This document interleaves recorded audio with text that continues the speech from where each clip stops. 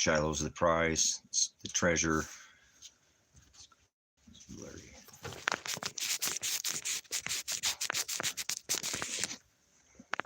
Thank you for the blessing of this ministry to have and share that treasure with others. Charity is of the word, famine is of the word, pestilence is of the word. Father is the word. In the beginning was the word. The word became flesh. In the beginning was the word. So thank you, Father. You are the word.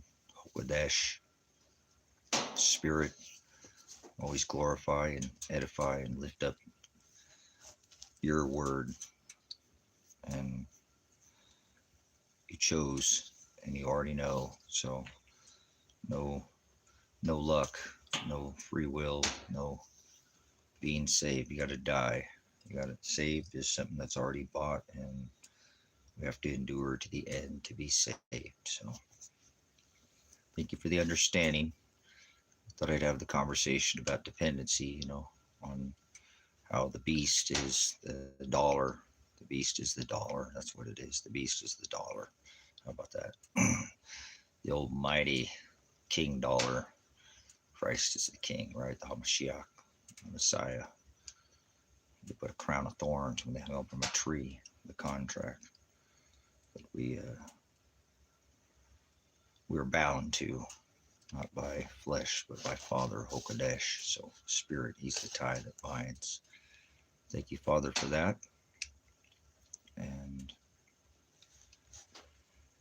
so people are very dependent on the system, and we're seeing the effects, right, of dependency, of convenience. People have lost their skill set and can't trap or hunt or navigate, and are very lost.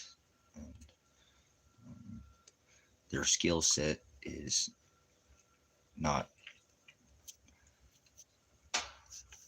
the most important thing to them, is not through Father, right? Obviously, having girded in my service, you'd be wise, and you'd want to make sure that you have not losing all your skill set so you wouldn't become dependent.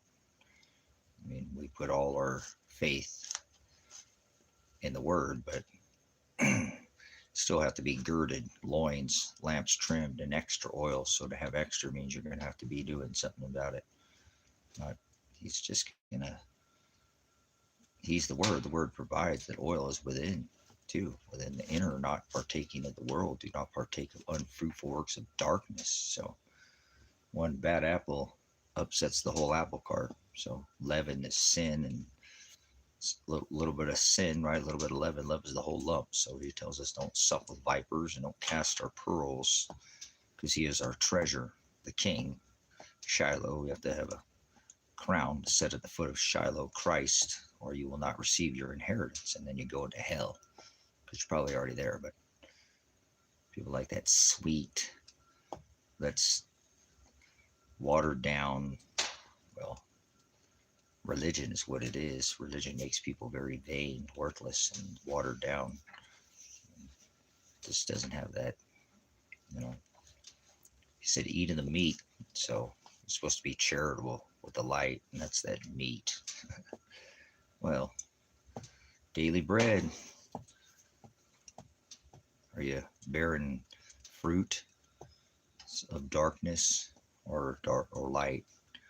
One bad apple upsets the whole apple cart, as I said. So, what are you dependent? An apple is a dance monkey. Dance with me, dance with me, dance with me. Ooh, ooh, ooh. Oh, let's talk to our busker there. Kind of went off the deep end. It's kind of a bummer. But never mind. Kind of like I've had a dream. Someday I just fly away, but then hit the firmament. That's why you don't fly. That's why Father wouldn't let me play with magnets, because then I'd fly 3 steel buildings into 2 airplanes. Kind of the reverse effect he gave me. I'm wired backwards, so we're all a little different. Your normality is not, if you can't tell me what normality or reality is, you're going to have to get in the ISIS van. Hashtag the ice wall. It's all around. Putting up walls everywhere in America. See them ice walls. Hashtag beyond the ice wall. Welcome to outer space. Hey, oh. Gaming. What are you gaming? Gaming. What kind of games are you playing? You know how to play chess? Or yeah, simple checkers, kind of couple jumps and you're out of the game. Well, sometimes you get a prognosco. You speak any Greek? Español? Poquito español? Nada? Forward? I like the twist when you play your little stick game. Joy, stick, joy and pain. Oh, that was my bad. I think that was some Milli Vanilli. I remember your first beer. Uh-oh. He's intoxicated on the liquor. Sick. Ricky. Uh-oh. Well, one beer's not going to kill you. So, your first beer. Not a big alcohol drinker. It's not my thing. I don't like narcotics and I don't do drugs. So a lot of people like to push drugs, and alcohol's a drug, but moderation's okay. It's not what goes in a man that defiles a man. It's what comes out of him, right? So him or her are the people under this covenant. So beer. I like malt liquor. Not liquor, it's quicker. I like 8-ball, group drinking Old English and 40s. But it's probably where I was raised, so born in the concrete jungle. Like Mickey's, there's some, but one beer is normally my limit. 2 is normally too much. I don't normally drink the second one. And if I mix it with some, maybe take a chooch off some cannabis and I'll get a crossfade and I'll go to sleep. Fall asleep sitting up. So liquor's pretty strong. Liquor in the front and poker in the rear. Depends on where you're at, right? Where you at? So remember your first 8-ball? Oh, corner pocket. I don't do, yeah. This guy's playing pocket pool. I don't know what's going on in here. Cyber Donkey. What's going on there, Shrek? Got layers like onions. Freaking get Captain Farquhar in here. Don't go there with me. An ass is somebody you can't learn. So that's like a mule. Hate to break it to you. You are the swamp, but it is what it is. It's just, it's humor. I'm just trying to have some humor here. I got to be here on this rock that I walk. People think they're spinning on a planet at 1,040 miles an hour. Where does it say planet in the scriptures ever once? Dead Sea Scrolls, Enoch, what author? Jasher, Lilith. Where does it say planet? Where the hell do you get the hell? Tell me the definition of hell. I kind of like to define things. Kind of a stickler for definitionality is the word truth. To speak many languages, so. Oh, I'm not a good man. Nobody don't like me. The SWAT team came try to kill me. So they think they might have killed my son and daughter, but a lot of people really don't like me. So actually, if you're loved by the world, it says you'll be hated by my Father. So I hope this world hates you. He said to be in it, but be not of it, right? Come out of her, my people. Do not partake in unfruitful works of darkness. You'll know them by their fruit. Workers of darkness are workers of light. Do not partake in unfruitful works of darkness. So one bad apple upsets the whole apple cart. You know how that works, right? Little leaven leavens the whole lump. The cream, it always rises to the top.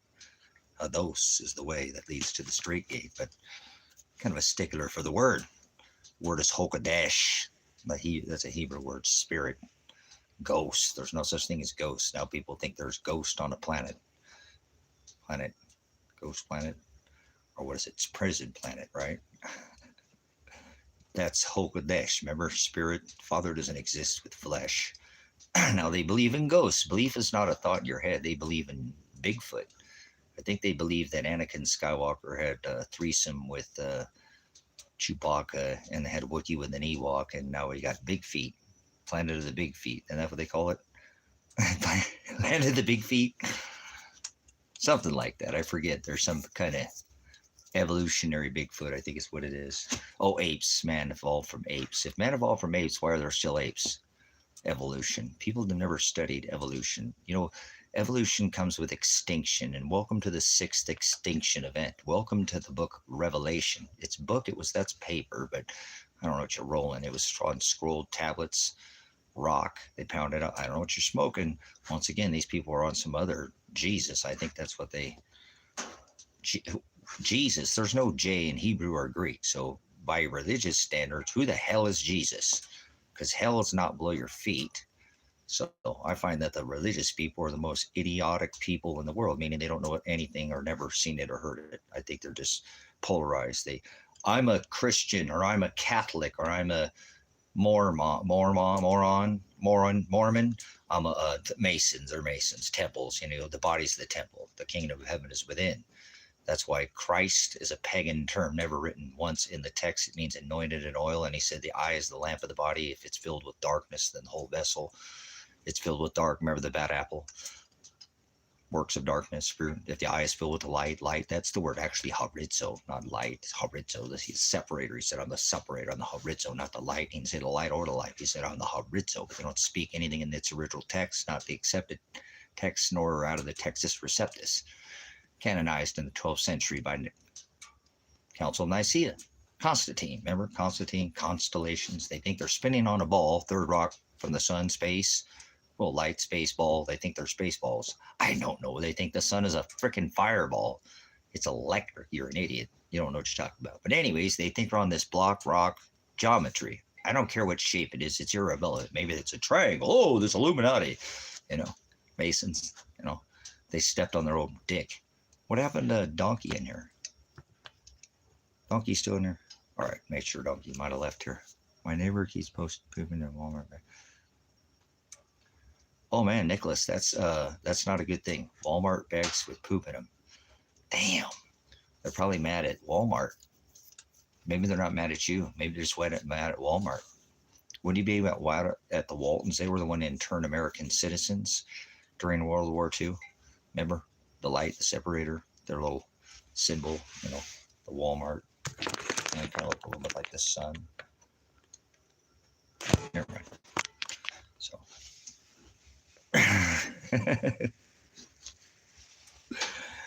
That's not nice. If somebody throw a poop in your yard, hey, we used to do that and light it on fire in a paper bag, but that's not nice because that could. Do you know how many you basically eat Walmart bags? You know what Velveeta cheese is? You know how many polymers that is away from your dashboard or the fuel you put in your car? So that's nice to. No, that's not nice. Dung, feces, over the backyard. Man, I don't know, man. That's like, dude, that's like could create a scene. Like on this world stage, I might have to, I don't know, man. You can't go Old Testament. So are you split? Now, do you throw it back over the fence? Thanks for sharing this. Hey, this is an organic story. We're running with it. You know, I just lost my dog, so I miss my puppy. So we'll talk about this. He blames Agent Orange. Yeah, it's like diarrhea. It runs in the genes. I get it there. Solomon. He's got violent diarrhea. There's a band. It used to be in the band. Did you guys ever hear the band Violent Diarrhea? It's the name of my band, man. So his uncle, it's like diarrhea. It runs in the genes. Get it? Good genes. 501c3 or 501 genes. Churches or temples. The body. This guy's got diarrhea. His uncle's got. How about this? Kaopectate. The diarrhea is specialist. You guys remember that commercial? You guys are off the mark here, guys. You know what that means? To sin. This guy's got the band. I actually, if I ever had a band, I'd call it Violent Diarrhea. I had Vomit Tsunami, but that was my gamer tag name. Gamer. I think we got a gamer in here. Is it gamer? Green potatoes. Oh my goodness. Yeah, it's green potatoes. That's explosive. I bring a whole new meaning to potato gun, don't it? Boom! All right, stop it, guys. You're sitting there out there freaking stealing all the money of the people, robbing the people. We're here talking about. Never mind. Spots on the wall by who flung dung? How about that? Or who flung dung over the fence? So, what's your name? Get the fuck out of here, you stupid idiot. Federal Bureau of Imbeciles. You're not federal. You're a pharaoh, and you're the low man on the totem pole. I don't sup with swine, pigs. The word tells us don't sup with pigs. Fuck you, you fake FBI troll. You fucking fake pig. I don't like pigs. Christ would have stood up to the FBI. America had stood up to the dollar dependency. So fuck the FBI. Low man on the totem pole. Fucking trash Patel. Trash. Cash this motherfucker. Don't. But two witnesses. Try to send your department of jackasses at the top. Or you try to send the Bureau of Imbeciles at the bottom. Maybe you'll send your cryptic criminal imbeciles and assholes in the middle somewhere. ACIA, I fucking don't. Fuck the government. So, we gotta come in here and be a fake pig. Pigs. Father said, do not sup with vipers. Cast your pearls before swine. Pigs. People in government. Fuck the FBI. Stupid idiots. Who would fake to be the lowest man on the fucking corporate totem pole? Totem god, Satan. Seriously, what an imbecile to come in and try to. There we go, the Federal Bureau or Federal Bureau of Imbeciles. Come in here and try to come to this channel. Oh, wait, you don't say anything. You just watch the channel from afar. Near, far, paint the fence, up, down. You fuckers are gone. Lost, outer space. Go away from me, imbecile. Christ would definitely stand up to the FBI and the dollar and America. America and the dollar. The dollar's the beast. You know that? So, are you dollar dependent? Like the FBI? They all get paid in dollars. Fuck the FBI. All right. Next, send one of your other alphabet soup agencies in here. I'll help fucking mix you up like a bowl of soup. Like bat soup in a laboratory, like Mr. Warp Speed. He loves the fucking police state. Police state already here. You got the ICE terrorists running around as a country. Domestic enemy. Terrorists, ICE terrorists, kidnapping people for being too fucking poor. They let people come in here for decades. Come in here, made people. Forced everybody. Dollar dependency, made everybody. And now everybody comes here because their dollar ain't worth shit. We're the one who displaces them. So, goodbye, dumb fuck. Stop worrying about what you see, dumbass. Goodbye, child. You don't see shit, do you? Goodbye. Red Eye, he's out of here. So, just like any other fake troll, try to come in here and act like you're some corporate soup agency. Like a bowl of soup is what you are. Yep. 8 up. How about 16 up? We'll put some numbers in there for you, too. It's not about being cool. It's about the lesson. How about that? The lesson. So it's okay. I'm not too concerned. My tattoos don't define me. They just help me share the gospel. That's what I'm here to do, share the gospel. So Christ, he hated the law. Yeah, he did. Remember, we can hate, not be hateful, but we're not supposed to like. When people sit there, how about our cryptic criminal government that's literally just killing everybody in all these other countries while people in America lap up 40% of the world's resources decade after decade? Free my ass and slave my debt. So fuck the FBI. They're one of the biggest terrorist nations ever on this rock that you walk. Father's watching. Father created the FBI. Father's Bureau of Imbeciles. He creates all things. Get over it. So this is what you're supposed to do. Stand against it. I didn't say blow them up, kill them, bring arms against them. They're going to meet their own fate. Those that are bound by fate that's different than destined. Father's the word, Caleb. It's the word Hokadesh. Father's the word in flesh. That's Shiloh. Hasn't returned yet, but that was Christ that you say maybe the One anointed in oil. That's a term never written in text. Why are you an idiot, Caleb? Why are you such a stupid fool being spun? Wouldn't know this train, passion, anger. Get the fuck out of here, Caleb, you childish little child. This is an adult stream. Go outside. Maybe when the lights come on. Hello? Yep, not meant to be seen or heard. Goodbye. It's an adult only stream. Don't mourn. Did somebody die there? Kong, please don't mourn. Must have woke up. Somebody died. They had a wake and somebody died. Top of the day there. Good to see you. We don't mourn in here. Try not to mourn. Who are you mourning? Don't mourn. No. Did somebody die? I just lost my dog, and I'm still kind of depressed, but I'll be okay. It sucks, but I got almost 13 good years of that big old puppin. So, top of the day. Good to see you. How are you doing? Nice to see you again. Appreciate you coming in. Don't be sorry. You can apologize. Sorry is just a word. And you don't have to apologize either. Just, it's hard to get out this dialect. Remember, if you understand me, then you can put a 1. There we go. Much Agape. Mulvers. Oh boy. Uh-oh. We've got Hauser Wonder. Please, we had the FBI in here. Please check Hauser Wonder's IP address for kitty porn. Everybody, we might need to report. Let's see what this person says. If he's talking about children and having sex with children or something, we might have a pedophile like the cheetophile in chief, the one at Trumpstein Island. Let's see here. House one, I think that's what it says. H-A-U-S, House of Wonder. Oh, he can't spell house. Welcome to my house there. I'm the big dog in here. So House of Wonder says, oh, another child molester. I am worried about this person's IP address. Check IP address for kitty porn. Thank you. All right, we've got people who come in here and monitor this channel. You might have came into the wrong channel. Whoops. Yep.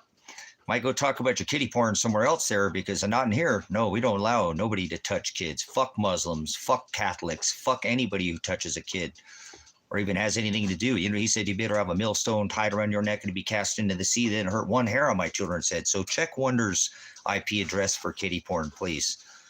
This channel is monitored, just so you stepped into the wrong channel. You're in the age of wonders. I'll make you see why Stevie had to wonder. Welcome to my house. You don't know what you just came into, do you? Father created all things. No free will, no luck. You think you're here by chance? Not a chance in hell. How about that? No chance in hell. Define hell or get the hell out of here, house. Your house is going to be gnashing teeth. Stuck to your flesh because you can't get rid of it, huh? He said, cut it off. So I'm waiting for your answer. We only gave you 2 times in here. You're already on I already got your IP address. It doesn't take that long. They could send 5 guys in a van to come ice you right now. Oh, got iced. In fact, it's cold as hell, Rocket Man. Burning his views up here. Up here in outer space. Get out of my space. They already got your IP address. They've had that since the first time you clicked. Clickety click, click, click, naked. Uh-oh. Who told you were naked? Remember it says that in scripture. What's this guy got on his, I don't think women don't do it. Could be just leads, I have a strong instinct, like bird don't need to be told to fly south for the winter. Or maybe they're out of here and used their 5th Amendment right and flew south for the winter. Bounced. Pete Hill Stars, Long Beach Freeway, Firestone exit, Southgate. Like the bouncing ball, they just bounced right out of here. And that's the truth. That's the word I like to. So, watch it. Watching, always watching. The watching. The Illuminati's always watching you, right? Eye in the sky with their star stinky link, muskrat. Skynet. Welcome to the World Wide Web. Careful what you say in here. They'll get bounced like a ball right out of here playing little man's nuts, grab them. Deer nuts or beer nuts. One comes under a buck, one comes under a deer, right? Or one comes in a bag. One under a buck. Get out of here.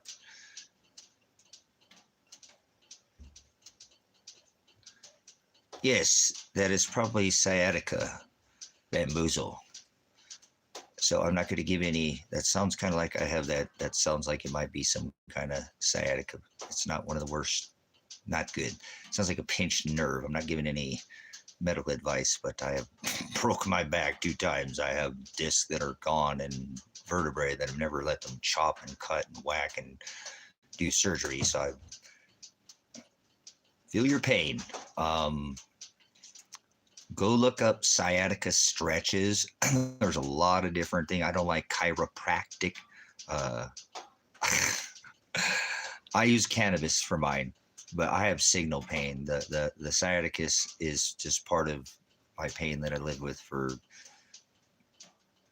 I've lived with it since I was young. I broke my back in the military. Before I joined the military, I had scoliosis, so I've always had issues. But there are ways if you stretch,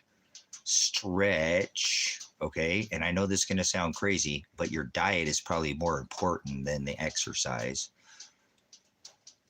Yes, it is. You are what you eat. Your body can start getting all kinds of whack because of crap you eat, not even done anything to your body. Don't remember, just forget about that you've been gene edited. Your food has been modified by chemicals, and we keep eating this crap laced with this disgusting poisons. And so, absolutely, proper hydration is extremely. I'm always chooching on the freaking. This is better than almost any time I eat a bomb-ass meal that I wish I could eat with you guys, and then I chooch down me my after-dinner mint, which is my water.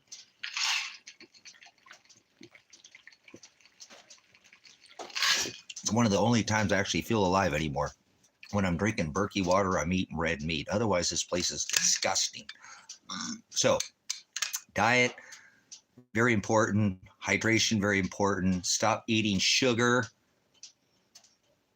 That means no more corn syrup. Oh, that's in everything too. So yeah, you already get, we eat enough. You know what I'm saying? You should just natural sugars in your fruits and, some of these things, especially, we don't need all these extra ho-hos and Red Bulls and Gatorades and Cheetos and frickin' whatever. You know what I'm saying? Diet's everything. I'm telling you, you are what you eat. You want to start feeling better? Stop putting poison in your frippin' body. But this sounds a little bit more something other than that. If you're getting lower, sharp back pain, that's not helping it. Your diet, which would be easier to overcome that if you had a better diet. I know I feel better. How do I manage? Better diet. I don't eat what most of you guys eat. I don't eat pork. I don't drink soda. I take very little sugar. I've pretty much tried to cut back altogether. I'm still weak and still eat, not till I can make my own, and I'll get there someday. My own bread and my own pasta. I'm not even trying to eat bread or pasta anymore at all. I don't eat fish, because some of it I just don't, but that's my thing. Not that you can't eat fish, just careful what kind of fish you eat or whatever. But chicken's disgusting unless you raise it yourself. It's very important that you though, if you're having some lower back pain, you might be experiencing some stay away from farm raised anything fish wise out of the ocean is wild caught, or natural. Just go catch it yourself. Please throw the brown trout back into the water. Cutthroat, rainbow, anyway, you fish whatever. If you catch it off the side and you catch a brown trout and you want to eat it. Damn, I'm not going to say, but just I like to turn back fish because when I haven't fished in a long time. But anyway, so going back to this lower back pain. It sounds like you might, again, be experiencing some sciatica pain from a pinched nerve.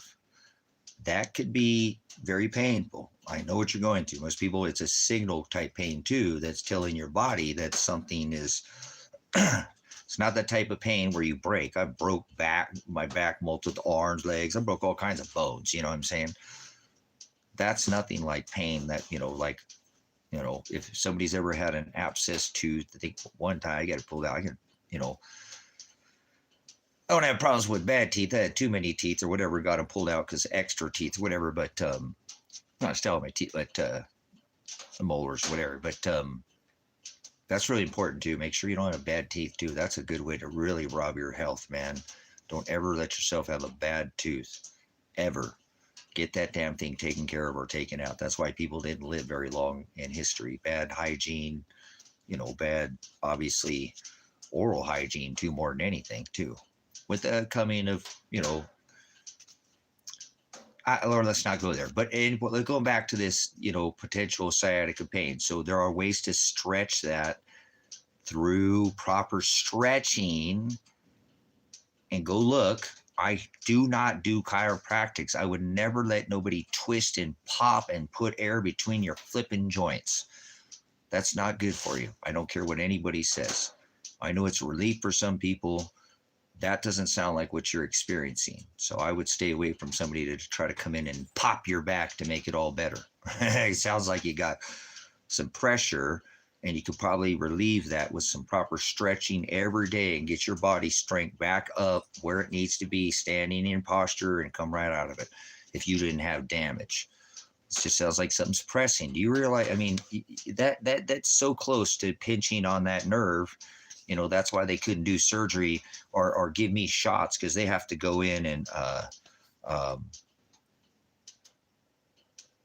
yeah, chiropractic is not the way to go at this point. It doesn't sound like you're that far in. I'm not saying that there isn't a little bit of validity, but I would do that over time through called physical therapy, not just whack and crack you like a chiropractic, chiropractic you, break your back, I feel better now. Yeah. And then they want you to go back there again and again, and you become dependent. No, build up the tissue, the muscle, build yourself strength back up before you need to go try to rearrange something. That's a quick fix.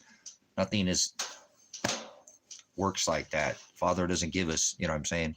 So, but there are a lot of people who experience what you're experiencing, who can come out of it, you know what I'm saying, with good diet and exercise and stretching, and feel better. And just some stretching with some people, just stretching alone. I've seen people come out of sciatica and some other similar. I'm not saying it's that, but it sounds like you got a pinch, maybe not as far as sciatica. You got something pinched, a disc that's pinching in there. That's another kind of signal pain. It's sending a thing to your body. When it hurts that bad and that fast, it's like, it's like a burning heart, sharp, bam, and that's signal pain. Is more than, it's not like a bam, like something hit it. People don't understand. I live with that all the time. It happens, but I learned to deal with it. I've had it for 20 plus, years, but if you haven't dealt with it every day, it'll drop you to your damn knees, make you feel, bring the water to your damn eyeball sockets. I don't care what your pain, your pain tolerance is. So sciatica is nerve pain. Signal pain is a really different kind of pain. Most people never, like I said, you're out an abscess tooth or something, sends that, any kind of that times 500 in your back normally is what it, depending on where it's at too. Because any one of those vertebrae that can be get from your, lumbar lower to your thoracic upper spine, and any one of those 33 vertebrae in between that could experience that kind of signal pain. So if it's lower back, that sounds, because a lot of what it sounds like to me is you're constantly, what happens over time, it's not uncommon for people to get what is called degenerative disc disease too, because our discs tend to get weight. Ladies can get it bad. They carry around a freaking narrow.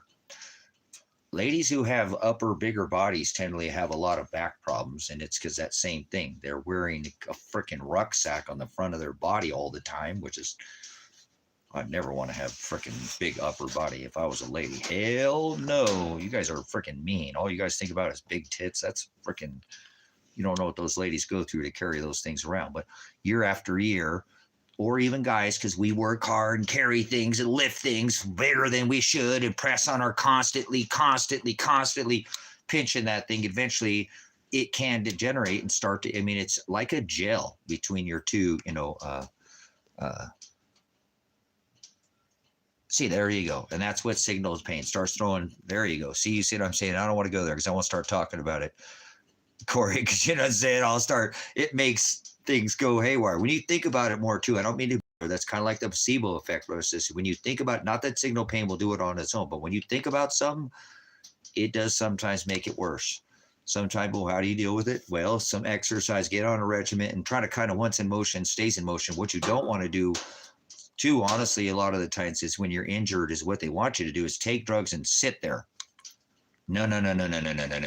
Don't take their drugs. Don't sit there. Stay in motion. Just don't, if you stay fluid and you stay, it's when I hurt the worst, brothers and sisters, when I'm stabilize for too long, when I sit there for too long, you know, I can be still. I like to be still. I don't twitch. I don't move. I'm not jerky. I used to do that. It'll be bouncy and shake, and I don't do that at all. You know, I like that to have a calm and a still about my body, and I very seldom do I ever sit there and catch myself with my leg twitching. I won't do that anymore. I used to be like that, but I do want to stay. Once in motion, stays in motion. Keep fluid. You know, keep the juices going. Because man, you sit there, idle hands are the work of the devil.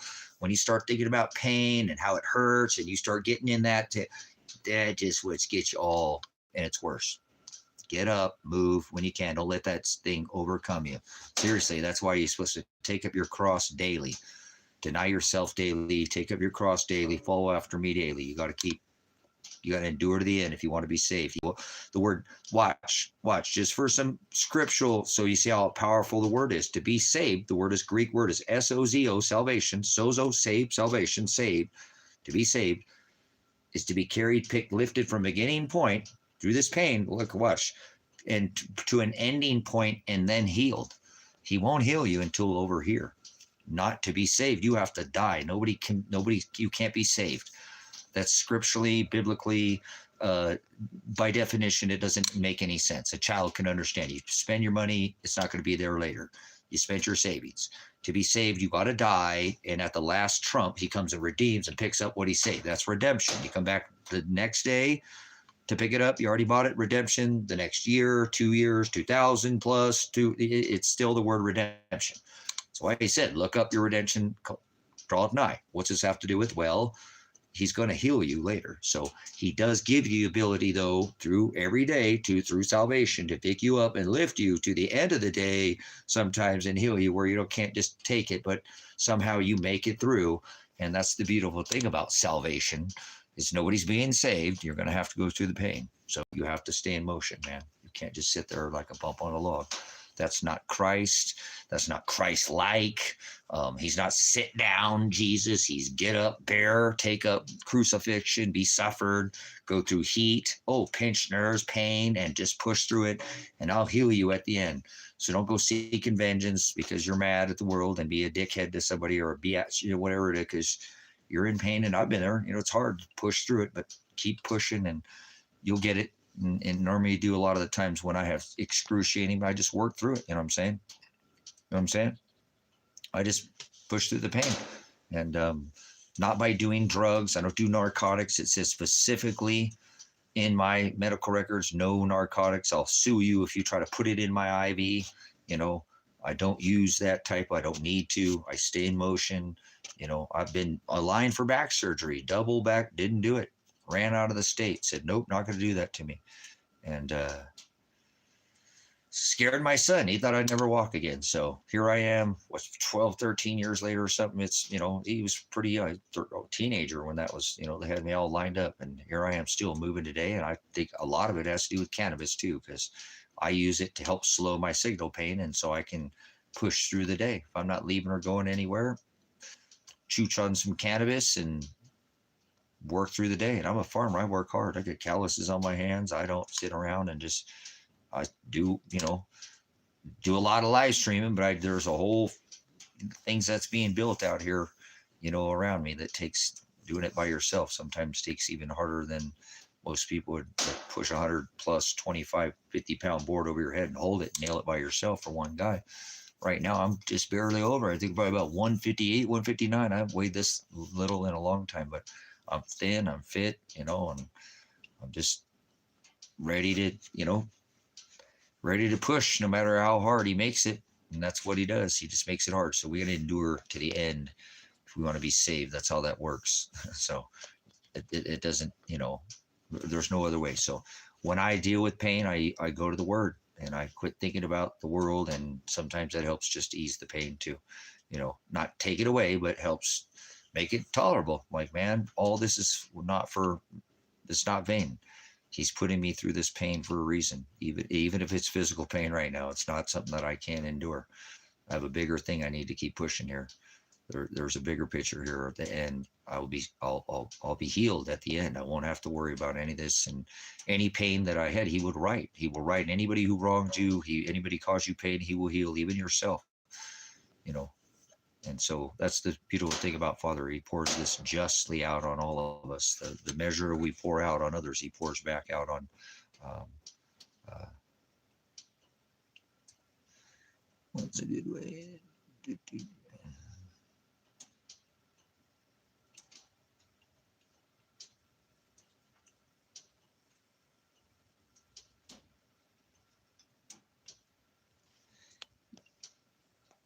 Yeah, that's a tough stage where they're trying to discover their boundaries. That's a boundaries thing. A lot of the times, I think, Ziggy, with us, we've all pushed it. You know, when we that's the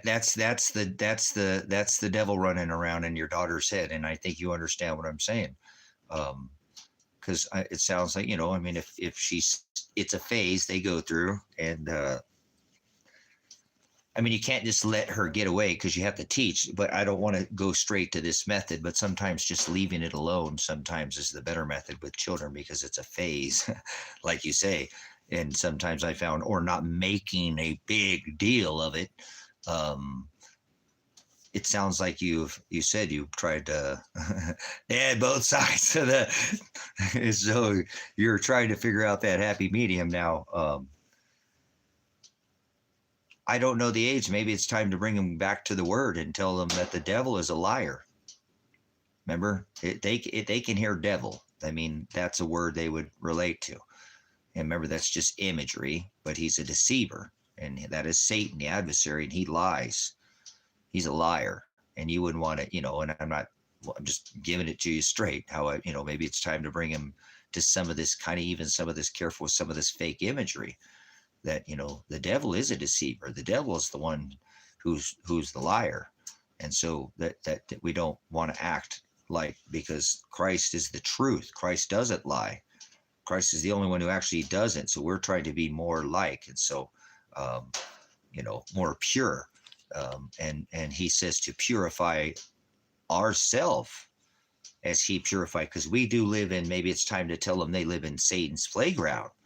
That this is Satan's world, and they're not spinning on a ball, and that they need to know the word. You know what I'm saying? So I don't know the ages, how old she is, but it sounds again like that the devil's dancing around in her head, playing with her, and she's, remember, at one time, we don't know when we're taking that little red ball, you know what I'm saying, out of the yard, because we're a child, we're innocent. No, they don't take that ball. That's not your ball. She's not playing, not at that age anymore, right? She's not at the age where she takes the ball out of somebody's yard and we tell her, oh, isn't that cute? No, you can't have the ball. That's not your ball. No, she can't have the ball. Don't give her the ball, for Christ's sake. How is she going to learn? Fucking people today. Apologize, whatever, right? No, I'm trying to teach her a lesson. She doesn't even know she's taking the ball. Come on, don't tell her she can have the damn ball. She needs to know. She doesn't know. There's an innocence about a child. But then there's that voice of understanding, the age of accountability that turns in every one of us, brothers. That's Christ that's inside of us. That is our Father, the Lord, our Master, not the master of this world. He inside of us comes and says, do not take that ball. Little Jenny's going to come out, and little Jenny's dad's going to spank you, put you in time at whatever, you know, there'll be repercussions for our actions. Your innocence is gone.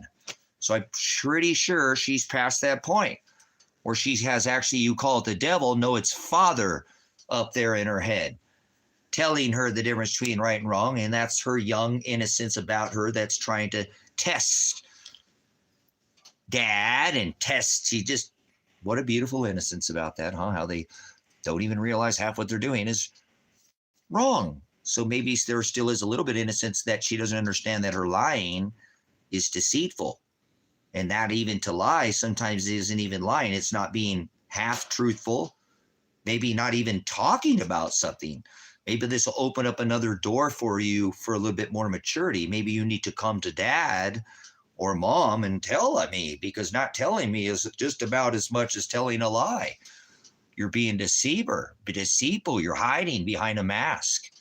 So you need to always come to dad, as you know, and maybe mom, or open up a door. You know, is something bothering you? Maybe there's something else in her that's not giving any advice here, Ziggy. Just take this all as, you know, theories. I don't get myself, but this is a family. I appreciate you even at least asking that we can take it to the word, so we can all kind of understand that, you know, children go through stages. I found in this modern day age, just so you know, that sometimes just leaving it alone, like my son went through skinny jeans.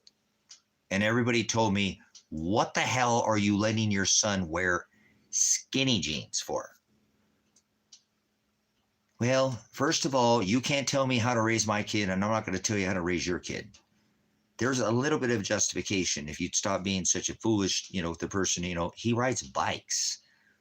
They don't peg their pants. We used to peg our pants when we'd ride a bike, or at least on the chain side, you know, peg your pant, have it, you know, so it doesn't get caught. It's kind of a thing now. And so he rides bikes, and it's not so much of a, you know, well, I can't believe he'd let him wear, but, you know, no, I actually took him to the Goodwill, and I found that you can find those things in the girls section. They're really wearing girls skinny jeans, but I don't care, whatever. It's six. Nobody going to know that it's the same jean. It's, you know, they're, you know, we called them, there was a peg, you know, oh, well, all glory, Ziggy, to father. You know what I'm saying? Maybe you should kind of understand. Let's bring it full center. My son thing is over. I just left it alone, guys, with my son. I actually went and bought him skinny jeans. And people are like, dude, you're crazy. You took your son shopping to the girls section to buy him jeans. Yeah, and if I leave it alone, he'll grow out of it. And he did. If I didn't, he'd probably be emo and still wear skinny jeans. Right, Ziggy? See what I'm saying? So there may be that phase too. I don't think we're quite there with this situation, isn't it? Just leave it alone. Deceitful and deception and lying is not something you just can leave alone. But in some cases, try to remember that too, as she goes through phases, because they're just a phase. You'll get through this one. Thank you. Know that you know it's not the end of the world, because she's your little princess that's not being, well, that's hard as a dad. My little princess is lying. You know what? Damn. She was going to, you know, she'll grow out of it. It's just a phase. It's good that you know that too. But like my son, real quick, and we'll go back to, you know, what you're saying is that, or what I was saying is that, you know, I didn't make a big deal of it. I actually supported him. And rather than making a big deal of it, I still think as today, if I had made a big deal about it, that he'd still be wearing, you know, skinny jeans and be emo or something, and have to be wearing them still, because he would have resisted me, and that would have shaped him. Instead, I supported him. It was, and it lasted a couple years. And then he just didn't wear that style of jean anymore. He just put on regular pants and sweats, and, you know, and I think he probably still has a pair or something. If he goes ride a bike, he'll put those on and ride his bike, or he's older now. We don't ride a bike, but he grew out of it. You know what I'm saying? A lot of ex-junkies have Facebook lives now. Facebook. Yeah, I'm not on Facebook. So what does ex-junkies have to do with Facebook? I think Miles is way off. I think you're about 1,000,000 miles off on that one. So, I mean, you're supposed to judge with righteous judgment. I don't go on Facebook Live. So what's going on with the Facebook Live? I don't think so. I think I've seen some people who do Facebook, a couple of people who've done Facebook Live. I don't think they were junkies. Where do you draw your, what's your drug? I mean, most people are corn syrup junkies, drug addicts. When's the last time you stopped eating sugar there, Miles? You fucking drug addict. Do you do lives? Miles, are you a drug addict? I think you are. When's the last time you stopped eating sugar?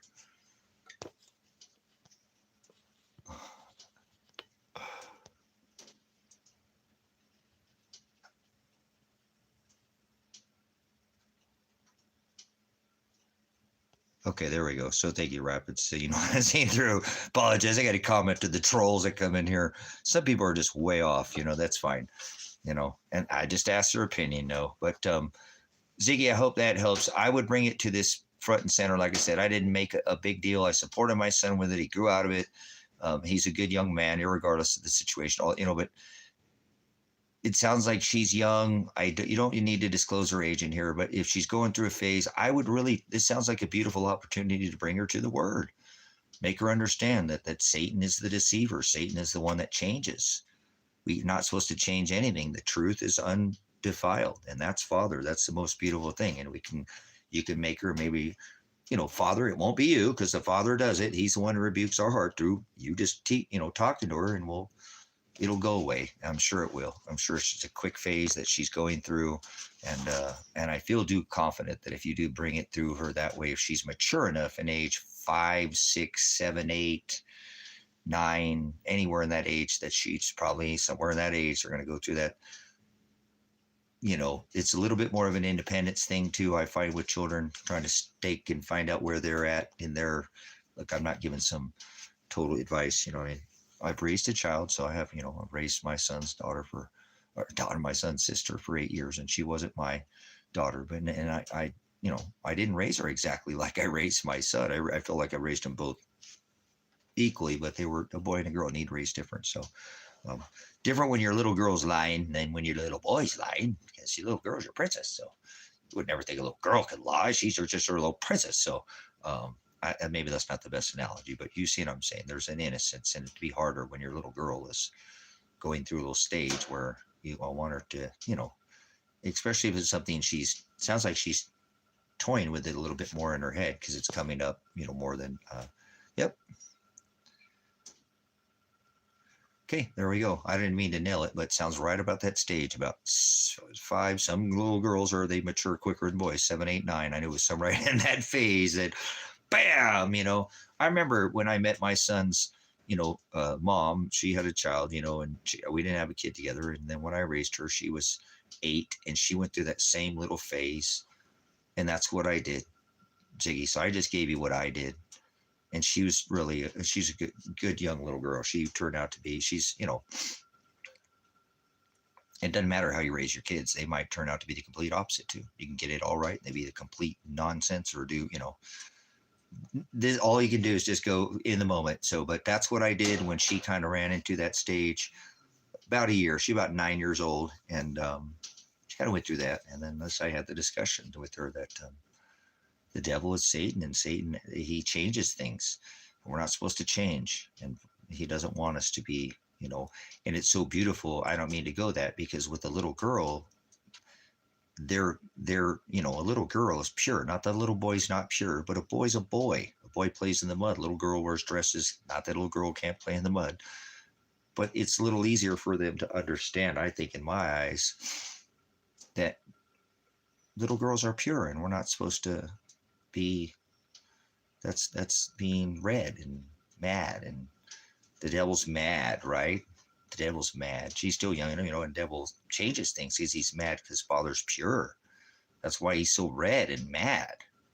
Why do you think he's so red? Because she's still young enough that she can understand something like that, where it's still pretty innocent, and Father's not going to be mad because you said he's a red devil, or that the devil's a red. The devil's not red, but it is an innocence thing that a child could understand. So that's how I used it with her. And that little, you can't get mad, but you don't get mad because you change. That's not, princesses get mad, but they come and talk to dad and mom, and then they don't turn red, and they stay white, and they don't, and so that's just, I'm gonna leave it at that, Ziggy. I think you understand what I'm saying. I use that for me. I use the colors, things, say pure and white and red, and the stupid little red devil, white devil on her shoulder thing, which is the complete opposite. But she's not old enough to understand that yet. Maybe when she's 10, you can say, okay, well, look, remember, these are both the devils. Remember, this one's acting. Yeah, and you won't, Ziggy, and you won't get it all right. Me too, and I did, because I had a good dad. I had a really good dad. I never knew how I was going to meet up to his standards. And then I remember when I surpassed my dad, because he died, I'm saying it, and then I was like, wow, I've taught everything my dad taught me to my son, really as much as I possibly could. And then I started teaching him, and he understood things that I never got to teach, that my dad didn't teach me. I was like, well, in a way, holy crap, I have met what I thought is a high standard that I could never meet as a father, or as a dad, because I had a good dad, a really good dad. I only got to spend like 7 years with him, but he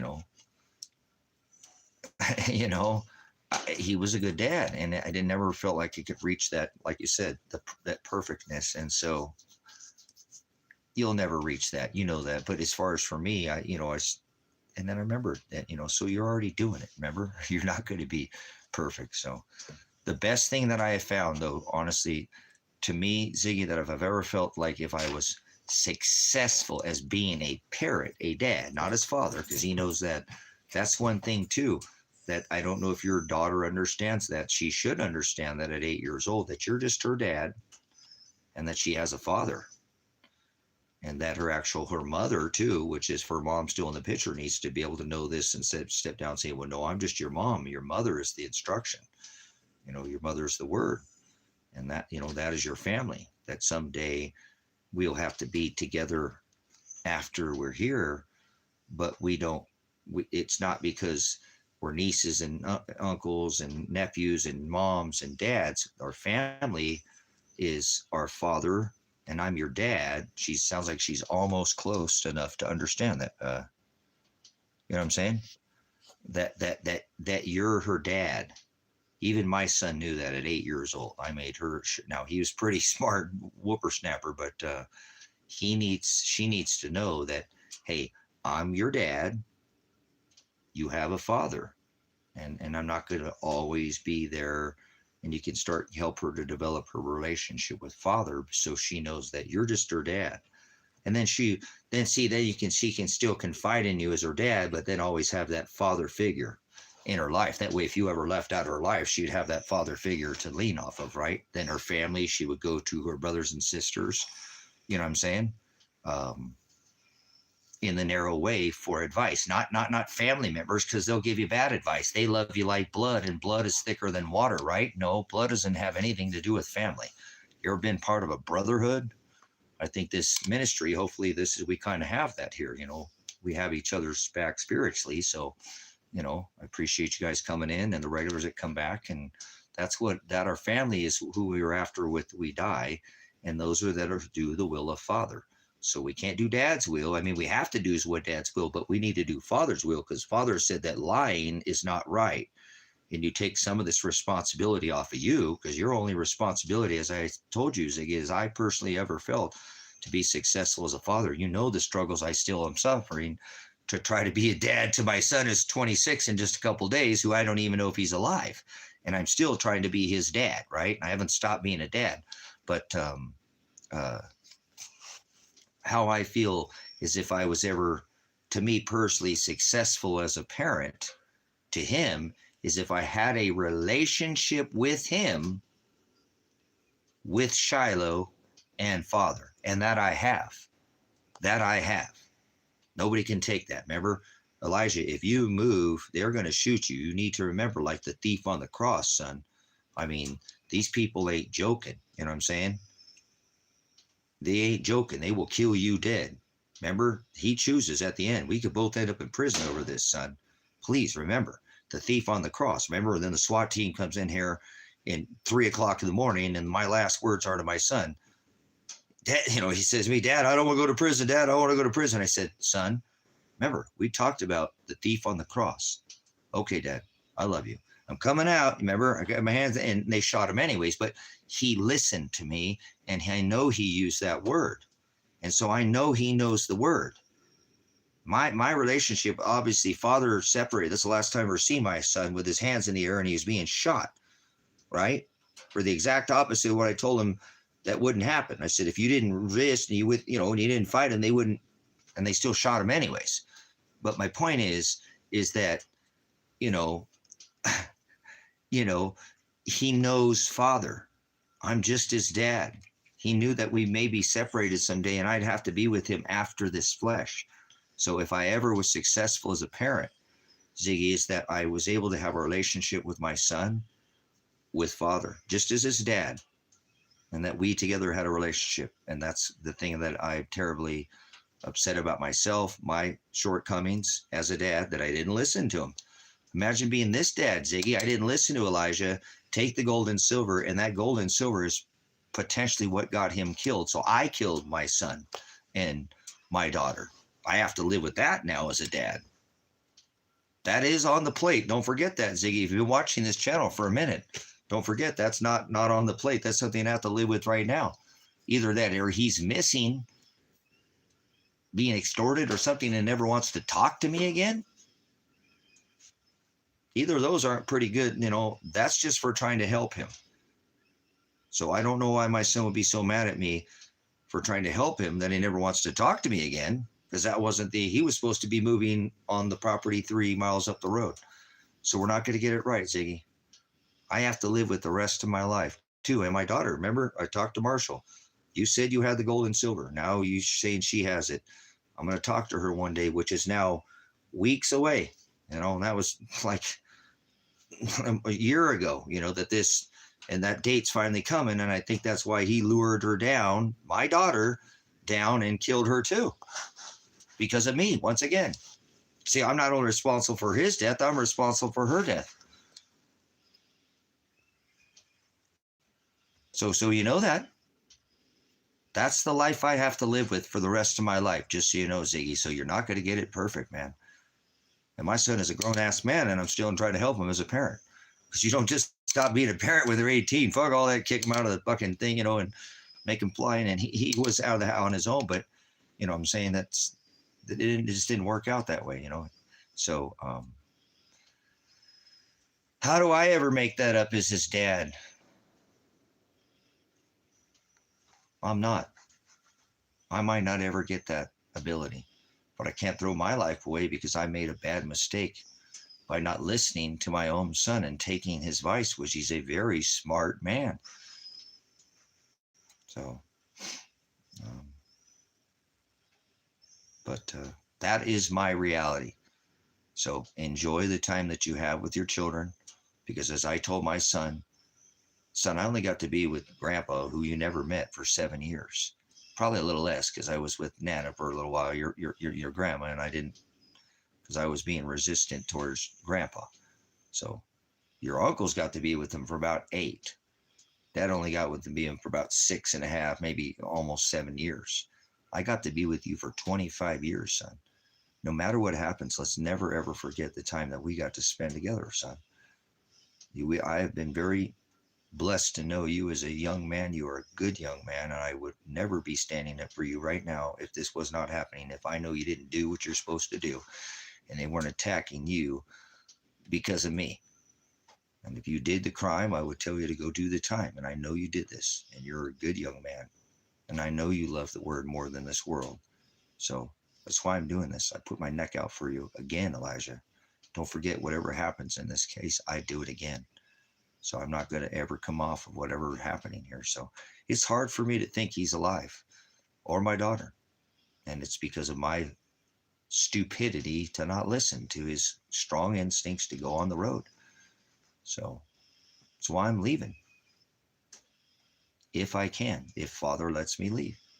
But that's not up to me. Remember, they released Adriana's charges. My daughter's charges in September. They're still holding me to those same exact charges 14 months later.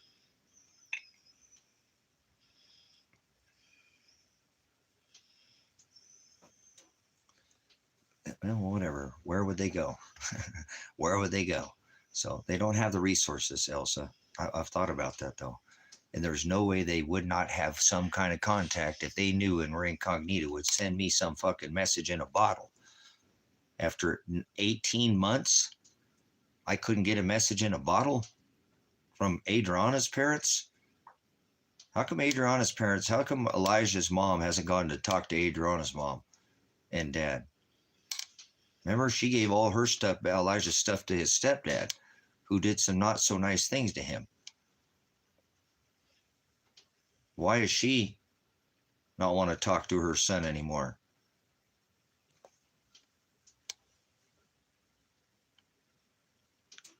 I have so many names. I called Elijah so many different names growing up as a kid that people ask me, do you ever call him Elijah?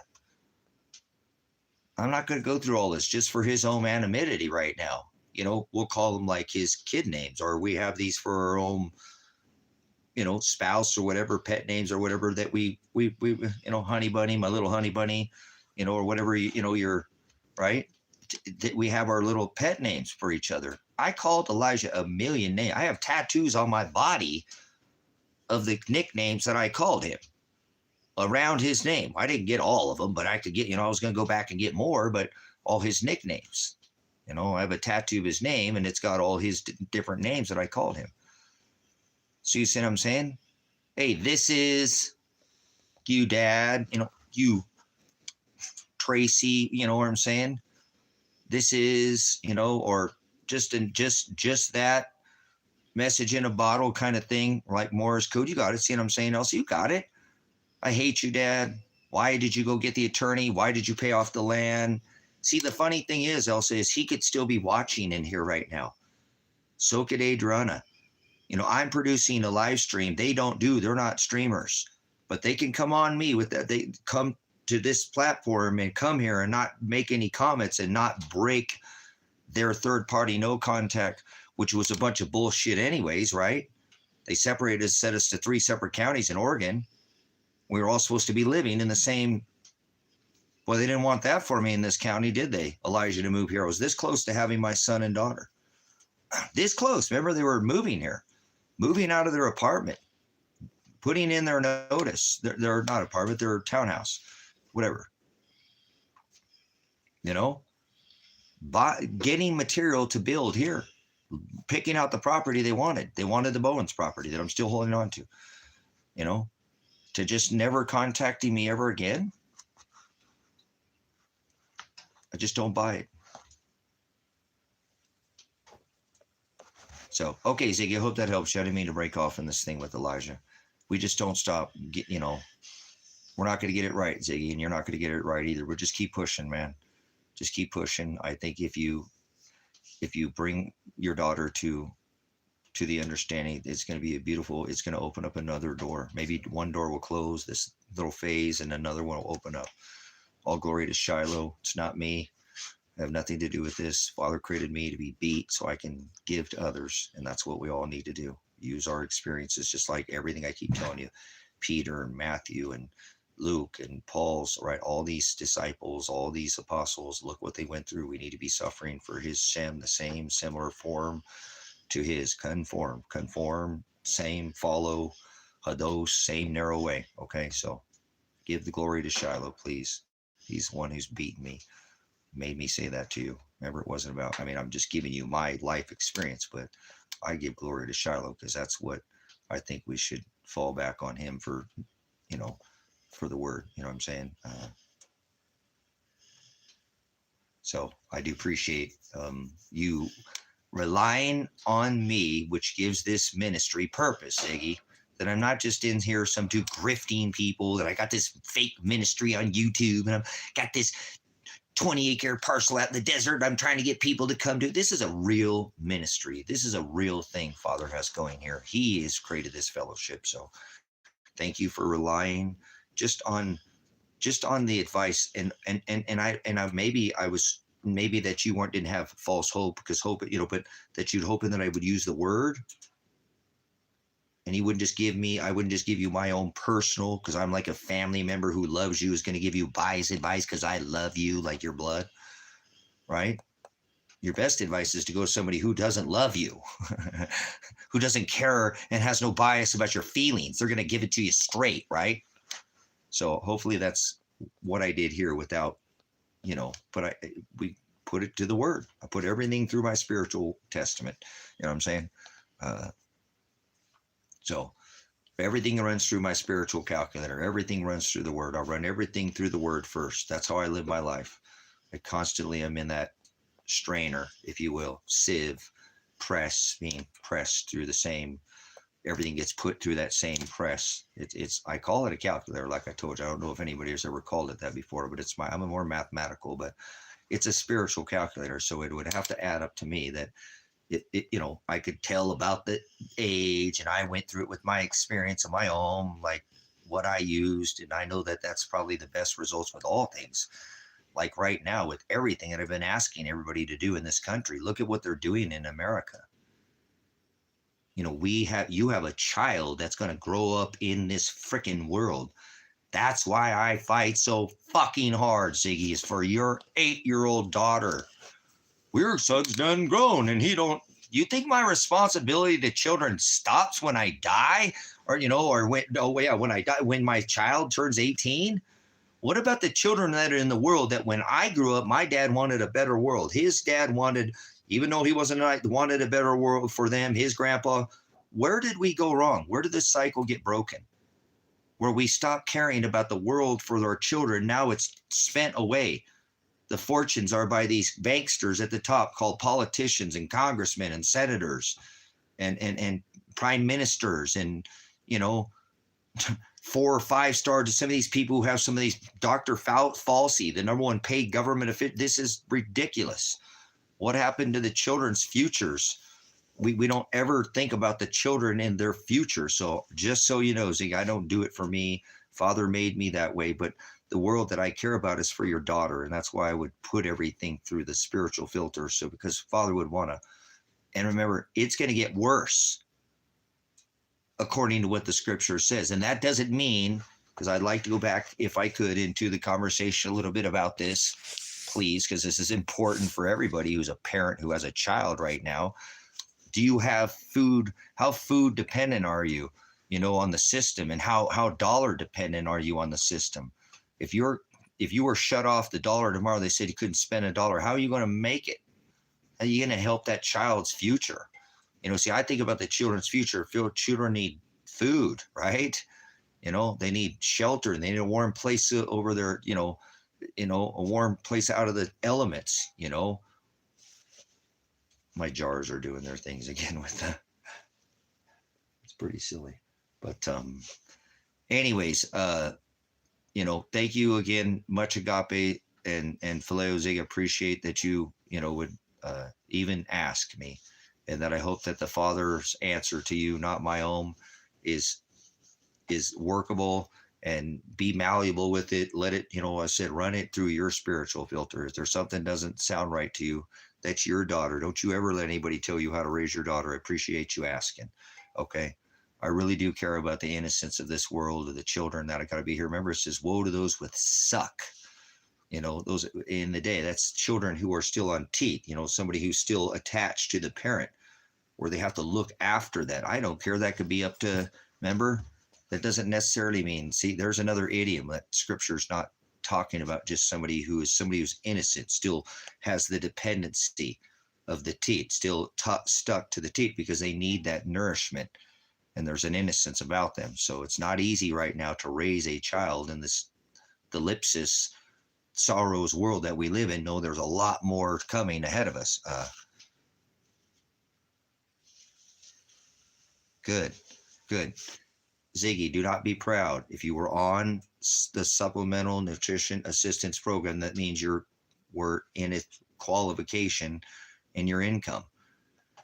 Keep going to the food banks, Ziggy. They're going to get more and more filled. Now, I was just talking with Kevin about this. I feel as if there's a calm right now, guys. I feel like God just blessed this whole, and I don't like to use that term, but gave everybody abundance. Hear me out. I know there's a pressing. There's been a pressing on the food banks for years now, even after COVID and things. But hear me out. It's like Father is giving us this is phase 2 just consider it this way. Phase 1 was the COVID, pretty much as a whole. I don't want to generalize it in economic. That's one.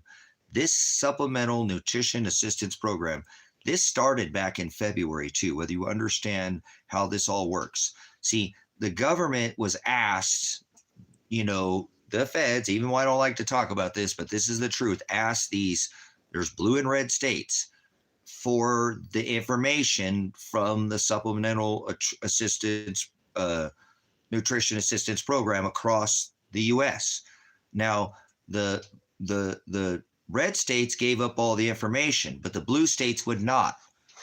So because the blue states still want to give nutrition assistance to migrants, which they have been doing. So some of this that's happening now, watch, what's going to happen is nobody's going to get their benefits on their cards. You're not going to get anything until you re-sign up on the system. Welcome to phase 2. Listen to me what I'm telling you guys. I really wish this wasn't like what I'm telling you. And I don't, it just is what it is, brothers, sisters. You're just going to have to take what I say and run it through your filter. once this happens, this is the new system, whether you understand it or not. They've done this through the banks. They've already put this in the banks in the system, are ready to do this. They passed this, but do you understand that that's what's going on right now? They're actually trying to thin down some of this heavy weight that's been on this assistance program. Dude, fuck all that shit. Pay these fucking migrants. We got goddamn governors and fucking that are millionaires, congressmen, and the government spends more money on war. So fuck fucking migrants benefits, just so you know. But that's what they're going to do, so you know. Because I don't think they should, I don't give a fuck whether they cut migrants benefits or not. I care that the children of the goddamn adults that have fucking on these programs are getting cut. The children, remember, like I said, I don't mean to go straight to that, but I have a thing in my head that's, that's what I'm talking about. The people now with disabilities and all that. There's not that many people on these programs, brothers, sisters, that are migrants. Not that they're not here. Not that there are not people who are abusing the system, but the people who are losing are the children, the people with disability, the people are truly, most people, if you go research this program, most people have had a job within a year of being on it. Many of them have a job and collecting the benefit because they just don't make enough fucking money. It's $4 and something for gas where I live. Remember, it's $9 a pound for fucking pink slime across this corporation. $9. It's not cheap to live. Why these hogs at the top, these pigs, people in government, just call them hogs, boss hogs, like Dukes of Hazzard, fucking running their rackets like Al Capone. Here we go, round in circles like NASCAR. Seriously, it's bullshit. They're not taking any hits, brothers, sisters. This is called fascism. This is called communism, brothers, sisters. The rich get richer and the poor get poorer. The corporation is taking over this government.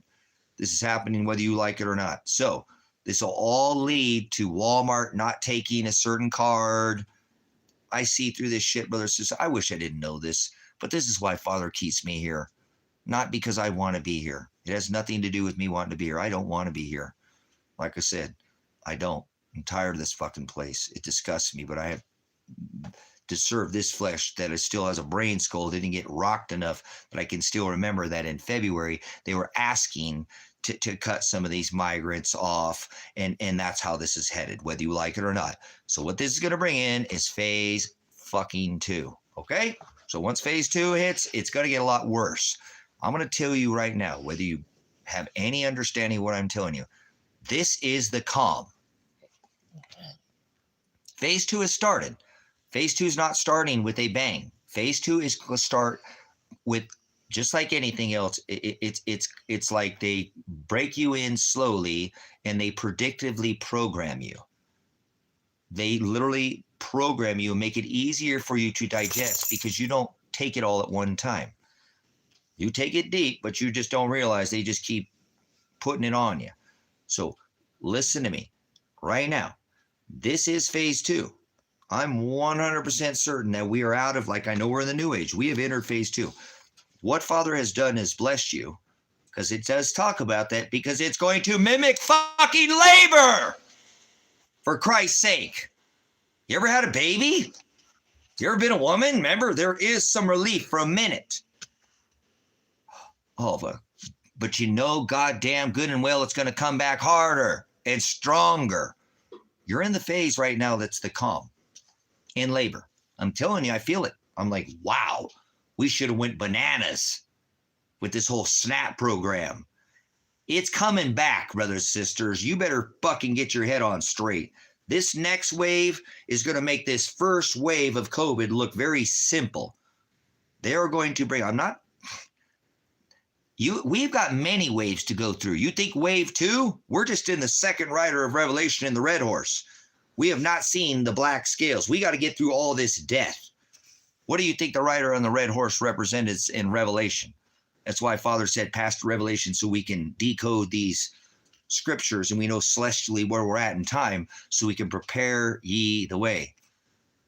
Right? You're not supposed to stop taking care of people. That's not what we have to be charitable. Not just with, food, more importantly, with the word. But that's just part of this, and he'll provide. I know he will. That's why I've been trying to prepare this ministry for how long?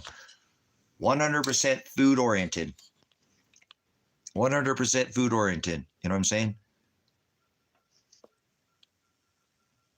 Yeah, and they won't give it to the right people. They'll give it to the wrong people, but they won't give it to the right people. Thank you also for, what I'm saying? So there we go. So listen, brothers, sisters, I want to bring this full circle. Seriously, full circle. You need to get off the dependency of this fucking dollar, thinking that you need a dollar. I don't care if you have to walk away from every fucking thing you own. Do you realize right now, like I said, there are people right now that have these groups that's called Homesteaders Looking for Helpers, and it's not a perfect website, but helpers looking for homesteaders. Helpers looking for homesteaders and homesteaders looking for helpers. Brothers and sisters, this website is looking for people who do not want to be in the system. This is what I want to start talking to you about. You know what I'm saying?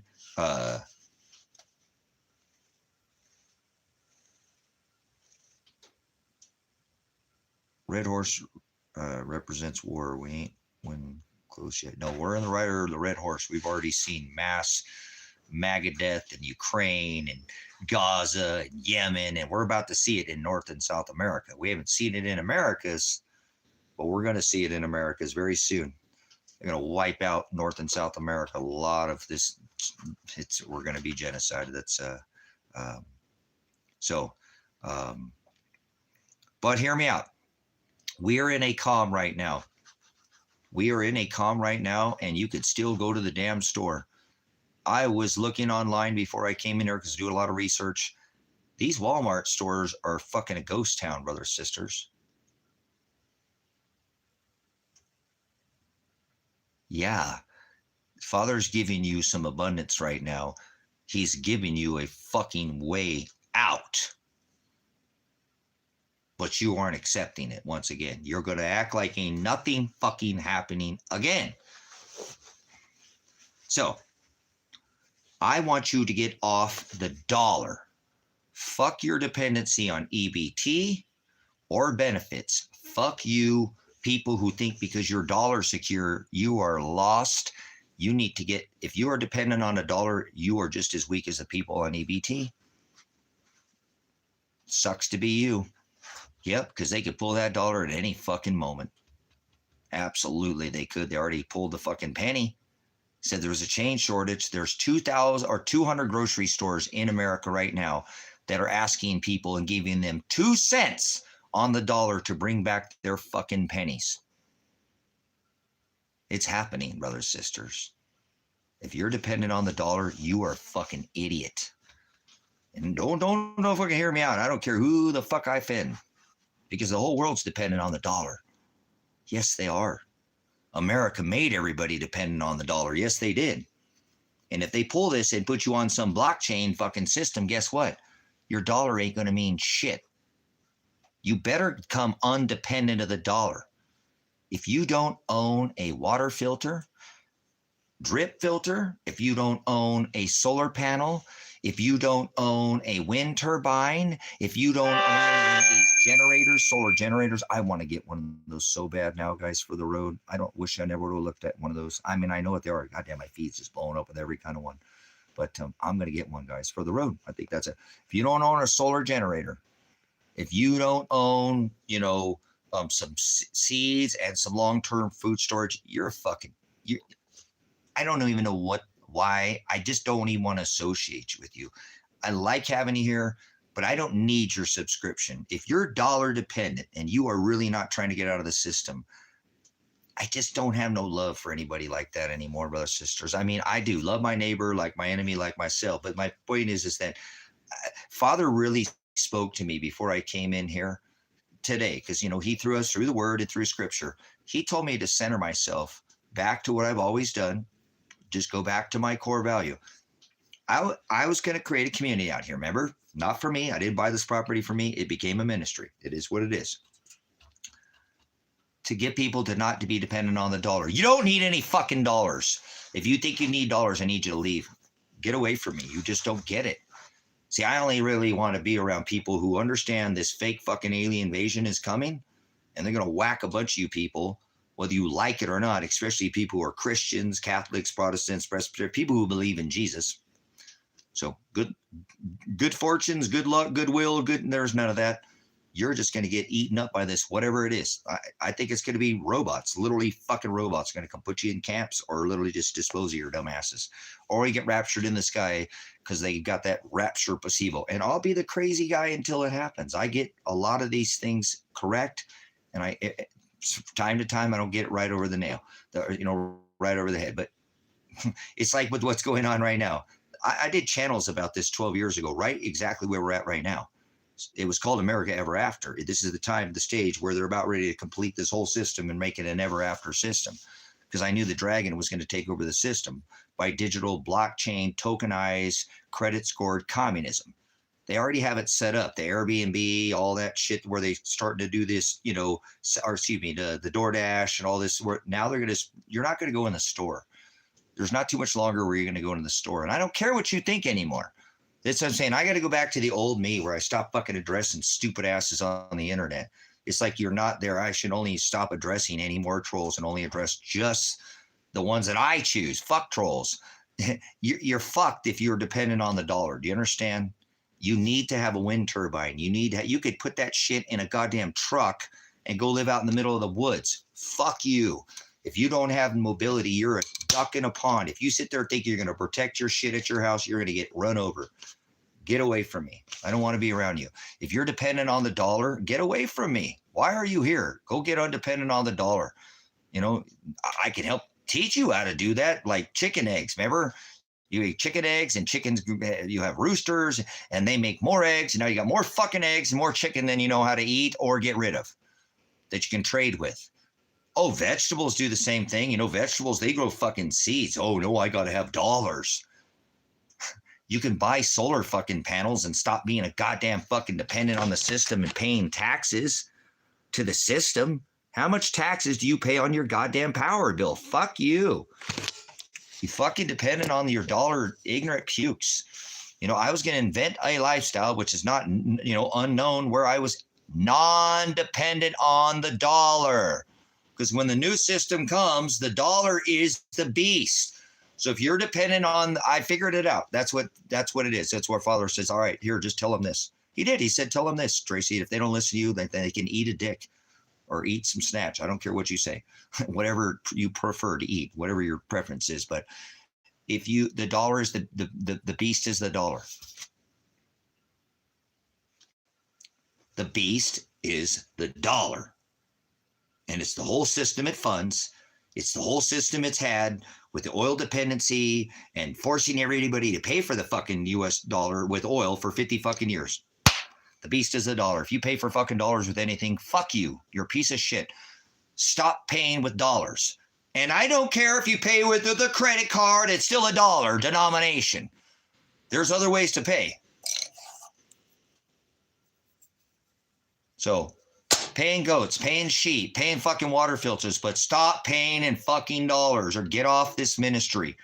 You're not welcome here anymore. You can glean the word, but just please be quiet. I mean, if you want to add like water filter stuff or, stuff like that, but this is what Father told me, go back to your roots, Tracy, because we don't need dollars. We need skill set. You're going to be fucked if you're dependent on the dollar. You've got to have another system, brothers, sisters. So what I'm saying is rough, and I know that, and you might not like to hear it, but guess what? Your mother is the correction, and I'm correcting you with the word. Father said, have extra oil. Cut your supply system off. Become the goddamn supply chain, and you don't need dollars anymore. When you grow goats, chickens, vegetables, you have solar panels and a well, and you own a little plot of land, what the fuck do you need dollars for? Oh, some taxes. I got it. You don't need fucking dollars. Stop thinking you need all this shit. You don't need nothing. You need a roof over your fucking head. It could be nice. Make it nice. A small little spread. I'm not saying you gotta live in some fucking shack. But when you own your goddamn power system, it's empowering. When you keep cutting and you don't pay taxes on something, it's fucking empowering. You're still going to pay road tax on your gas and you're going to pay tax, but Why? You pay all these fucking federal taxes and bills on your water bill, power bill. Those are all dollar dependent things. Why? Take your dollars now. Yeah, dollar's not king anymore. Dollar's not king anymore. King dollar is dead. King dollar is fucking dead. Thank you. Also, I love you, sister in Christ. Tell your husband thank you for allowing to share so much time here too, and your kids and stuff, because you're valuable here. The dollar was always called king dollar, brothers and sisters. The dollar's not king anymore. Dollar dependency. People are checking out of the dollar around the world. The BRICS nations, Brazil, Russia, India, China, South Africa, all the other ones that have joined, they're not paying for dollars. With the U.S. dollar to build the largest infrastructure in the world. Hey, Elsa, I talked to Kevin, and we might not. I'm seriously thinking about not going down to South America this trip. I might go down there. Definitely might not bring the vehicles down. I say we might go down further and get past Ecuador, because this Colombia, Venezuela, everything we talked about yesterday with the true war for this sweet oil, not this dirty crude over here that, Venezuela's got. There's a lot more going on behind closed doors. But then you've got Brazil, because remember, they're going down, Brazil. I look at the BRICS nations on just exactly what I'm talking about, aligning. He said, Tracy, let's go to Poland. I said, yeah, let's go to Poland, and then let's go to Russia. So maybe your husband or something want to plan a trip, go back to Russia or something, visit some family. I don't know if he's got, but I want to go to Russia. I do want to go to South America, and I'm going to go down there. I'm going to start in Mexico, but I'm just letting you know. He wants to go to Poland. I said, fuck yeah, let's go to Poland, dude. You know what I'm saying? Yeah, so you know what I'm talking about. But Elsa, I'm going to go down there and not worry about that. So like when I leave here, I'm not going to give a fuck about that, and this channel's going to be awesome. It is, because we're not going to talk about this shit when I get down there. The only reason why people are going to talk about American shit is because they're going to bring it up with me. So, that's the whole idea, getting the fuck out of here and taking a vacation. This channel's going to get awesome. It is. I talked to Kevin about it and said, you don't have to go, whatever, but, I leave the country. There's no more talking about America. People are going to talk to me because I'm an American, but I'm hoping I get dark enough. I might grow my goatee back out when I get down there, look a little more Hispanic, and pick up, start rolling my R's again. And I told Kevin, I want to go because I want to learn another language. It's more valuable for me to go down there and learn a language. Like, you need to learn a goddamn skill set right now, you stupid motherfuckers. I don't care what you think you have. Everything can be taken from you, you dumb motherfuckers. Are you that stupid? 3 generations ago, a man or woman could walk into the field, the wild, the woods, and feed themselves. Now you need a goddamn Starbucks, a Hardee's, whatever they got in, Paraguay. You're dependent on the system. Stop being dependent on the system. Disattach from the dollar. The beast is the dollar. The beast is the dollar. The beast is the dollar. Stop spending US dollars. We can choke this goddamn system out. Fuck it. Make your own system, and then you won't go into their new blockchain, tokenized, digitally. You'll go get your 6 fucking tomatoes, whether you like it or not. And I don't care if one of them's got a dent or mold in it. Take your 6 fucking tomatoes at your curbside delivery and get the fuck out of here. And we'll see if you can get out of the parking lot, yes, absolutely. They're everywhere. That's right. That's right. It's the whole system's taking over. The whole system's taking over. Whole system is the dollar. The U.S. is the dollar, but the U.S. is the dollar is the beast. The dollar is the beast. So stop spending the dollar. Every time you spend a dollar, you feed the beast, and Christ is going to make you pay back double for that. Have I not warned you in America? You live in America and you pay American taxes for federal taxes. You kill people in other countries. Your federal dollars are murder dollars. The dollar is the beast. The dollar is the beast. Every time you spend a fucking US dollar, you are allowing this system to continue. So you need to become your own supply chain. You can't eat gold and silver. You can't eat dollar bills. You can't, eat bullets. You can't eat Band-Aids. But maybe having some of those still is good, but how about another way out of the system other than a dollar? So if you're depending on the dollar and thinking you need dollars, you're just a child. I'm telling you, you're a weak ass fucking childish idiot, and you feed the beast, and you're a little bitch. You're a fucking slave. You're a dollar slave. You tell me you can't make it without a dollar? Whatever, man. You're fucking weak. You're weak. You have no kick in you. You're like a woman that don't have no roll over, honey. Like, some bite, something. You're a dead fuck. That's what you are. You're sitting there like a bump on a log, like a duck in a pond, just waiting to get plunged, shot. Duck in the water or duck out? No, yeah, duck down. Duck Dynasty. So get off the dollar. This is how we beat the system. I have fucking solutions. I don't sit in here and just bitch. I don't just bitch. Here's a solution.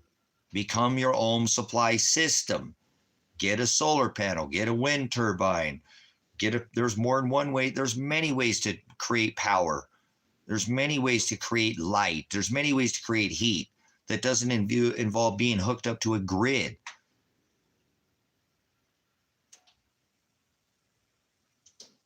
Yeah, Yellowstone's not going to go off. Yellowstone is disattached from underneath. The caldera here over in Big Bear and Mammoth and is way worse of a threat. In Sun Valley, it's moving all over this way. The Cascade. Nope, won't go off in our lifetime, Justin, just so you know. I don't know. People don't research that. So it's not even attached. The magma chambers underneath, not attached under there. It still does its thing, but they're not attached. It's moved from fucking back over Sun Valley toward Idaho. That's why that whole thing is shifted back over here. And that's why they're saying the next thing to go is Cascadia. It's actually going off right now. It's Juan de Fuca would be the next one to go off. Out off the ocean in Oregon, off the Oregon coast. You mark my fucking words, and that'll set off the whole goddamn Cascade Range. Then it'll go all the way over, fall over the Cracon, and that the Meridian will go off after that. The whole thing's going to shift. This whole Craton, the way it's set up. People are idiots. They know about it. It's what it talks about in Scripture. There'll be a great earthquake, as never was. This is the one it'll start here off the Oregon coast. I'm not some fucking mad scientist, but this is not hard to follow. It's going off right now.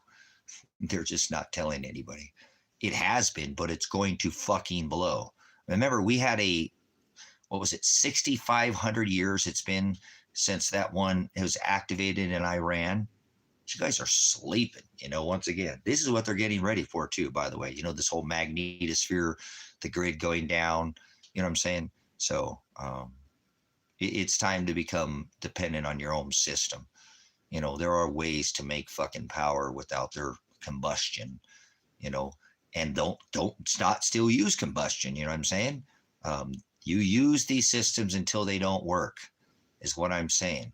And then the next system is when it gets too goddamn cold, are you ready to get under the ground where you have a geothermal place that keeps, 60, 62 degrees, 58 to 62 degrees when it's fucking 30 below on the surface for years on end, where you can survive in the core temperature of the rock, still up and get some kind of, not gonna be much light on the surface, but there are ways to make this. They know how to make light under the ground. They sure in the fuck do. Fiber optics, and you guys are so ready for this. So if you're dollar dependent, you're weak. Your weak ass life it ain't shit. You serve the beast. That's what they did. You hooked up to the beast. You could have hooked up the fucking tomato plants, a place out in the country, fucking sheep, goats, chickens, fucking hogs, raising your own dogs. No, you're a fucking dependent on a Wi-Fi router. So eat a dick. I don't care who you are. I don't care how long you subscribe to this channel. Father said, don't be that bold with them, but tell them like it is. Go back to the old school where you were just doing your channels and it's like nobody was listening. And just listen to what they say. If they have something bad to say, just get rid of them. Fuck you if you're dependent on the dollar. You're an idiot. You're a child. Get away from me. I don't want anybody in here who's dependent on the dollar. Find a way off the dollar, even if it's just one way. Start doing something or get away from this ministry. You're not welcome here anymore. We got to thin off the weak fucking links, man. Your mentality is too weak to be here. This is a grown-ass adult. This is what adults would do for the fucking children.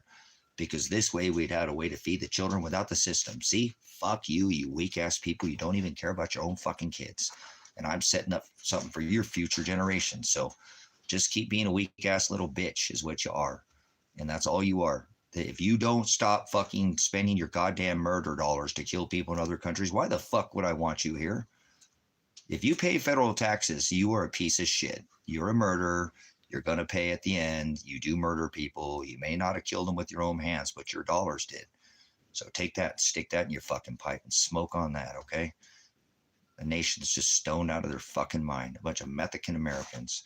I cannot believe the drug talk in here that comes up too in this place. It's people are just drug pushers, or they just want to push the system on you.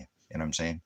So you don't have to have and stay in the system. See, so I don't want you here if you want to stay in the system. I don't give a fuck what your excuse is. Come here.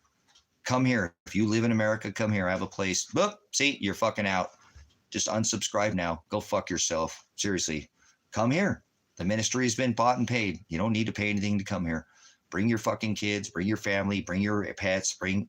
We'll start from the ground up. Give me some inspiration. I'll get out there. I'm still fighting for my kid at 26 years old. You think I'm going to come out here and not help you? Come on. You don't have any excuses why you're still in the system. So why are you in the system? Who has a fucking job? Put a one in the chat if you have a fucking job. Why? The fuck do you have a job? You could work for yourself. You know that? You don't need a fucking job to pay taxes. So come here. What are you waiting for him to shut the government down so you can't come here? So stay where you're at. Get a hold of these homesteaders for helpers for homestead in your area. You don't have to leave and come here, but start doing something about it. Start gaining your skill set. Start giving a fuck about the children, because the future is going to be the past. The ways of old are going to be the ways of new.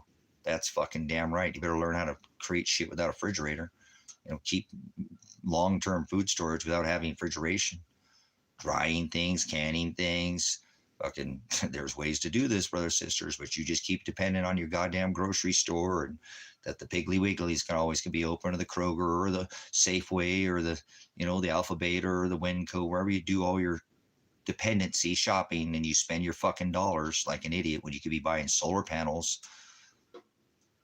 lithium batteries, charger controllers, power inverters, well kits so you can dig your own well, water containers, water catchment. No, I'm going to keep paying fucking rent for something where I'm just paying somebody else's fucking living. So stop making excuses for yourself. Go get yourself a skill set so one day you can just walk away from it. Maybe you have to go live at somebody else's fucking property and you don't own your own. Does it fucking matter when you're part of community that you own the goddamn land that you live on? We're not even really supposed to own land anyways, if you think about it. Who the fuck said you could own this land? This is Father's land. Well, we're like, $4 quadrillion in debt? Who the fuck do we own that money to? This is God's land. You realize there's enough resources on this rock that not one children should ever fucking starve? So if you don't go back to what I'm telling you and get this type of mentality, you're just stuck on the system and you're just feeding it. That's fine. I'll come back. I'll spread gospel, but I'm going to focus on this now. Dollar dependency. If you don't not stop cutting your dollar dependency off any way you can, then you're just you're a bump on a log. You're feeding the system. You are the fucking beast. You are a beast. You're feeding it. 666 is the number of man. That's you. You ain't even trying. You think Father wants us to live in fucking cities? Father hates cities, just in case you know. If you live in a city, Father doesn't love that at all. I'm going to cut it to you straight. Shiloh don't love that. Father hates cities. Narrow is the way. Notice country roads got little narrow roads, big Cloverleafs and big Broadways in Manhattan and, Broadway and Main Street. Yeah. Father hates cities, just so you know. If you live in a city, Father hates fucking cities. You think Father likes apartments? Father fucking hates apartments. You think he likes us living right on top of each other like that? Fuck no. He wants us to be spread out in the country and have room to fucking grow and bullshit. Bull fucking shit. Father hates apartments. Father hates fucking 2-story buildings, because then somebody's going to build a third and a fourth and a fifth. And there you go, Babylon, trying to reach the stars again with your fucking pride. Yep, that's how it works. You don't have to like what I'm saying. I'm just giving it to you straight. Just pulling back a little bit. You just have to listen. Take it as it comes. Dollar dependency is the stupidest fucking generation ever feeding the beast. Anybody who thinks they need a dollar is a fucking moron. You don't need dollars. You need chickens. You need goats. You need sheep. You need a cow. You need a freeze dryer. You need you don't need all that stupid shit you fucking own. Half the shit people own is garbage. A bunch of cheap Chinese crap. You need a fucking lawnmower to keep your fucking, a weed trimmer to keep your weeds down in your fucking big piece of property, your 1 acre property. It's better than being on some little fucking 16th acre in a fucking town. Oh, you got a big old spread and you're so close to your neighbor, you can fart and they can smell it and raid. Oh, I see your one and raise you one. You know, you get SWAT raided by you're over there banging the old lady, you just busting her up against the headboard. And she's like, sock it to me. And she's like, oh my God, they're fighting with each other over there. And she's like, no! And she really means yes. And now you're getting SWAT raided because the guy said you had a gun. And you guys are just over there having a good time. Fuck your stupid cities. Seriously, can't even fucking be loud without getting a noise ordinance violation. HOA, housing, ordinance authority. If you live where there's an authority where you cannot grow your lawn fucking more than 12 inches, they're going to fine you. You live in Babylon. You're a dumb motherfucker. You should let your lawn grow. Let the lawn just grow. Let fucking weeds. Kind of a goddamn garden in your front lawn. Nope, can't do that. We'll fine you if you want to grow a garden in your front lawn. Nope, can't do that. You know what I'm saying? So it's crazy how people just so dependent on the system. Can't grow their own medicine. Now everybody's so dependent on dispensaries. You know, can't even get good medicine. Now it's all gene edified meth pot. People act like they smoke meth when they just smoking, you know, gene edified. It's not. It's auto flower. It's disgusting. You know, we should be growing our own herbs. Even if you just grow herbs in your windowsill. See, now you're trying to get away from the dollar. Now you can stay here, even if you can't leave the city.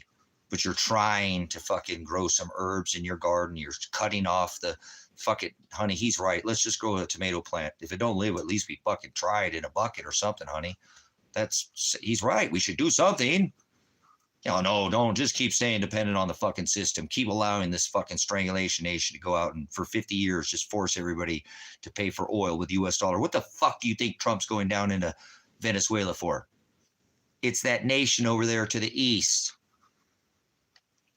So it's okay. Like I said, your dependency on the dollar shows how weak you are and how attached you are to the system. And how much you want on the system will depend on how least the dollars you spend. Because the less you spend on dollars is the less you support the system. And the system is the dollar, and the system is the beast. And the system goes around and strangles every nation with 1,000+ military bases in all 180 countries. There's more dollars outside this country than there is inside the country. You wait until this dollar ain't worth shit and they all come home to roost and you're the dollar dependent. That's going to make fucking a loaf of bread worth about $500. You think it's expensive now? You ain't seen jack diddly squat. I ain't playing with you. You better get off the fucking system. You grow your own cow. You ain't got to worry about the price of fucking hamburger, do you?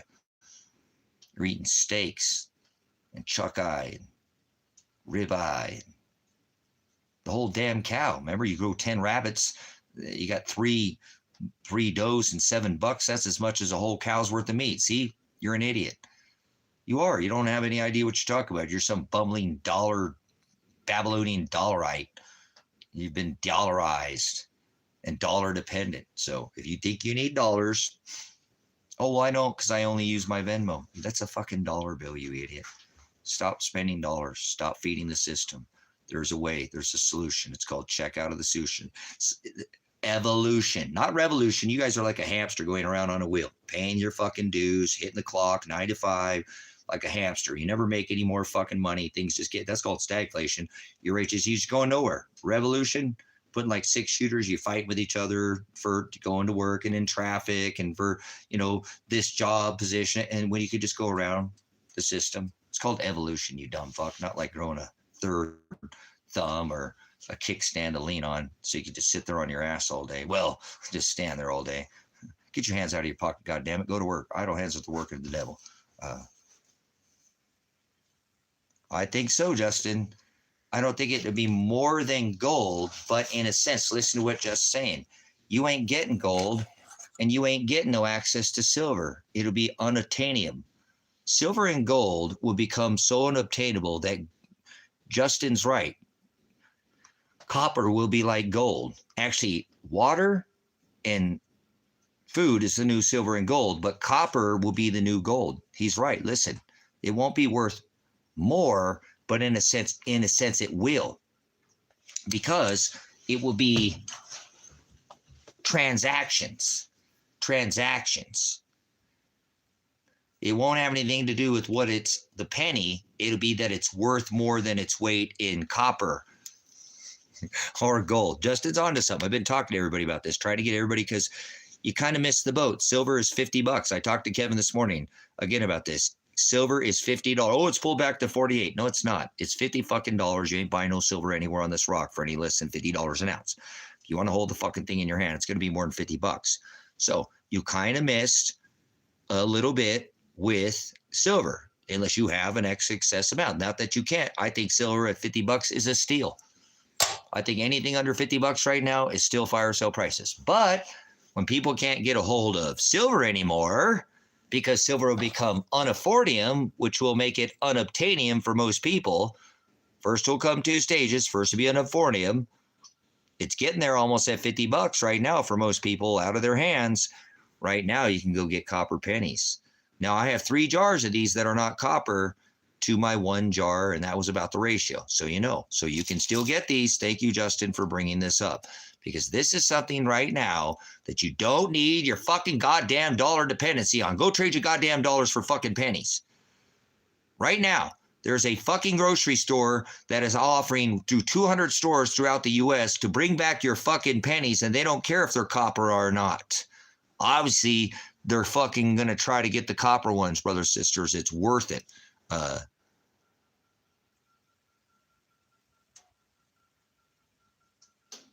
So, listen to me. This penny, because it is marked, it says 1 cent, and people know that it's copper. You can have copper in some wiring, and people might not know it's real copper and know how to weigh it because it's not already weighed and it's not something familiar. So Justin's right. This could be in some ways more valuable than gold. More valuable than gold because it'll be something people are familiar with that's already weighted up. That's why, remember, that's why I always get the buffalo nickel, right? When I buy silver ounces, I had to sell all my buffalo herd, you know, and all my gold, but it's because this is, people are familiar with this. They've seen this. They know this is something, they've seen a nickel, but they don't realize it's something they're familiar with. So that's why this U.S. penny will be more valuable than even just some copper bar, slag, you know, just something that's still going to have value. But this, because it is a penny, it is 1 cent. It won't matter that it's 1 cent. It's something people recognize, and they'll say, though, you know, those pennies are worth $1 now, right? Imagine when this penny was worth $1. It is worth a fucking dollar right now. It's 3.5 cents to make a fake one, right? To make a, what do I got? One of these fake ones up here somewhere? To make the zinc penny, and this ain't even copper. That might be oh, that one's a zinc one. Okay, yeah.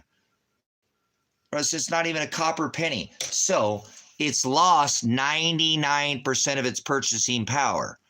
That means when the dollar first came out, basically 1913, you know, back by, well, now it's lost 99% of its purchasing power. So each one of these pennies is almost equivalent back to that time what would buy $1. When that returns, brothers, sisters, on the purchasing power, like I've taught you how silver does the same thing or gold does the same thing, right? They just hold their value. They might not, they're just going to keep going up as they print more money. This just keeps going up. You don't really, the price of silver never changes. The silver gets more expensive only because they print more money. You got to reach deeper in your pocket to get the same amount of silver. So just almost forget this for a minute, because this is going to be, there'll still be ways to get this, but it'll be a scrapper's world. Okay. So imagine when this penny becomes worth almost $1, when people figure that out, people are going to start turning over couches, taking apart washing machines, diving in old fortune, you know, what do they call the, wishing ponds, you know, going through the fucking dump, you know, going through old trash to look for pennies. So Justin's right, you guys. This penny here is something right now that almost now, if you look at it, it's worth its weight in gold because people hadn't figured it out. Because people hadn't figured it out. Okay? People hasn't figured it out. It's like you're getting in on, it's like, dude, it's like I'm sitting there trying to tell, I'm telling you about some stock in Apple computers, and you're like, dude, I'm good. Pastor, I have stock in a fruit company already. I'm like, okay, they're whatever fruitcake, you know. He's like, I'm not giving you any stock picks. You see what I'm saying here? But sometimes you can get ahead of the wave before it comes. This is what rich people do, brothers and sisters, because they're privileged to information. You don't think the elitists know this? They couldn't raise and buy all the silver up if they wanted to. Remember what that did? The Hunt brothers, you're not going to do that, would spike the price. They can't even keep the price down on silver anymore. They can't even keep the price down on silver anymore. It is moving, and I told Kevin, I think we'll see $100 silver for the end of the year.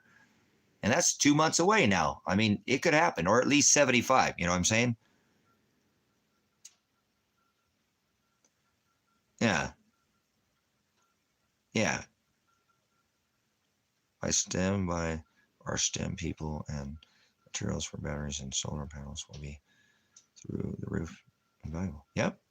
Imagine how the price of a solar panel is going to get when solar photovoltaics is 2.5 ounces. 2.5 ounces. Like this is 2.25. I think most solar panels have about an ounce of silver in them right now. They're going to this new photovoltaics where they have 2.5 ounces in a solar panel. Now remember, if you took all the silver on the surface too, not what's in the ground, because it costs money to come out, there's only enough silver for each person to have 8 of these ounces. 8. Socialism. We divide them all up. Ziggy's got a big pile of them.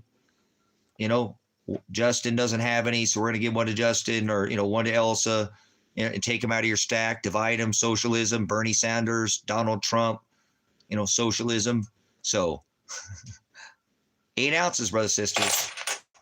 It's not going to be easy for people to get silver very much longer. They're going to rush to this metal, brothers and sisters.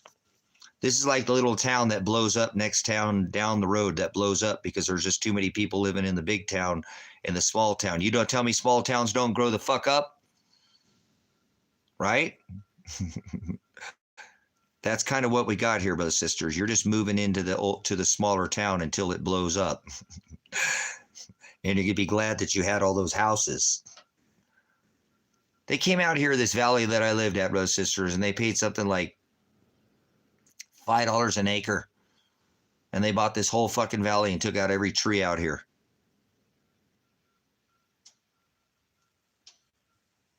There you go. Use it to make a moonshine still. See how value that's going to be. You're going to be able to make fuel with this copper still. Justin, you're brilliant. See what I'm saying? See, people ain't going to look at things like that, Justin. They ain't going to realize the industrial purposes, even alone, just for that purpose to make copper still. Oh my God. So this is going to make these things quite valuable, brothers and sisters. And then you're not going to trade them for dollars. You're going to trade them for moonshine, or you're going to trade them for a copper still, or you're going to trade them for a cow, or you're going to trade them for chickens, or you're going to trade them, trade, not for dollars. Pull your dollars. This ain't a dollar anymore. This is a relic now. They've taken these away, brothers and sisters. They haven't been taken out of circulation. So I would recommend right now, before these are pulled out of circulation, and yes, the fuck they are taking them out of circulation. Listen to what I just said. They had a chain shortage during the COVID. No, they didn't. You guys, this is catching on. Okay, this is catching on. There are people who are going to their banks now, and I have a little way around this for you to try. Don't overdo this, but this will work. What I think will work for now. I think if you go to some of these banks right now, they're catching on. If you have 200 grocery stores across the U.S. right now that are asking you to bring your pennies in, and they will give you 2 cents, on the penny, for 2 cents, 1 cent, they'll give you an extra cent to spend in their store. Who the fuck is covering their groceries for that? You don't think that's not federally subsidized by the government? Who the fuck is asking them to bring that change back into their stores? 200 stores, brothers and sisters, 200 fucking stores in the U.S. right now, and their grocery stores are asking their customers to bring back pennies.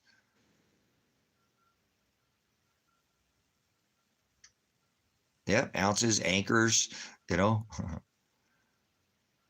Remember, put acres in there, right? You measure your wealth in ounces, and acres or dollars and cents? Or do you measure your wealth in chicken eggs and right? Yeah. So good stuff. So think about that, guys. They said they had a chain shortage. Yeah, photovoltaics takes 2.5 ounces of silver. They're gonna get, dude, it's gonna get crazy, dude. They didn't even being real about how much silver is being used either. Go see Big Square if you want to see the silver. He's the silver. David Morgan's the silver guru, but go see Big Square if you want to know what's going on in the silver market too, with what's going on in the solar markets, the photovoltaic markets. Because they're not being, the Silver Institute's not being honest about how silver is being used. That's going into photovoltaics. So either way, brothers and sisters, this is something you could get your hands on right now. Now, listen to me. People are finding out about this. I've got another couple bloggers that I watch. The one guy, he's super filthy rich. He's a millionaire, but but he does stuff like this. He doesn't care. Even if he has millions, he'll never stop doing stuff like this. He made his first $1 million when he was 20 years old. He made his first $1 million when he was 20 years old. Okay. So listen, brothers and sisters, this is a very essential metal for war, strategically for war. They took this during World War II. They took the copper out of the penny and replaced it with steel. So it is a war metal. Okay. This is a war metal, whether you like it or not. It's a war metal. It could be nationalized at one point in time too.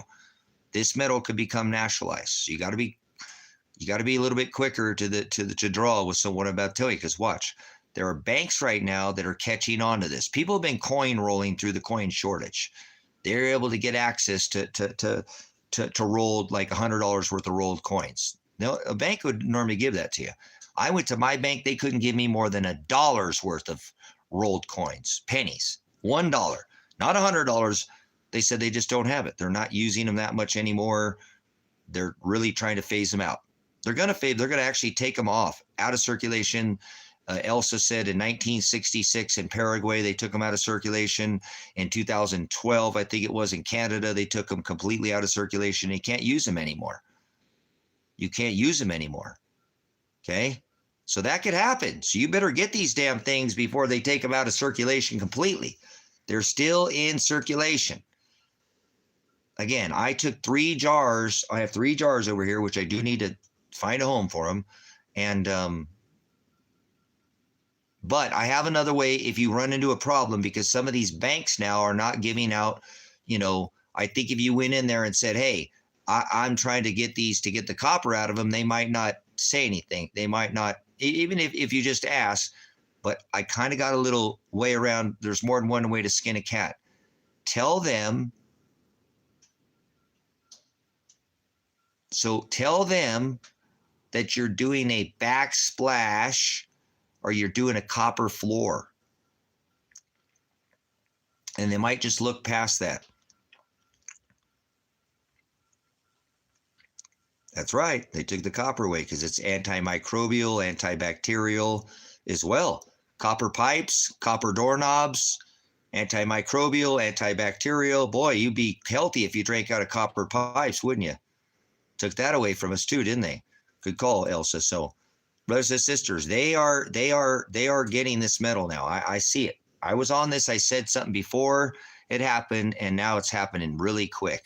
When 200 stores in the U.S. are asking their patrons to bring back pennies, and then I'm finding out that banks aren't giving out these pennies to people anymore that are coming in and asking for them, it's already starting to happen, brothers and sisters. These are already starting to become unobtainable.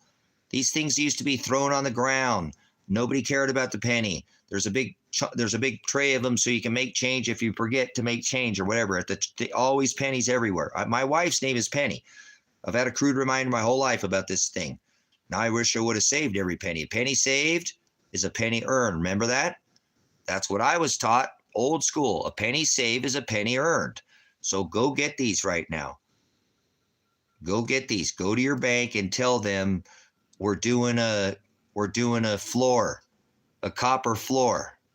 We're remodeling the floor. We're doing a copper floor. They might just look at you and go, okay, just give it to them. They're just building with them. See, but you come in there going, oh, I'm going to unroll these and get the copper. You come in as some conspiracy theorist like that. they're probably not going to give you these copper pennies anymore, brothers, sisters. These are starting to become more unobtainable. Look at that. What do you know? You know, so these are something you can get your hands on. It's not $50 an ounce for copper right now. I don't think it'd ever be $50 an ounce, but I do think these pennies could get up over $1, $2 a penny, $3 to $4 to $5 a penny. Holy shit, guys. You know, now you're going to have some trading material. Trading. This becomes that dime that I told you that I think the silver dime is really like a meal. In Paraguay, I can buy it with a silver's worth a dime. A silver, I bet you I go to Paraguay and there are street vendors in Paraguay, Mexico, Ecuador, Colombia, Bolivia, Chile, any of these places. And I can find a place to take my silver dimes from me, my American dimes, and they would know that that silver dime is worth right now probably $4 or something. I think a silver dime is like $2 or $3 or $4, almost $4, and I could get a meal from a silver dime. In Paraguay, where Sister Else is at, somewhere I could go find a street vendor. I guarantee they take a silver dime for something they have on the street. A meal. I get a fucking meal with a drink too.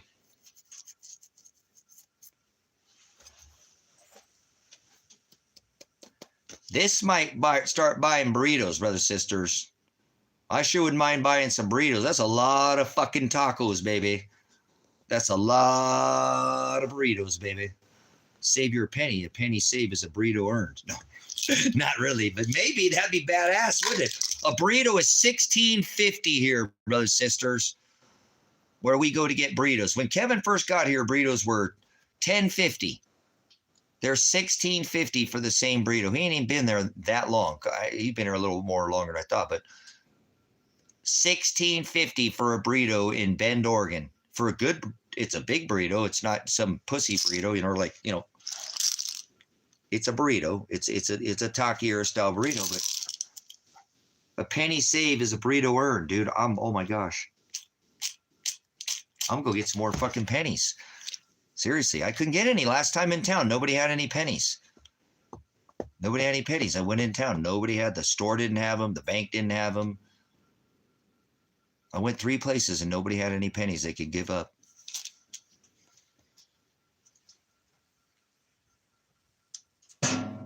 Bring a whole new meaning to copper top, don't it?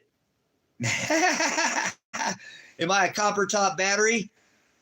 Look at that, Duracell. I'm a Duracell. Woo! Hold on, I gotta check my. Oh crap! Oh crap! My bar.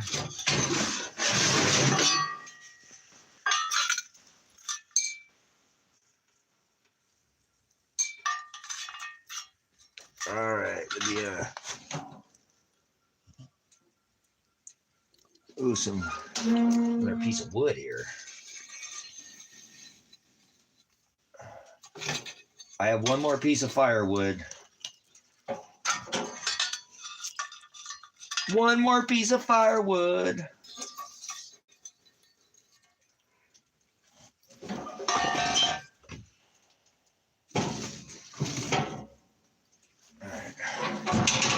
I think I better get some food in my belly here, guys.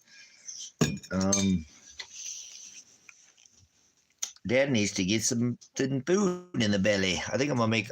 Still have a little bit of burger. So see what I'm saying, Justin? That might be the way around that.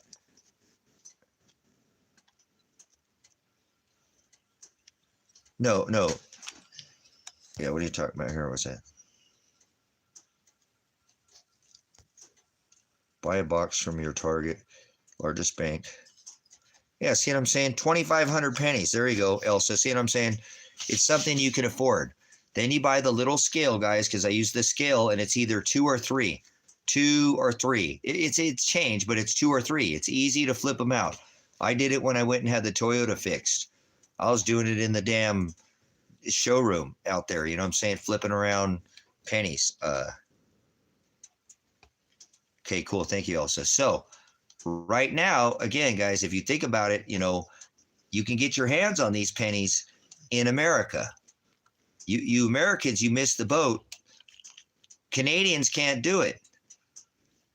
People, sister lives in Paraguay. She can't do that there. They don't have that. It's not in circulation anymore. So right now, stop. You have the ability to go get these pennies.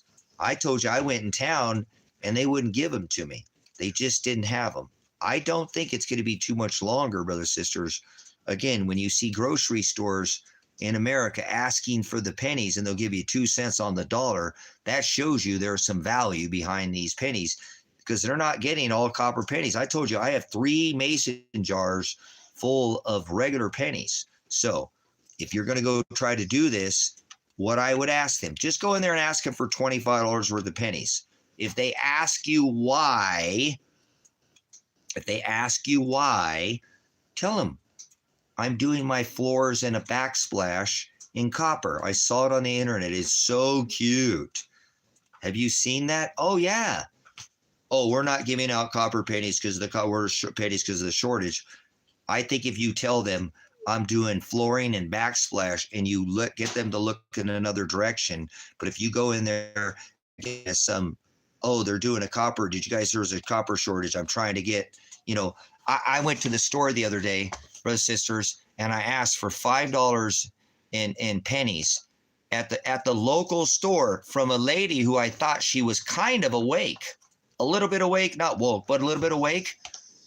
And she looked at me, she says, what do you need pennies for? Like I had insulted, them to ask them, like, why would you need pennies? So, and guess what? They couldn't even give me $1 worth of pennies. I went to the bank. They gave me $2 in pennies. I said, $2 in pennies is what they had. 4 rolls of pennies is all they would give me. So I would recommend if you're anywhere around a bigger city right now, probably not going to be an issue. Seriously, I think there's just too many numbers. They'll have pennies right now, not a huge city, but if you're around I live in a little hick town, so I understand why. But, in a bigger city, I think you go right in there and just ask them, can I get $25 worth of pennies, please? $50 worth of pennies, please. $100 worth of pennies, please. Rolled pennies. And then you got to figure out where to bring them back to when you got, and then ask them. I found out that a lot of the banks still will not take back the pennies unless they're rolled. If you get them rolled, you got to get them back rolled. Some of the banks will give you the rolls for them. If you come with just, pennies without rolls, they'll give you the rolls to roll them. I think Wells Fargo is one that requires it, but there are some banks, which I think that are like Chase Bank. Chase Bank is one of the banks that I think I didn't go. I was going to go the other day when I was in town. I really wish I would have stopped because I had the change in the car. I just didn't do it. I just wanted to come home to my puppy. So I just lost my other puppy and I knew he was here alone. So, yes, I love my puppy. So, I came home. What? What do you want? What do you want? What do you want? You want the dad? I love you, big guy. Are you hanging out with the dad? He wants to go on the road with the dad, huh? See, look at those. He wants to go on the road. He wants to go on the road. So, but yeah, thank you. Thank you, Ziggy. Appreciate it. Thanks for confiding in the ministry. All glory to Shiloh. Appreciate it. Go out there and get some pennies today if you can. Be something fun to do with your little girl too. You know what I'm saying? Separate pennies or whatever and look through them. They're young enough. They've got good eyeballs. They can see the dates on them and stuff. You can, and you might even, if you have one of those phone apps, there's all kinds of pennies that are worth all kinds of money. I'm only looking for the copper value of the penny. So, not even looking at them as value. I'm probably giving those 3 pennies. I've probably given a whole bunch of them away that have some kind of numismatic value, but people aren't going to care that they're worth $100 because there's some special penny later. That you got to get now. If you got a special penny, get rid of it. It's like I should have went into town and stopped at the coin shop, brought that 1939 Canadian penny in there and even gotten $1 for it. Hell yeah, I'd take $1 for it because then I'd go get 50 pennies, or 100 pennies from a bank, and I'd probably get 3 or 4 out of 100 pennies. Copper, who cares if it's 1939? Nobody's going to care later. They're only going to give you the copper's worth for it. So if you got something that's worth money right now, go get, go change it for silver or change it for penny, and go get something, more assets for your, don't worry about something special. Nobody's going to care that it's got a certain mark on it, or, that's valuable now. Sure. I would trade out of that valuable. It's called numismatic.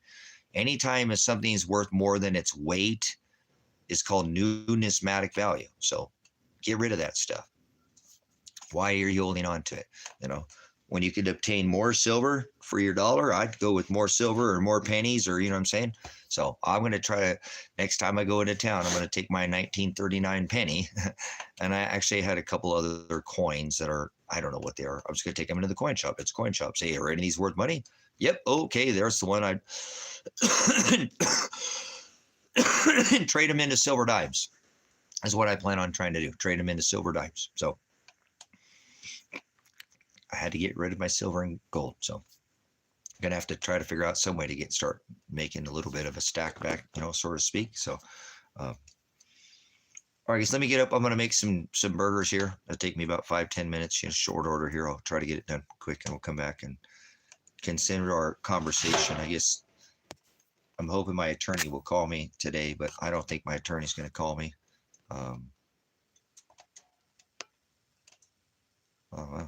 So I'm hoping that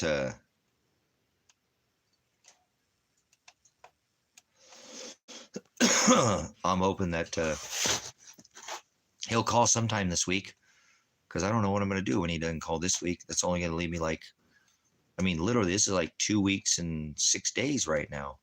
I'm 2 weeks away from that pretrial, and I haven't heard from my attorney. It's very worrisome to me, but maybe it's also very comforting that if he had something to go off of, he'd be getting a hold of me now, wouldn't he? Get me prepped for trial, and he's not getting me prepared for trial. He hasn't even called me to let me know anything. So hopefully, it'll,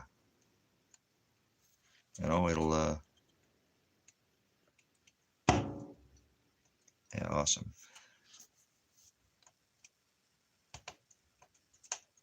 Oh, Tova's been up all night. Up all night, sleep all day. What are you doing partying there, Tova? No, just kidding. It was a long night. So give me un momento. Like I said, I went big and got some more burger, and I went to the store and got some more burger. So I'm going to cook a couple hamburgers. And last night I made a really good dish with that burger too. I made some, because I haven't been eating pasta. I made that burger, peas, like a creamy butter Alfredo type sauce with those dried the French's onions on the top of it. Man, it was good. It was good. So give me a minute, and I'm gonna make a couple hamburgers, because I think I still have some buns, a little bit of burger left, and we'll continue our conversation on how not to be dollar dependent. You know what I'm saying? So we don't want to be dollar dependent. You got to figure out a way that if you got kids where you're not dependent on the dollar, because dollars ain't going to feed your kids in the future, and the whole world's dollar dependent. So I have solutions. Some people sit there and gripe, and some of us actually have solutions to some of these issues. So that's what we've been talking about here, is solutions to the problem on how you're going to get away from the dollar. You don't need dollars. You need solar panels. You need chickens that lay eggs, that have a rooster that fertilizes, so you have more eggs and more chickens than you know what to do with. Again, you raise your own food, then you're not dependent on the system. Buy a battery for your solar system. Buy a solar charger. Buy a wind turbine. It's like me. I want to try to invest for me to try to come up with the $500 so I can save myself money when I go on the road, for vacation here, hopefully, so I don't have to pay for hotel rooms. I found that one pop-up, and it's $500. That's like half price. It's an old one. It's not nice like the new ones, but I don't care about looking nice. I need something that's going to save me money. So that's how I look at things. What am I going to do to become less dependent on the dollar? Well, I know if I could come up with $500 before I leave here, which I will, I'm saying, I'll come, sell something, or Father, he's going to provide. I'll make it work. But that I could get that rooftop tent and save myself $100 at a hotel room when I'm traveling a night. If I'm going to be gone more than a week or two, or, that would pay for itself. So little things like that too, brothers, sisters. People say, hey, I don't want to keep throwing my money at a hotel room. I'm going to buy one of these rooftop tents. See, lots of ways to stop throwing away excessive amounts of spending money. Nothing wrong with getting a hotel room every once in a while, but do you need to have a hotel room when it's not freezing cold and you can hop up there and you're just sleeping in there for the freaking night, So that's, little things like that are going to be the best way to, to save yourself money. And now every time I got money to spend on something else while I'm on the road, more vacation things that I could be enjoying my vacation more. So quit being dollar dependent like that in every way, shape, or form. People are just thinking that they need to have to keep feeding the system. I'm not the only one that thinks about like that. I'm saying, think about that rooftop tent. It's not always, yeah, you know what I'm saying? It's crazy, you know what I'm saying, on how much it costs to get a stinking hotel room. I'm not saying you can't get one every once in a while. Take a shower, all that stuff. But it's okay to be on the road and maybe use a wet wipe. You didn't do anything. You're on the stinking road. You didn't get out and do anything. You didn't hike too much, People use them to go out and camp with, but why wouldn't you just use that when you're on the road, when you're traveling? And some people do. Some people get a travel trailer. It's not new news, guys. You know what I'm saying? But I think for me, I'm going to try to come up with that $500 for that. The guy's probably going to sell it before I ever, get a chance to not chance to get it. I just don't. I had one for $600 that I had in Ben it was new, brand new, and it had the Arctic liner in it too. That's the one I really wish I could have. I just couldn't get into town at the time. And actually had the money at the time. That's the cheapest one I've ever seen. This is the first model. It's not even a CVT tent. You know what I'm saying? Yeah, it's crazy. For a dive, for something you don't want to bring your damn your black light in there and start looking at those sheets for $150 a night. Damn, what the hell is all that? What's about spots on the wall? Who flung dung? But anyways, the whole idea is to be able to use that. I forget what the name was. It's like Happy Camper or something. It's old. It's white. It's ugly. I don't care about looks. I need to save the money. So I think that's what I'm going to strive for when because I'm trying to hopefully take this vacation soon, if Father will allow me, and don't waste any excessive money. So for $500, that's 3 hotel rooms, guys. That's 3 hotel rooms. It is. Look at $150 night for something that's not some dive or something, It is. With taxes in some places now, it is. It's almost $150 a night for a room. So 3 nights I stay in that pop-up little tent, and I pay for the damn thing. So, and then I can enjoy. So that's, to me, before I leave, I'm trying to 2 things. I want to put the gas cans on the back of the, because I have those 2 jerry cans. I used to have a jerry can holder. I guess I must have sold it. I looked for it the other day for hours, and I think I must have sold it. But put those 2 jerry cans. I've got gas. I've got the pop-up tent, and I'm on the road, man. I'm just going to go try to enjoy my time and probably collect some pennies along the way, try to hoard some pennies. It'll be fun. I'm going to try to hoard pennies. Maybe we'll talk to people about pennies, you know what I'm saying, along the way. Like, hey, get some pennies, guys. You got any pennies? Bring up the conversation and just try to enjoy my time. I don't want to talk about America or anything like that. I just want to enjoy time with the people and just, hey, what's happening? Boy, it's a nice day out here. Oh, it's a little rainy. Whoa, man. So, might get a hotel room, right, when it's rainy or something like that. But my plans are to travel here. If not, I might take plans if I don't, whatever happens here in the next couple weeks, and go out on the road and enjoy myself for a little while. I just lost Tango. My whole world is so upside down.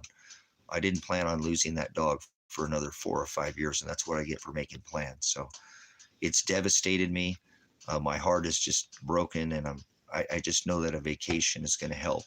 And Tango, his smell is still everywhere around here, and Bone is not taking it lightly. He keeps smelling them here and there, and so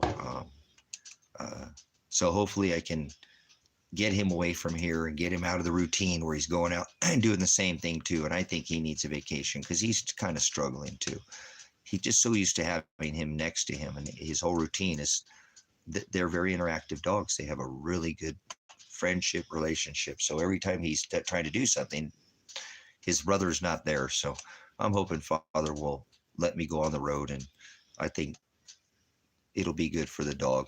He needs to, so going on the road is going to be fun and enjoyable. And I'm not going to want to talk about, and this channel is going to be so awesome. You know what I'm saying? Uh, he's not much of a water dog. He isn't. Tango, I couldn't keep him out of the water. Tango was the water dog. He loved the water. Unless I get in the water with him, he won't get in the water. If I get in the water, he'll get in the water. He's got to be next to his dad. So, but I'm hoping I can go on like I say, go on the road, and then this channel is going to be awesome, guys. You guys going to get me see on the go. You don't think I'm not going to live stream? I'm a blogger. It's what I do. I don't care. I'm retired. I'm a pastor, and so I blog the ministry. This is what I do full time. What do you do for a living? I'm retired. I'm a blogger. So, I'm going to go on the road, and because I live a minimalist lifestyle, I pretty much own everything. I own everything. I don't have but one land payment, and I'm seriously thinking about figuring out I'm thinking about giving up that land because I'm dollar dependent on it. I thought it was going to be for my son and daughter. After I find out, if they're not alive, I'll sell it. I guess that's fucking crazy. I apologize. If they're not alive, I'm going to sell it because I'm keeping the land for them. They were supposed to be moving on that 20-acre parcel. So I don't own that land, but I own everything else, so I own everything, and so I don't need to be dollar dependent, and I do think if I go on the road, that this ministry is going to be awesome. It's going to be enjoyable. I was even talking about Kevin. He's like, dude, I think people are going to if you go on the road and do what you're saying, you'll be able to keep that 200, people will give you $250 a month, Tracy, in donations. If you go on the road and you're not, not that they don't love the ministry, but that's going to be exciting to see you out on the road. Or if I'm with you, I totally agree. That's going to be fun. I'm going to film a lot of my interactions with the local people and show you how awesome people still are out there, that there's still good people out there with caring hearts and, good conversation. I'm not going to talk about America very often. I'm not going to talk like I talk right now because I'm still here and I'm a little stressed out on not stressed out. It is what it is, on what they did to my son and daughter and my animals. So if I can take a vacation, I plan on coming back.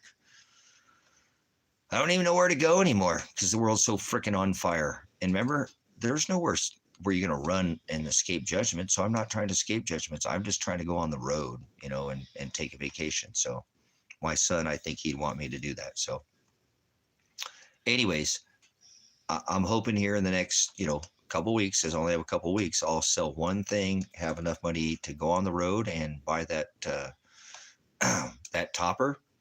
And, I'm not going to need a bunch of money on the road because I don't plan on really doing anything. Just eating. I'm going to bring a lot of food with me. I have a food. I'm going to bring long-term food storage with me on the road. And maybe I'll visit some of my subscribers and we can break some bread somewhere along the way. So it's going to be enjoyable. Hopefully it'll be just kind of, I need to do it for the dog. I need to do it for me. And then I'm going to come back in the next, try to be back by March or probably not any later in March. I don't think I'm going to wait till April.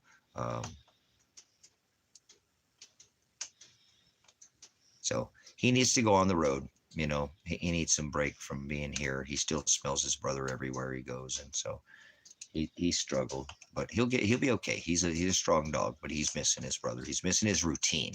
You know what I'm saying? He's very routine with his brother. So it'll be fun. It'll be exciting. And, yeah, I think that's a short list. I have a list of what I need to do before I leave here. And I got a lot of things done already, so to speak. So the next big thing on my list is just this, and I've wanted one for a while. I don't know why I haven't bought. I should have went in town and bought that one. I had the money. That thing was like a $2,500 topper. It had the Arctic liner. It was one of the top brands, and it had a ladder, an extra thing for the flap. It had a couple other things that this person added, pockets they'd added to the inside. They were just giving it away. They wanted like $1,000. And I told him, well, I said, can you help me out? I want to try to go on the road. I said, I'm a veteran. I want to travel a little bit, and I need something like this to travel, you know, and I think might be able to swing $600, you know. And they wrote me back. They're like, yeah, if you can come into town, you know, today or tomorrow, I'm going out of town. I'll do it for you because you're a veteran. And I was like, and I couldn't get into town. I was having some vehicle issues or something. I couldn't remember what it was, but man, I was so disappointed. That was such a nice topper. You know, it was a clamshell, uh, uh, you know, type of a, not this style. I don't like this style. I like the kind that goes, lifts up and down like that, the whole top. So you don't have that, you know, those will work too, because you can get in there and lay in there, but that way you can kind of get in there and sit and move around, and it's not that big. Some people say these are better because these stay warmer, but that's why I like that one, that it has had the Arctic liner in it. But the one that I'm looking at, it's white. It's ugly. I've never seen one this color before, but it's like the oldest model they make. But the guy wants $600 and offer him 400, and he said $500 is the least he'd take. So I'm gonna figure it out. So I was even thinking about maybe taking this change up and maybe taking something up to the pawn shop or something, just trading another possession. I'm sure I have something else here that I could take to the pawn shop. I don't want to, but you know, I will, you know, or something to trade it, because I need that for the road. It would save me money. Whatever I have here that's a possession, you know, I have things, radios, ham radios, things like that. I don't think I do the ham radios, but find something that has that kind of value, and it just flip flop a possession for another one. You know what I'm saying? And I'll be able to, like I said, save myself quite a bit of funds on the road, which allow me to spend my money in other places. You know what I'm saying? So hopefully, again, or maybe something else will come up. You know, maybe I'll find another one.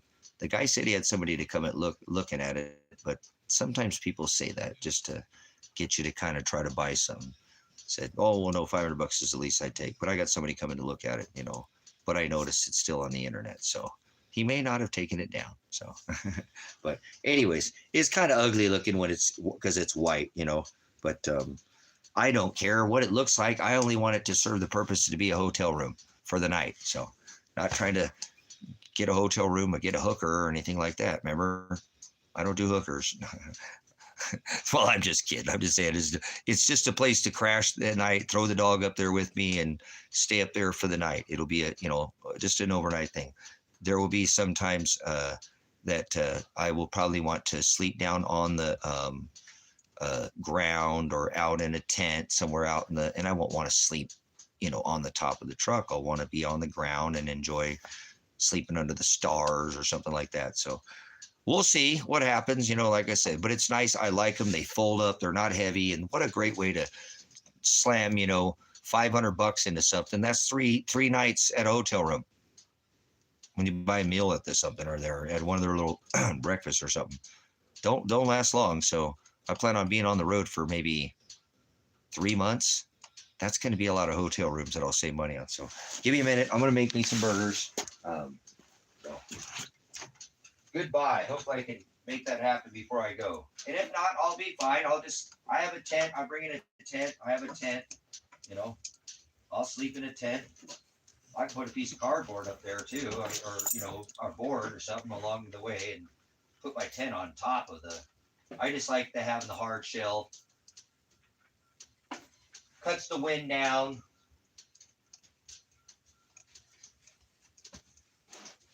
Nights are a little cooler at night. One of those tents are definitely a little bit warmer than the tent I have. Is just a small little 2-man tent, I think it is. I have some bigger ones, but I don't need to bring no bigger tent with me.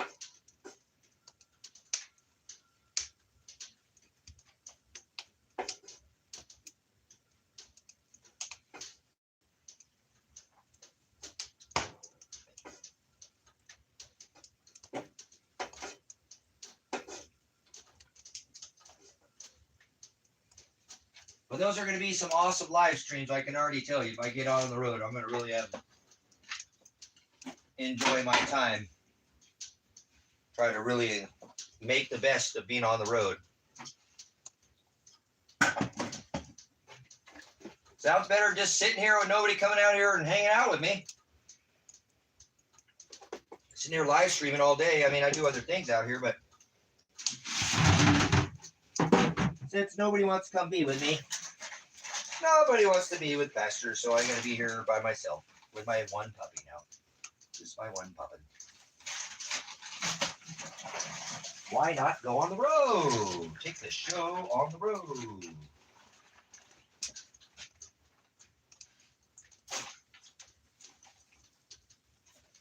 Take the show on the road. Let's take the show on the road.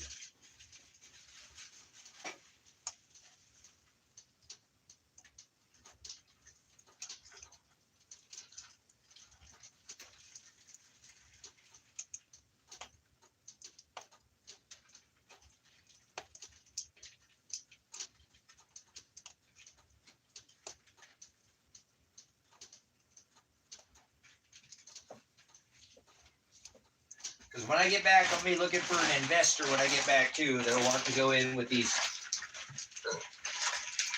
moonshine cabins with me. I want to put 2 or 3 more. I actually found, I think, another possible business partner that wants to build at least a couple.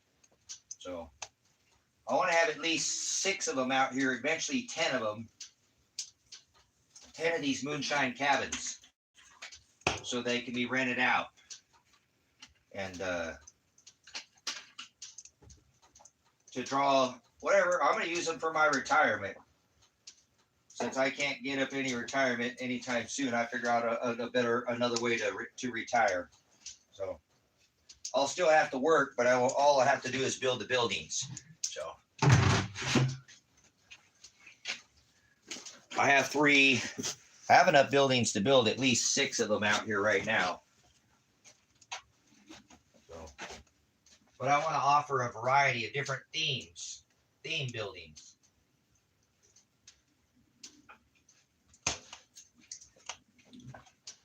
But if I end up keeping the other 20 acres and not selling it, that's where I'm going to put the other buildings at. And eventually just take these buildings and just make these buildings here just for the ministry only. And I'll put all the rentals, they'll go over there on the Bowens property.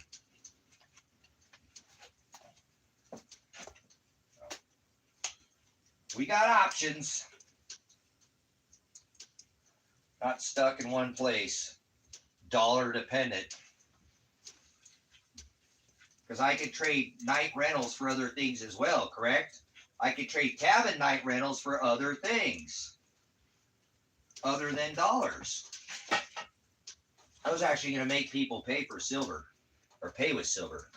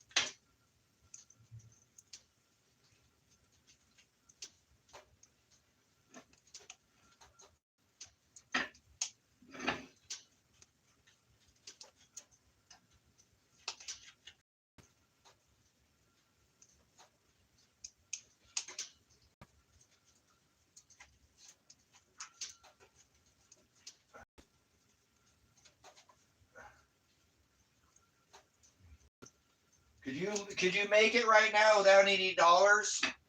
You didn't have any dollars. How long could you make it without any dollars? How many years? How many days? How many weeks? How many months could you make it without dollars?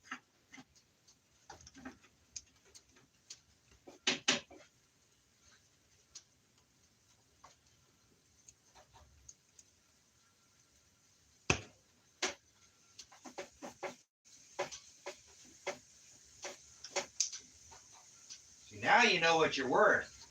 Now you're starting to figure out how much you're worth, huh?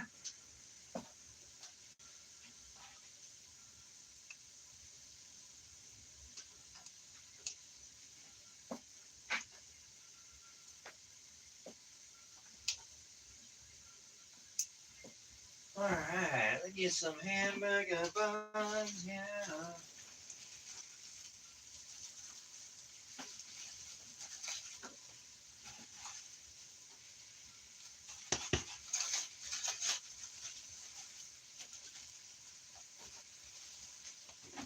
Alright, now we get some onions. Onion.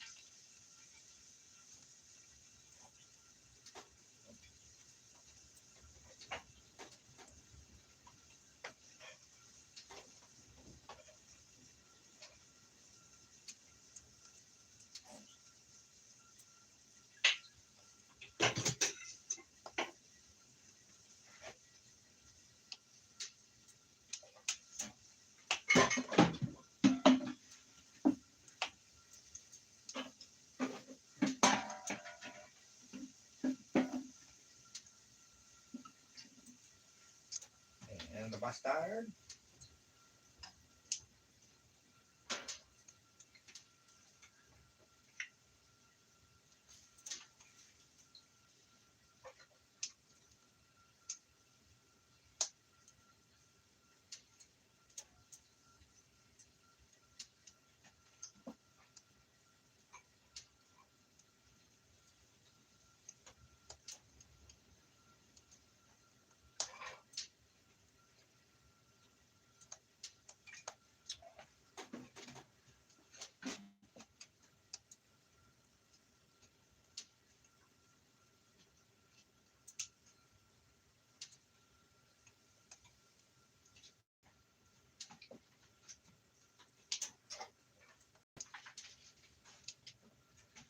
Where did the cheese go? Where did my cheese go? There it is.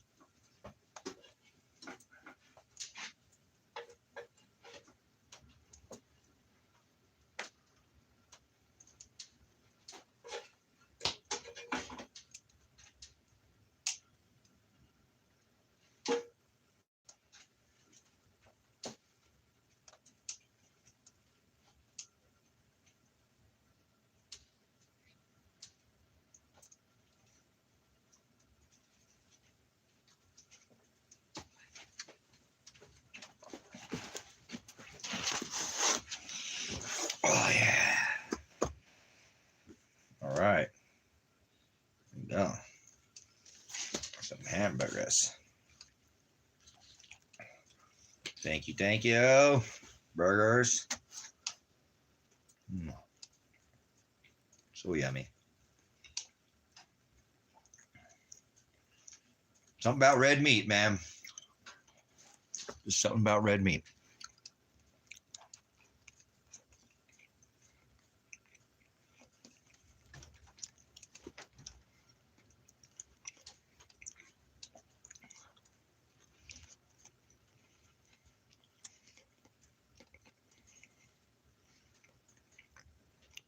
So if you made no more dollars, how long could you make it?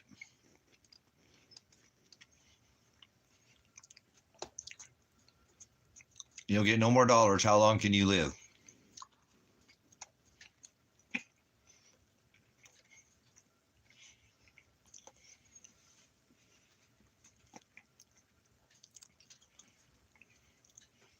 Maybe shift your priorities, like what's important, you know?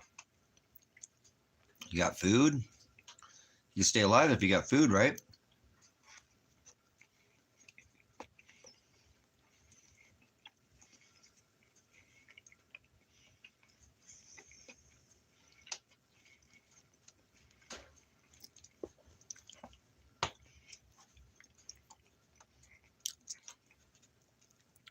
Most people can't make it very long without a dollar.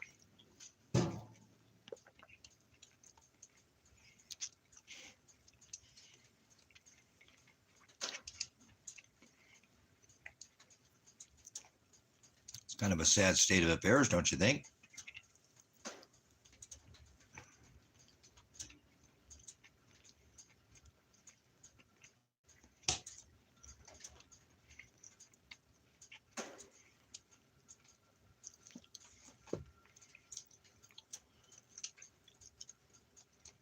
How many ways can you heat your house? How many ways can you light your house? Lighting's kind of important.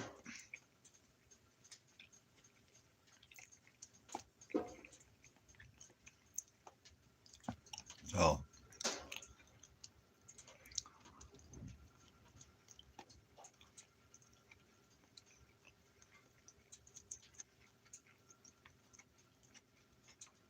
I feel so bad to people who have kids right now. You know, kids that are under 18 years old is a hard time.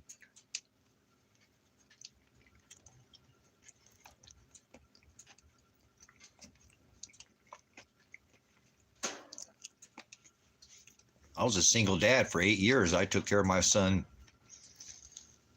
He's both dad and mom, so I had to make sure I provided for him every bit, that his mom didn't provide. I had to provide that for him as well. So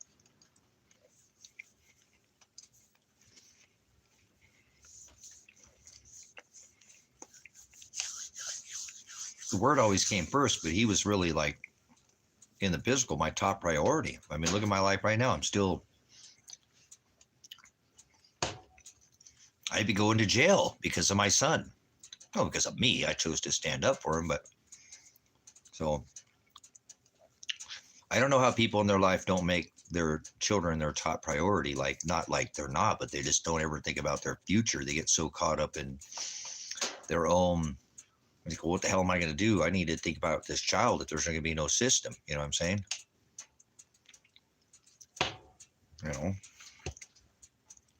Yeah, because you're reliant on the system. You're not your own system, and that's the problem with most people. They're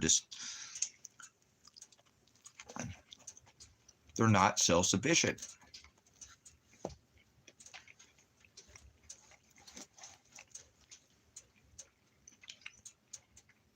And we see that help, we see that happening in America because they're very dependent on this assistance program just for food, so.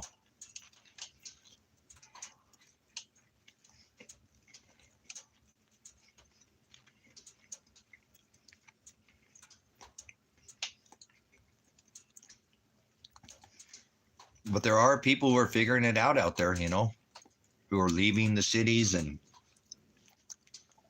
going out to the country, even if it's just a half acre, that's plenty of room to grow a family. To a husband, a wife, a couple, a boyfriend, a girlfriend, a kid, 2, 3 kids, they can make a half acre work,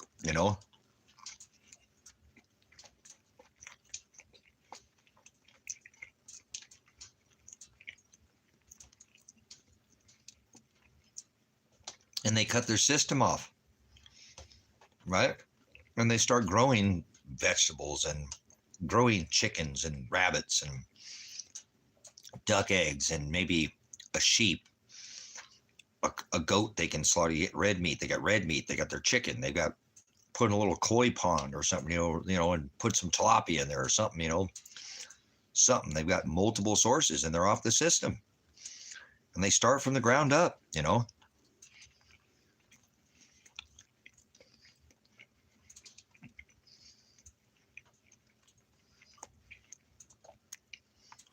And their children are different. Those children that grow up on a homestead are not like children that grow up in the city. You know what I'm saying?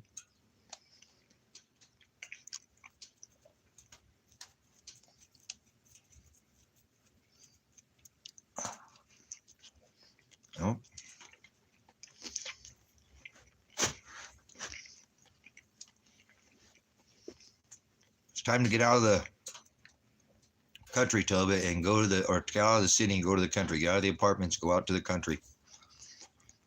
Teach your kids how to do something. Not just be a worker bee.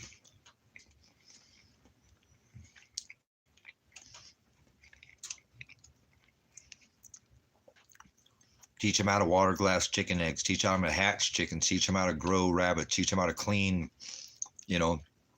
stables. Teach them some skill set, The hell is a child going to learn in the city? Nothing.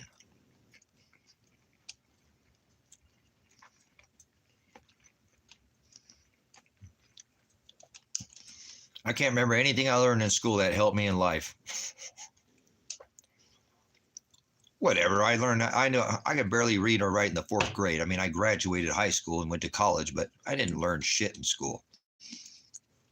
It didn't teach me how to survive. Didn't teach me how to make money. Just taught me how to be a good fucking tester. If I knew the right answer, not if I'd learned anything. See if I had the right answer.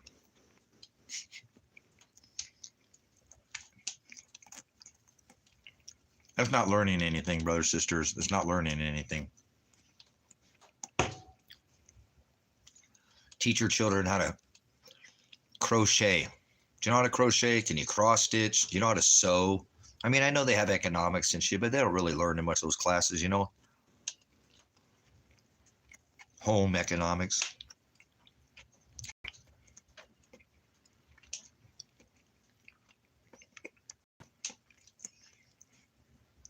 Nope. I'm not carrying the... I'll take an F on this. You know, I'm not carrying that stupid thing around the whole time with me. Hell no. I'll take the F. My dad wasn't happy.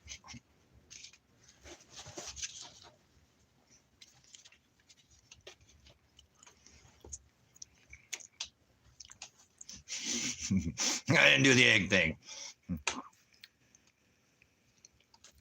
I failed. Everybody's like, oh my God. Yep, whatever. I'm not carrying that stupid fucking thing around the whole time in school. I've seen that before. I've been, you know, I don't think you do that until like the 8th grade or something, right? You know. Yeah, testers.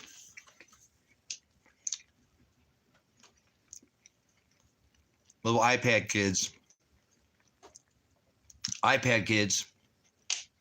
So we're talking about the society today is so dollar dependent.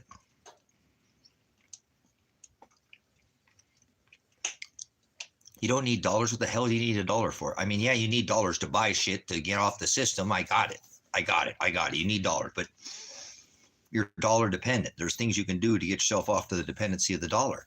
You know, like I was just talking about trying to buy this, you know, about half price pop-up tent like this for my road trip, so I don't have to pay $150 a night for a hotel room.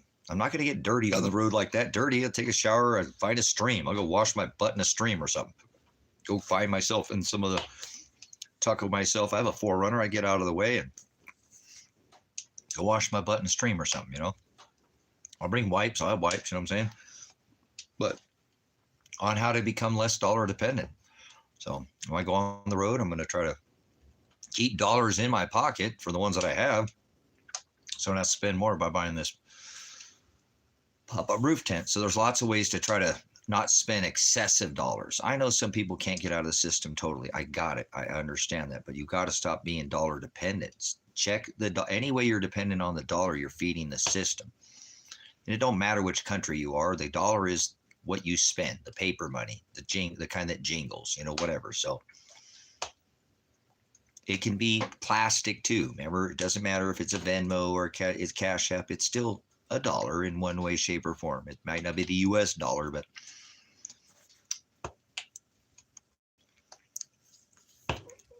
you need a half-acre land. You need a nice cabin. You can start in a freaking travel trailer, for Christ's sake. There are people who live out here in travel trailers for years before they ever build their first cabin out here. You go get one of those she sheds in town. I know a guy right now. I'd go pick up a shed in town that's in La Pine. It'd be a little tricky getting it out here, but I get it out here. I've moved like 5 buildings already, so he wants $2,500 for it. It's 12 by 20 with a loft for $2,500. He paid $9,800 for it. It's a red barn. It looks like a red barn. Plop that motherfucker out here. You're good. $2,500. You couldn't build that for $2,500 right now. In material. Put that out on a piece of land with the land payment for $100, $150 for a land payment a month. You tell me you couldn't make it? No, you're just a weak ass dollar dependent little bitch, whether you're a man or a woman. I don't care.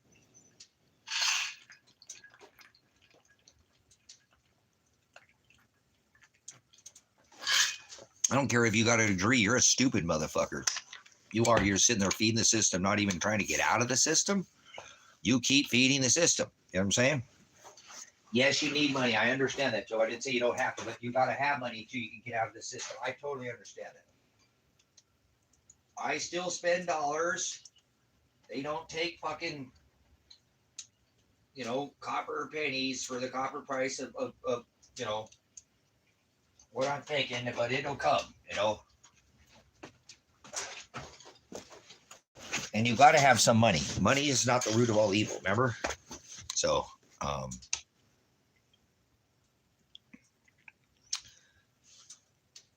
you're going to have money to get out of the system. But once you figure out ways to get out of the system, then you become less reliant on the dollar.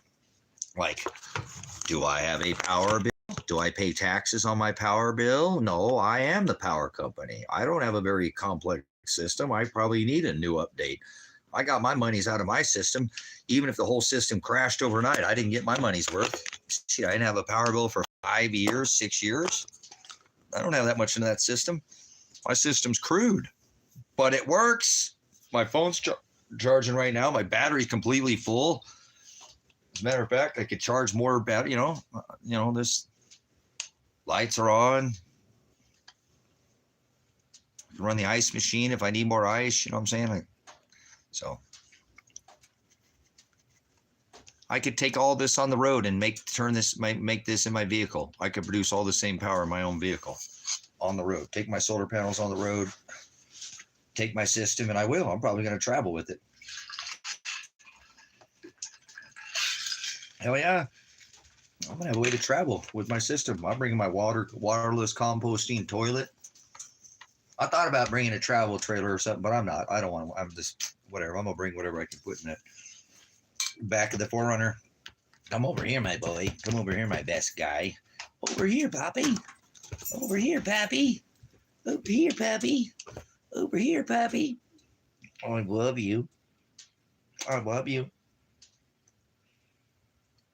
I love you, my boy. You're my best guy. I'm so glad I have you, puppy dog. So glad that I have you, puppy dog. Yeah, they want you to get a job. Job? What a fucking stupid idea a job is. How would you work for yourself? I'm not saying people can't have jobs. I could put you to work here, Toba. I need some tulips planted. No, I'm just kidding. I'm just joking. You could create your own job from your own property. If you were here on this property, you could create a revenue right through this property. You'd have to work, can't sit on your ass, but I know lots of ways that you might not even, be my little Vanna White out here to show the little, the little ATV park. You could make a good living out here. You know what I'm saying? I could start up that ATV park for probably under $25,000. That's about what I had in it last time. And I wasn't done with it. And then it will make $12,000 a month, three days a week. You know what I'm saying? Should I get on YouTube and degrade yourself for money? Yeah, there you go. Degrade yourself for money. That sounds like a good idea. Yeah, just degrade yourself for money. The love of money is the root of all evil. That sounds like a good idea. Do that. What a stupid fucking question. Hey, when you play stupid fucking games, you get stupid fucking prizes, 4x2. Play stupid games, get stupid prizes. So. Yep, isn't that hilarious? So. Stop by.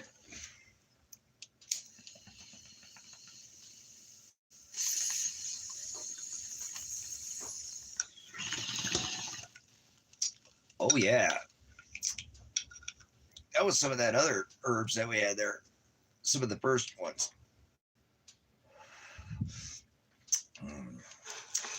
Man, I'm so glad I have my own meds. They taste so good. So, but that's what I'm saying. You are barely getting by, Toba. I know it. It's so expensive to live in Australia. That's a place that's so expensive to fucking live. Fuck Australia. It's like America. It's expensive to live there. God damn, it's expensive to live in Australia. It is. I've looked into it. It's hard for people to make it there. Unless you got real deep family roots there with somebody who's had money and, for generational, it's expensive. Cities are really expensive to live there. Cost of living's crazy. The government's super restrictive. They don't have the best health care or something. It's kind of similar to the U.S. in ways. In a little bit, it is. In some ways. So, but that's why I live in the outback, in the Oregon outback. So, well, see, that's what I'm saying. All these people thinking they need the system, you know. Cool, awesome. Careful, they'll scoop you up, man. So I try to tell people want to live on the streets. Like, no, everybody who lives on the streets is a drug addict and a fucking bum. No, they're not. Shut up.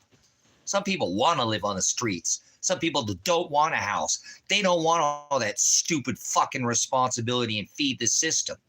The streets take care of them. Bird not worries what in the field what it's going to eat, correct? Yes. Living on the streets is badass. I've lived on the streets before, Los Angeles. I know what it's like. Some people don't want that fucking headache of bills and all that bullshit. Some people want to be locked up in jail because they like 3 hots in a fucking cot. They don't mind it. That's their lifestyle. So stop. That's what I'm saying. I hate fucking Donald Trump's fucking executive order, you know, too fucking poor, they'll throw you on the street. Oh, no, they'll throw you in a fucking concentration camp because you're too poor. Just because you don't own anything doesn't mean you're fucking poor. See what I'm saying? What garbage this shit is. You know, before I was trying to tell everybody, nobody listened to me. The only 2 states that actually was legal to be homeless in was Oregon and Washington. Not after Donald Warp Speed's executive order. It's illegal to be homeless. Makes your booty hurt. I bet it does. Big Bob cock meat sandwiches, huh? Getting double rocked like a Oreo, double stuffed like a ride at the Kmart, sticking tokens in, and looks like nuns eating cock meat sandwiches and getting double stuffed by Big Bob and his buddy from behind, trading lightsabers in their ice holes.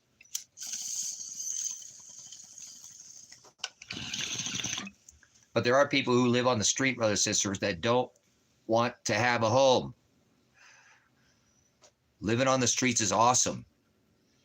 Living on the streets is the fucking hardcore way to do things like a fucking renegade, you know, not like a rebel, you know, wrong rebellion there. We're not supposed to be rebellious towards God.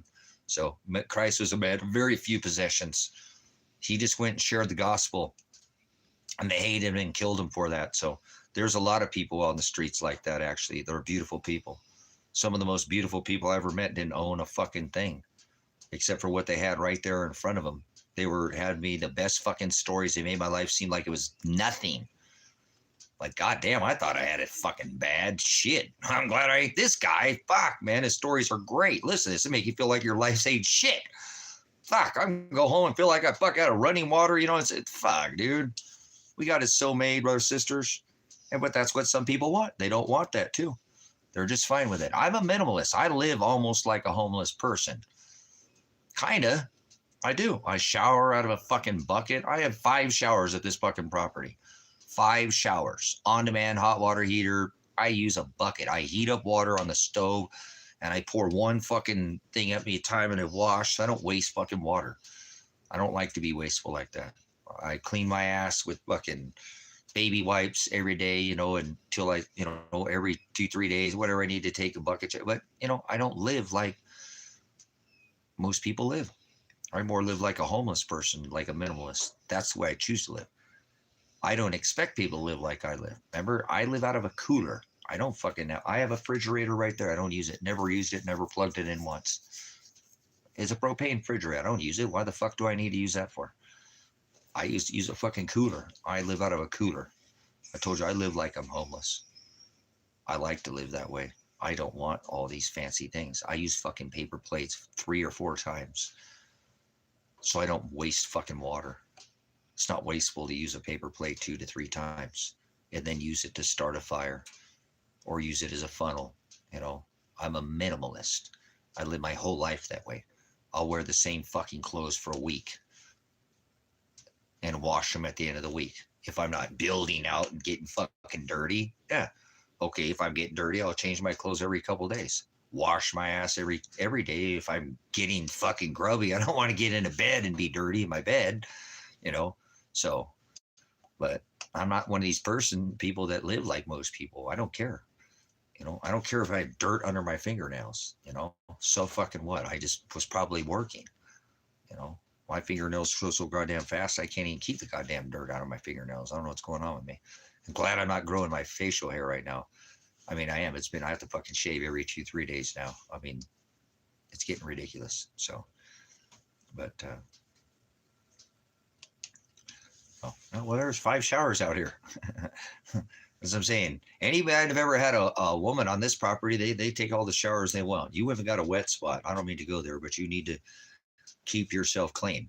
Guys, we don't need to do that. We weren't born with a wet spot. So, uh, you ladies, I've always told any lady that's ever been on this property, I had taken away some guy that was beating the snot out of his sister. And I told her, you know, you need to wash your ass, lady. Well, he won't let me take a shower. Well, there's only one thing you're going to do when you're here. I will not make you do a fucking thing because you need to decompress, but you need to wash your stinky ass every day. And I'm not telling you that. I can smell you sitting next to me. You're a woman and I can smell your woman parts. And that's okay. You're a young lady and you don't stink that bad, but I can smell you. So I know it's because you can't shower, and that's why you're not going to go back with him ever again. You're not going with him. You're staying here. But the only thing you're going to do here is wash your lady parts every day.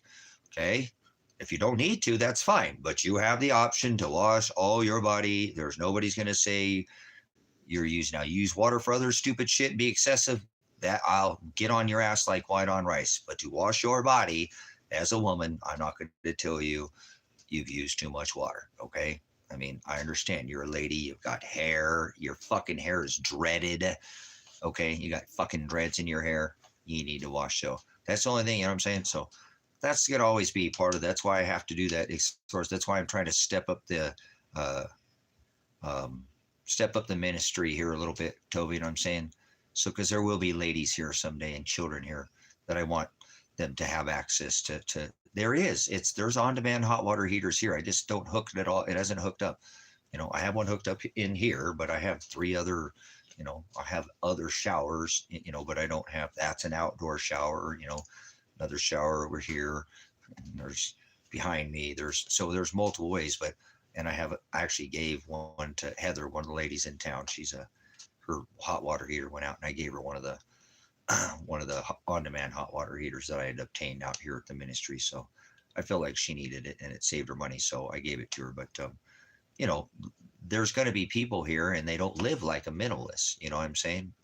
People don't live like me. So eventually I'm hoping someday to step the game up out here, because when people are here, I don't expect people to live like me. I live like I live. I don't want anybody to ever even try to be me.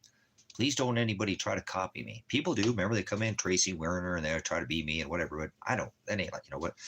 No. I be me, you be you, but there's one thing to me, like I said, and that's the kind of person I am out here. And it's just part of the ministry. And as I've been here before and had people in the past, when I have people on the property, when people are here, I kind of have to step my game up a little bit because, I have guests, at the property. So you entertain your guests. I don't know about you, but like, I would never go over to somebody's fucking house and ever have them to ask me to pick up a fucking dish, clean up after myself. If you're letting me stay at your place, you ain't gonna be picking up after me. As a matter of fact, I'm gonna ask you if there's anything I can do to help you out. You know what I'm saying? So, you know what I'm saying? That's how I work. So I tend to cater to, people are here. So once people are here, I'm not gonna want people to live like I do. I know people have a little bit different standard than I do. It doesn't mean they can't learn, and if they want to try to live maybe a little bit more like I live, a little more minimalist lifestyle, because it's just a waste to fucking sit there and take a shower with running water. That's why you get a on demand hot water heater that has that right at the mine has it at the knob. You turn it on or turn it off right at the knob and you can wash your body. There's no reason to just keep running water over your body and you're standing outside of the water washing your body and the water's still running. So even when I take a shower at people's houses, it's a bad habit. I turn off the water. I'm like, God, this is going to irritate them. They're going to be like, what the fuck is he doing in there? Turning the water off and on. So sometimes when I take a shower at somebody else's house, I just leave the water running because it makes me feel uncomfortable. That I don't know if it makes their pipes clang or whatever. They're on a hot water heater, but it's so hard for me just to leave the water running. Like, brush your teeth. Some people sit there and leave the water when they're brushing their teeth. I was young, I did that, but I can't leave the water when I brush my teeth. So, get out of here, Jay. We don't want you in here being, perverted in here. Get out of here, you pervert. So, I just don't, you know what I'm saying? When I brush my teeth, I don't sit there with the water running. That's wasteful, So everybody's a little different.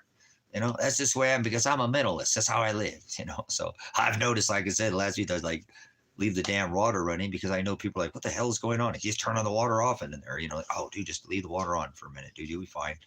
They do it every fucking time. You don't need to turn the water off, goofy. Just let the fucking goddamn water run. So I was doing that at my son's house. I was like, dude, stop. Just let the water run, goof. But when I'm here, there's no reason to waste the water. Why? But I live like that. Everything I do is like that. I forward think. I'm a very forward thinking person.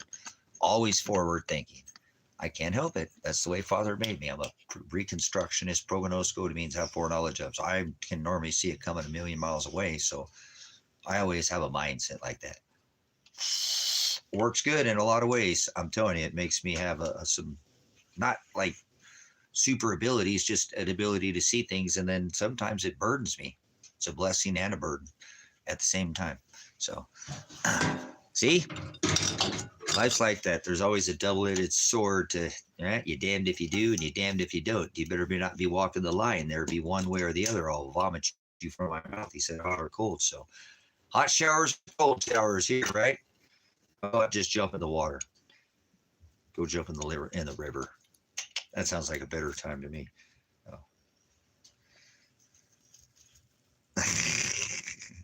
Whatever.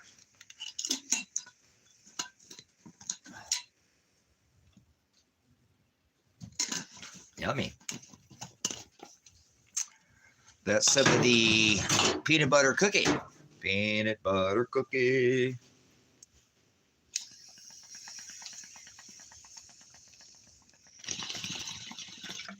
So I eventually too, like I said, there's an outdoor shower out here that's badass. At the top of it, it was the very first building I ever built out here.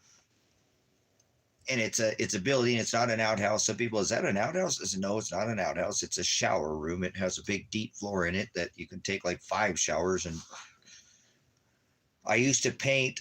I had a cooler up there and I set it up and I put I had a ladder and I'd take and haul water up, put it in the cooler and, work all day. Plus when I was digging out here, and be fucking dirty as hell. I couldn't go to bed with all the dirt in my ear fucking holes and, so I would let that cooler, I painted the cooler black and I'd fill it up at the first part of the day. And in the summer, like I said, at the end of the day, it cools off at night out here where the sun goes down on my side of town. Lonesome feeling. Oh, my bad. All right.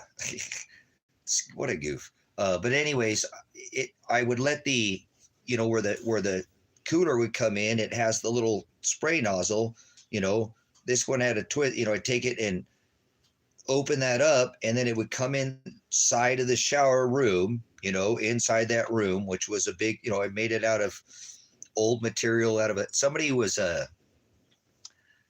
advertising they were trying to dispose of some material somebody could break down and they would pay to haul it to the dump or whatever. And I went over, there was a donkey barn.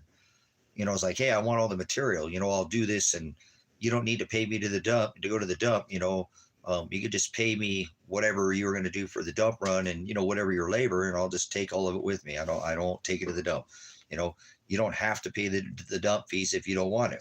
Just pay me for the labor. So they didn't pay me for the dump fees in the dump, and I got the material and I didn't take it to the dump. And that's what I built that building out of. It was an old donkey barn. And then I turned it into an outdoor shower, which some people think it looks like an outhouse, kind of a glorified outhouse, but it's got windows that make up the roof. You know what I'm saying? Windows on both sides, so you can take an outdoor shower, which is cool because sometimes it's dark at night, but then you open up that, cooler and then all the cooler water starts dropping out. And like I said, I had a little nozzle on it. And then I had a colander. That hose goes into a colander and hits that colander and it spreads out like a shower, and it just like a shower in there. And it, in a colander, an old metal colander, you know what I'm saying? And now I've got water spreading out, hot water, and I didn't have to worry about heating it because got hot in the black cooler all day. And at the end of the day, I just went in there and take a shower, drain the cooler. The next morning I get up, feel that, it kind of becomes a routine. If I'm out here working, I'll take a shower every day because I'm dirty and sweaty and stinky, and I'm a dude. I mean, I'm not hairy. I don't get stinky like most guys. I mean, not overly. I don't have the big hairy back and arms, and remember, I don't even have any hair under my armpits. So, oh yeah. But I just don't get like that. But if I'm dirty, I don't want to go lay in my bed dirty. So kind of a thing about going to bed dirty. So and anything, if I'm that, whatever, I'll still take a freaking spit bath and wipe myself down with some wet wipes or something. If I think I just can't, whatever, it's too late or something. But normally I just won't, take a shower. And that's how I take a shower out here for years, is doing it that way. And it's efficient. It works. There's other ways you can do the same damn thing by putting black pipe on the top of your house, running black conduit pipe and let it get hot, pump the water there during the day, put it up at the top of that. What's what I did in Hawaii. In Hawaii, drag a fucking hot water heater at the top of the house in Hawaii, at the top of a 2-story house with a big hot water heater. Fucking turn the switch on, pump the fucking hot water to fill it up, at the top of the house. And at the end of the day, let it gravity fall and take a shower at the end of the day. The sun hits the solar panel, gives you enough to pump the water up to the top of the hot water at the 2-story, whatever, and then at the end of the day, it falls right back down. Gravity falls right back. Got super good pressure because it's at 2 stories up. And that's just a hot water heater sitting up at the top behind the roof where you can't see it from the road, way up there at the top of the house. Hawaii, Hawaii. I was on the island, teaching my son how to live off grid. We lived off grid in Hawaii too. So I've been off grid for a long time. I've been living off grid for more than 10 years before this property. So this is my lifestyle. I live like this. You know what I'm saying? That's how I work. I'm a minimalist. Minimal is the way to go. See, use the sun to pump the water up during the day, which doesn't cost you anything. And you take a free hot shower at the end of the day. Huh? Oh, I need money. Shut up. Get away from me, you fucking dollar dependent slave. People are so dependent on the dollar. I use them. You got to have money. But I'm saying there's ways. People don't even try. They don't try at all to separate themselves from the system and the dollar, and they're dollar dependent. And, I originally came out here and wanted to build a community to live in the geothermal, because geothermal means you don't heat or cool your home in the summer or the winter. It stays the same temperature. Geothermal is core temperature. Stability. Core temperature. You don't want to live somewhere where you can't get in the ground and the ground won't keep you warm or cool during a solar maximum or solar minimum. We're idiots to live on the surface of our rock. We don't. There's a whole rock. There's a whole cities underneath this whole rock that you walk, of civilization underneath the rock. You don't know about it, but they're there. You don't want to hear about it, but they're there. They've been there for thousands of years. I won't go there. They try to drag me down there. I ain't going down under the ground. Fuck that. I have a channel called Going Down Underground, another YouTube channel. If you never, I have a lot of YouTube channels that you guys don't go see me on, but that's okay. But going down underground, I'm not going into the chasms and going. I have a shelter out here. Remember, 30 feet down from where I'm at now, 28 feet down. I have my own underground space that I've already dug. I'm a Noah. Remember, Father already told me to build my ark. I listened to him. I didn't listen to the world. The world could kiss my ass. Remember all those showers I needed to take? Well, no shit. I'm throwing dirt on myself. Keeps coming back down in the hole. Eventually got to start hauling them out 2 fucking 5-gallon buckets at a time. So some of us earn it the hard way because Father says do this, and we don't care what the world thinks of us or what the world says. I'm having my Noah moment right now. I truly am having my Noah moment right now. Looking at the whole world going, these people are fucking idiots. All I've ever done on this channel was tell people to grow food, get out of the system, become your own community. I was never saying be violent in here. I've never called for anybody to pick up a fucking gun ever. If I said you're going to use it, you're going to use it to go hunt something in the fucking woods. That's it. Nope, honey, I'm not going to save you from marauders. We're going to leave. Nope, I'm going to teach how to fucking act like a, shut up, honey, we're getting in the goddamn car. I don't care, leave your goddamn purse. Get in the goddamn car. No, I don't want to let, shut up, bitch, get in the car now. Okay, honey. We're going to act this shit out, so you get in the car, we'll go out to the woods where we got a half a cache of shit somewhere else. I ain't going to lose my life for you, dumb bitch. Get yourself shot. I ain't losing my life for you. He said we got to endure to the end. You either learn how to act and we leave this shit here or we're out of here. Cash is king, motherfuckers. Cash. Not C-A-S-H, C-A-C-H-E. Bitch, he said, be in the world, but be not of it. What do you think he meant by be in the world? Hello, just sitting there like a duck in the pond, think you're going to protect your shit. I'm out there, not protect. I tell you know what, lady, I ain't going to protect you from marauders. I'm going to protect you from lions and tigers and bears. Oh, my. That's it. Fuck that. I ain't protecting you from shit. You either go with me to the woods, we're out of here, or I ain't fucking staying here around people who want to fight. I'm a pacifist. Oh, I can rip your fucking face right off your lips right off your face, but I am not violent. I'm a pacifist. I have lots of training where I don't need a weapon. I can take my weapons. It doesn't make me feel insecure in my house because I don't have a goddamn weapon. You understand? My security isn't because I can kill somebody. My security is, can I feed my fucking self? Can I feed the kids that are around me if there is any around me? That's why the only reason why I'm here. I don't care about the world. I'm done living this life. I don't need to do anything. Remember, I have no bucket list. You'll move mountains. Already did that. Oh, well, whatever, man. You do you. You'll see. Come judgments. And I ain't trying to be somebody I'm not. But everything I live from here is adding, like Timothy, to my faith that I have. I'm not here for any other reason other than faith. It's the only thing that keeps me anchored here. There ain't nothing in this world. Like I told you, ain't no woman, no man, no riches, no nothing. No gold, no silver. I don't care. I told you, I don't care if your pussy smells like your mama's pee. You all women have two tits. I don't care about your titties. I told you, I want to see the fire down below. You know, women don't tempt me. Money doesn't tempt me.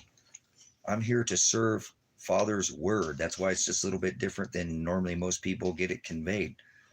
Because Father just doesn't make anything perfect. Nothing's perfect. We're all created from the dark. Everything was created from the dark. We come from the corrupt dust of this rock that you walk. He is only the one that is sovereign, the creator, the writer of the law. So there is no sovereign. Father is sovereign. Father's perfect. Every one of us exists, has darkness in us. So don't come in here thinking I'm some kind of perfect saint. I'm a saint. I'm a servant, but I ain't no perfect servant. That's for damn sure.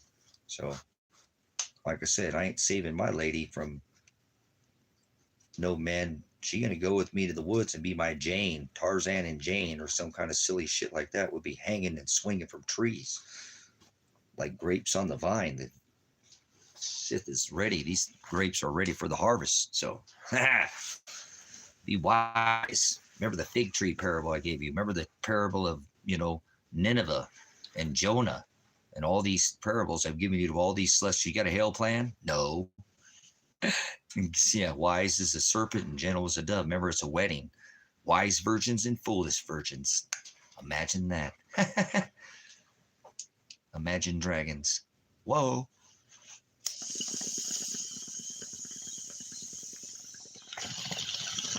Check it out on the prison bus. Maybe pastor's going to prison. Starting to look like that, but we'll see. Paul did a lot of time in prison, so my life is not in my hands. My hands are girded in Father's, and he will. Nope, I'm not making plans. Remember, I don't have any bucket lists. I do what Father makes me do. If I didn't call out to his heart, to our hearts, to any of their hearts, not even one of them would seek after me. Not one of us. So he's making me do what I do. I don't have the strength to do it. Fuck this, man. This place sucks. I ain't trying to be no hero. Who am I trying to save here? I ain't saving anybody. You're supposed to endure to the end to be saved. You can't save anybody. Christ ain't going to save you here. You have to die to be saved. Get that straight. Get it right. Get it right. Get it tight. Yeah, narrow is the way. So just too much, man. Right? Broad is the way that leads to the wide gate. The big, broad way. So narrow. People don't want to narrow off the world. So that's they don't. That's why I live like a minimalist, so I don't freak out when the world comes to an end. My world already came to an end a long time ago. I'm in my own world. I'm in the Word, not of the world. I'm in it, but I'm not of it. See, you better create your space, separate yourself, depart from her, come out of her, my people. No, I'm going to keep doing the system. As Pastor kept telling you, community, unite. You can't spell a community without you or I. So he won't give me anybody, but that's okay. I got brother Kevin, you know what I'm saying? But that's okay. I don't need anybody. As I told brother Kevin, I tell you, ain't nobody would hold your hand come the seventh shofar. Final judgments, that's it. The ram's horn sounds. He put 1 foot on the land, 1 foot on the sea. He said, be changed in the twinkling of an eye. That is the great and dreadful day of the Lord, brothers and sisters. That is the wedding. That is the day that I cherish so much. Great for only Gus, and terrible for most because they go to hell. They're already there. That's what the word says. Take that and put that in your apple pipe there, Leviathan. Smoke on that, you serpent. Chooch on that, there, stovepipe. Psst. Hiss or piss. I'm full of it, huh? And vinegar too. But whatever. See, I don't know anybody who could be me. You can never clone, and it ain't about me. Father made me unique. Set apart is what I call it. In prison, separated from the world. So that's probably why I have to do this dance, this trek through the stars. Hello, there's a clock above your head. I'm just trying to bring you back to the time, place, and space I'm in. But you're out of my space, I guess, right? Get out of my space, get out of my place.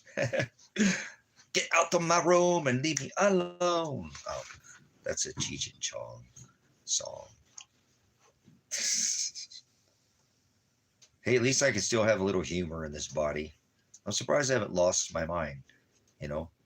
Over the rainbow, he is crazy. Toys in the attic. They must have taken his marbles away. Is that you? Marbles. I think I lost my marbles. He's a few cards short of a whole deck of 52 pickup, or what? Maybe that's those 2 jokers in the deck you left out. Or you play with the jokers or not? Remember, you gotta have a little humor, like a funny bone, like a humorous. It's not that funny, huh? All right, whatever. Deck of my, let me see your hand. Put your hands up. What do you got up your sleeve? What are you holding? What are you holding? Speak now or forever hold your peace, right? What kind of peace? Remember? Honey, no, I'm not saving you from people. I'm only going to save you from lions and tigers and bears, oh my. But we don't have no lions here. But witness, we do. We have mountain lions, so no tigers. Bears, yes, bears, but not many bears. There's bears. I'm in Oregon. Of course, there's bears. There's woods right here. There's bears everywhere in the woods. So does a bear shit in the woods? If a tree falls in the forest and a man's wife is not there to hear it, is he still wrong?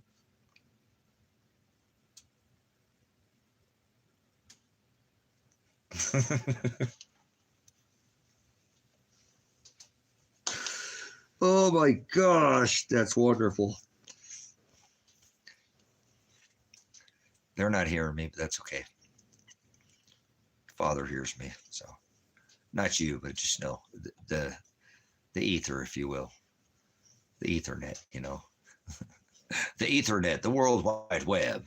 So they're not going to get it. Never going to get it. Woo, woo. Never going to get it. Man, let's go back to a time where people were so not uptight. Remember? Get it right, get it tight. No peace. No shalom. There will be no peace. Peace is Antichrist. Those who say peace and safety, sudden destruction. It's going to get a lot worse. This is the pullback, the calm before the storm. We do not conform outside of the norm. We don't know uniform. Unite, not uniform, you slave. Commune. Conform or commune? How about convict, locked up, they won't let me out. They won't let me out. Oh, man. I sang that to Elijah before the SWAT raid. He's like, Dad, you're such an asshole. Why do you have to sing that? I say, because we're going to get locked up, son. You know, they're coming tonight, man. He's like, fucking Dad, why do you have to do that? Well, because I am going to be your fucking dad. And I know we're going to get locked up, so fucking deal with it. You know, I'm going to sing that shit. Sing it, Mick, sing it. So I was even I was being me right before we came to the SWAT team that, and I don't care. You guys are getting the real me. I ain't trying to change who I am, remember? You can't clone me. Let me see your belly button if you're not a clone. You can't clone me. So you couldn't rerun this into an algorithm and repeat the same cycle. Not I, Father Cosmos, it means it's an orderly arrangements on how it's displayed out my pie hole. Fuck your American pie. See? Couldn't do it, huh? You're over there eating McDonald's apple pies and you're trying to be me. No, you couldn't do that. It'd be off. The rhythm is a dancer cycle, like Get Back in the Closet, Al Gore. Rhythm is a dancer. You think somebody else could do this? You think the algorithm could pick it up? So look at him flush you guys out of here. I love it. Look at the YouTube. Nobody's in here. We're not in here now. I'm non-existent. I'm blind to you, fucking haters. Oh, remember? I got angels looking over me. I got people who wish death on me. I got people, constantly threaten me, but they don't matter now. Angels, remember Messenger? Blinded by the tube, the hollow needle, the spitting the two Jew tubes at you, huh? The snake oil, like Spidey. Oh, never mind. Caught up on the web. Welcome back, Darren, to the net. We're fishers of men, so careful. You know, we're spinning here. Spin casting spells like Spider-Man. Oh, did you get bit by the spider? Bite? Oh. Get it bite, get it right, get it tight. Oh, good big bugs. Oh, they were dealing with Cheech and Chong too while we're in here. So get out of my room and leave me alone. The tube, remember? Which channel are you on? Are you channeling it? Welcome to the Hollow Needle channel. 2 hollow needles spitting the fang venom snake oil. Welcome to HT Fat. That's where it's at. So no other channel does it like we do it. Remember, be like Alpha Beta and tell a friend. Oh, tell I vision. Tell you visual voodoo. Tell your eyes and poke at your eyes. Poker vision. Poker face. Poker face. Heck, I don't play that song anymore. Poker face. Damn, see, you couldn't copy me. They couldn't. Imagine dragons. So. Nobody's got the dialectus glossa tongue. It's alien to most, right? Like, you know, Uranus, toilet paper, Star Trek. Remember, what does Star Trek and toilet paper have in common? They both fly around Uranus, looking for Klingons, Spock, Nano, like Mork from Mork, Shazbot. Oh, the lamb. A baby lamb is at you. That's where the you will log on the fire. Remember? I bring the fire. He has eyes of fire. Feet of fire. Are you red-eyed to go? You see what I'm saying? Like Vesica Pisces. Can't copycat me. How could they get the tattoos right? Do you have to get all the tattoos right? Get it right? Could you explain the tattoos right? Like a messenger tight? Is a drum? Let it beat? Let you march? Remember Time Magazine's Hitler, Man of the Year, marching to beat of a different drum or the same drum? You tell me. They tell I vision. Okay, so they beat you with visuals. Visual voodoo. Poking at you at mantras and chants. Remember? Oh, never mind. They'll never get it. Remember? Never gonna get it. Oh. Was that Salt and Pepper? Who sang that song? Sing, sang, or sung? Remember that? Sing, sang, or sung? No, it wasn't sing, sang, or sung. It was a party foul. No, mag. It's not that. I think you're watching too much in the news. It's that guy that got caught outside not taking a dump. He was jerking his own chain. He was on the wrong website. He was trying to order the Fast app or whatever that app is. And instead, he got 2 charges in the parking lot of rubbing it. Ended up on the hub. See what I'm saying? There he is. He is. He's the one. That's the guy who got 2 counts of rubbing it in the parking lot. Here he is, guys. It's Matt. I seen him on the news. 2 counts of rubbing it. Wrong app, man. See? Shouldn't be pulling your chain in the parking lot.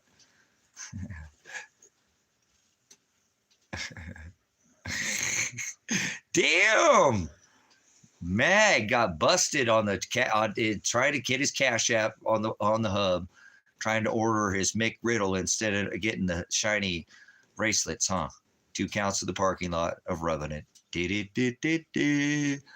Went out to take a dump, huh? And ended up going to the whole shithole.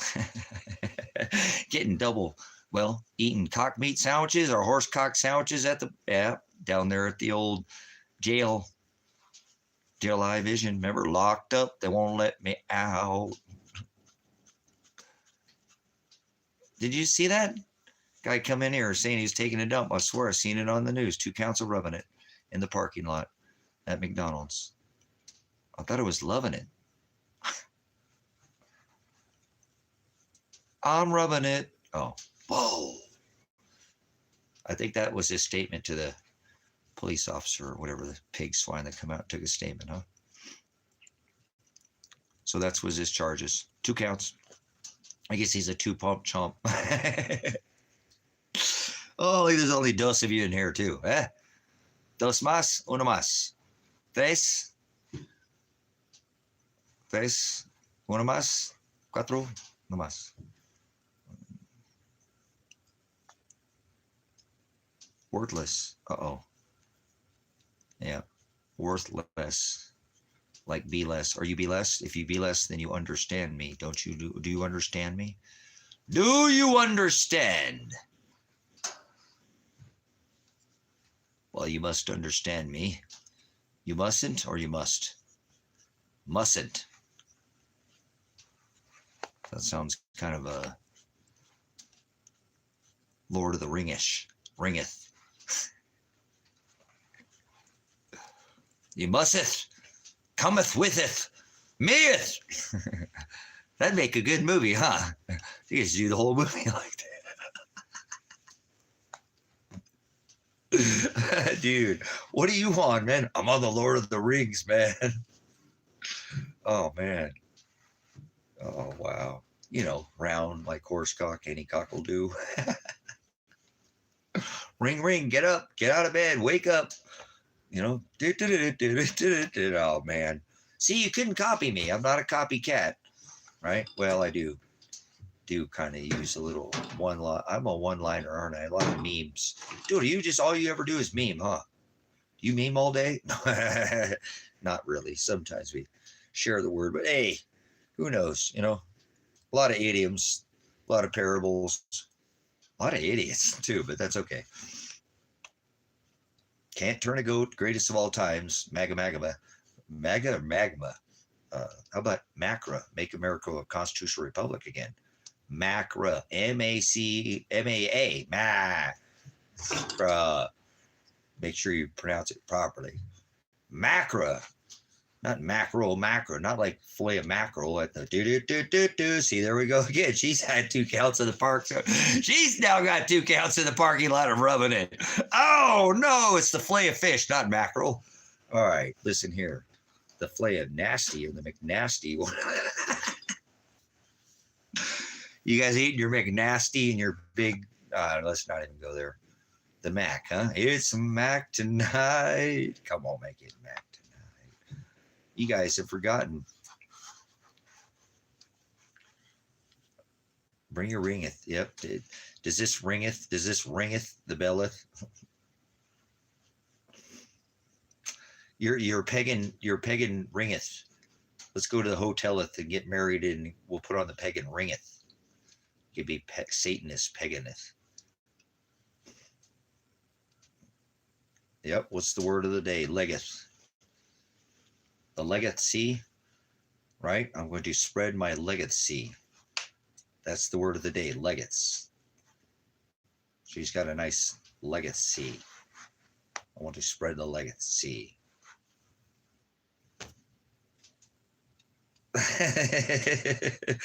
There we go. Thanks, Los. There you come in with a little help there. So, all right, Lord Farquhar, with your legs of the day words or whatever you're spreading, get out of here. Lord of the Rings, Farquhar, Smeagol. I don't watch that stuff, guys. I've never seen that movie at all, so I just seen little tidbits and blogs about movies most of the time.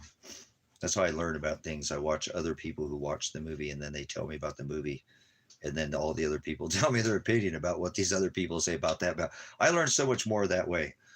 You know, I don't have time to watch a movie. I could just watch a blog about a movie and learn like 50 times things more. You know that? So, older movies before the 90s, I've watched movies, but after that, I didn't really watch any more TV. I kind of threw my TV away. So, um, no. I know people like that. That's what I'm saying. I'm not. I just never. I know how powerful it is. That's why I'm not trying to. I just only know little tidbits. You know what I'm saying? Yeah, legacy. So, what's the word of the day, Toba? Legacy. So, what's the word of the day? Not legacy.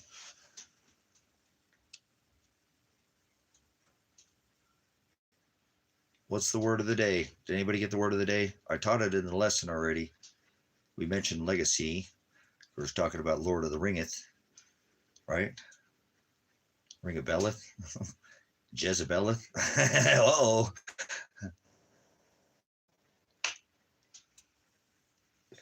Oh my goodness. My brain is freaking ringing, huh? Ring, ring, or rung. So, did anybody catch the word of the day?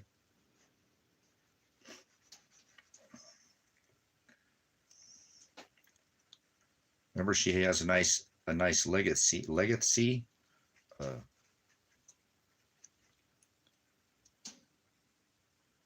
He noticed. It said notice. Putting you on notice.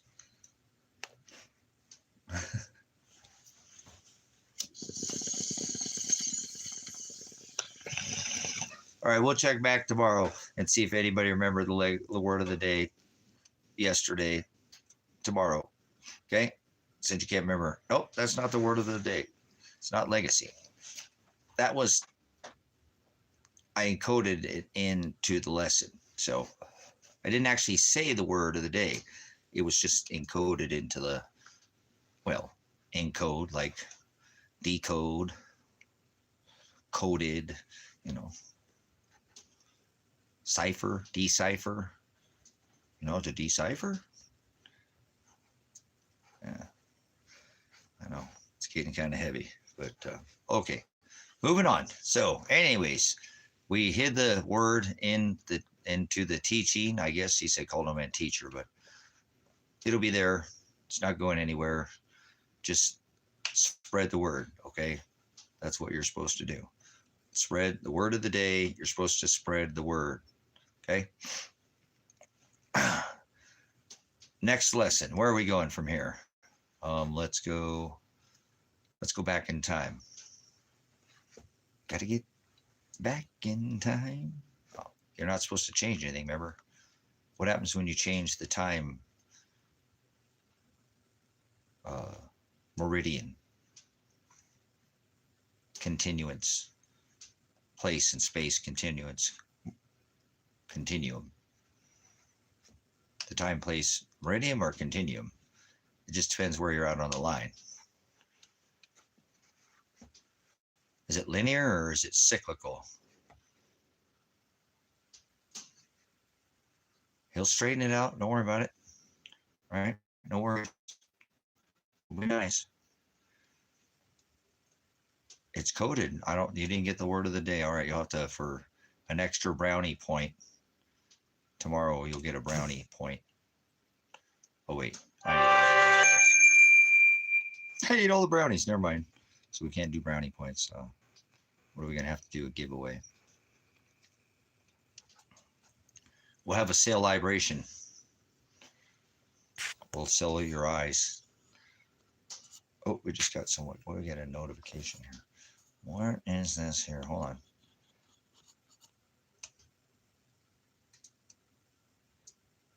Oh. I don't know what that was all. Oh, no. Okay. Damn it. Oops. Oops. Whatever. There was a couple other windows that were open. I need to close them out anyway, so it'll let the stream a little more fluid. You know, flux capacitor, remember? No, I didn't say flux capacitor. I said in meridial. Time continuous.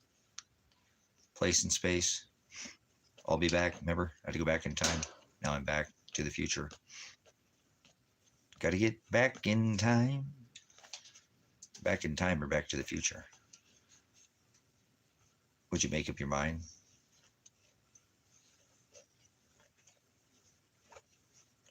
It's mind over matter. You knew that was coming. So good. Here we are, one more day on this rock. Are you witness? Are you a witness? Are you witness? Are your eyes being a witness? What are you witnessing? Are you telling lies to your vision? Telling yourself you need to go to school, or I mean to work. They'll school you so you go to work like a good worker bee. Yes, they do. Sting you as a child. You go to the spelling bees. You went to the spelling bee, didn't you? Spell casting and cursive and curses and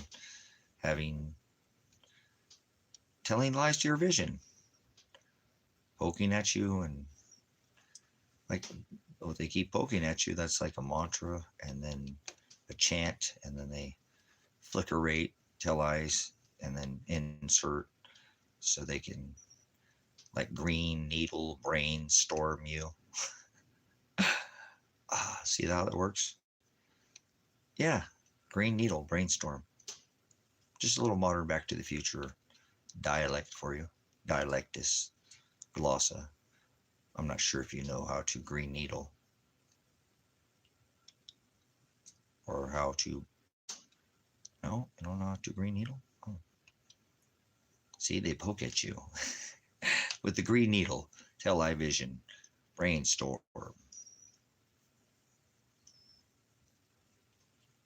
Why? Why ask why? Try Bud Dry. Not Bud Light, right? I guess they got Bud Lighted. You know, we care about the Bubbles. Was it Dylan and Bubbles? How about boycott? No mas. No birthday next year. Yeah, there's a lot of those in this world, aren't there? A lot of Nephilim running around. Not giants with magic school buses slamming them into 5-foot women's frames.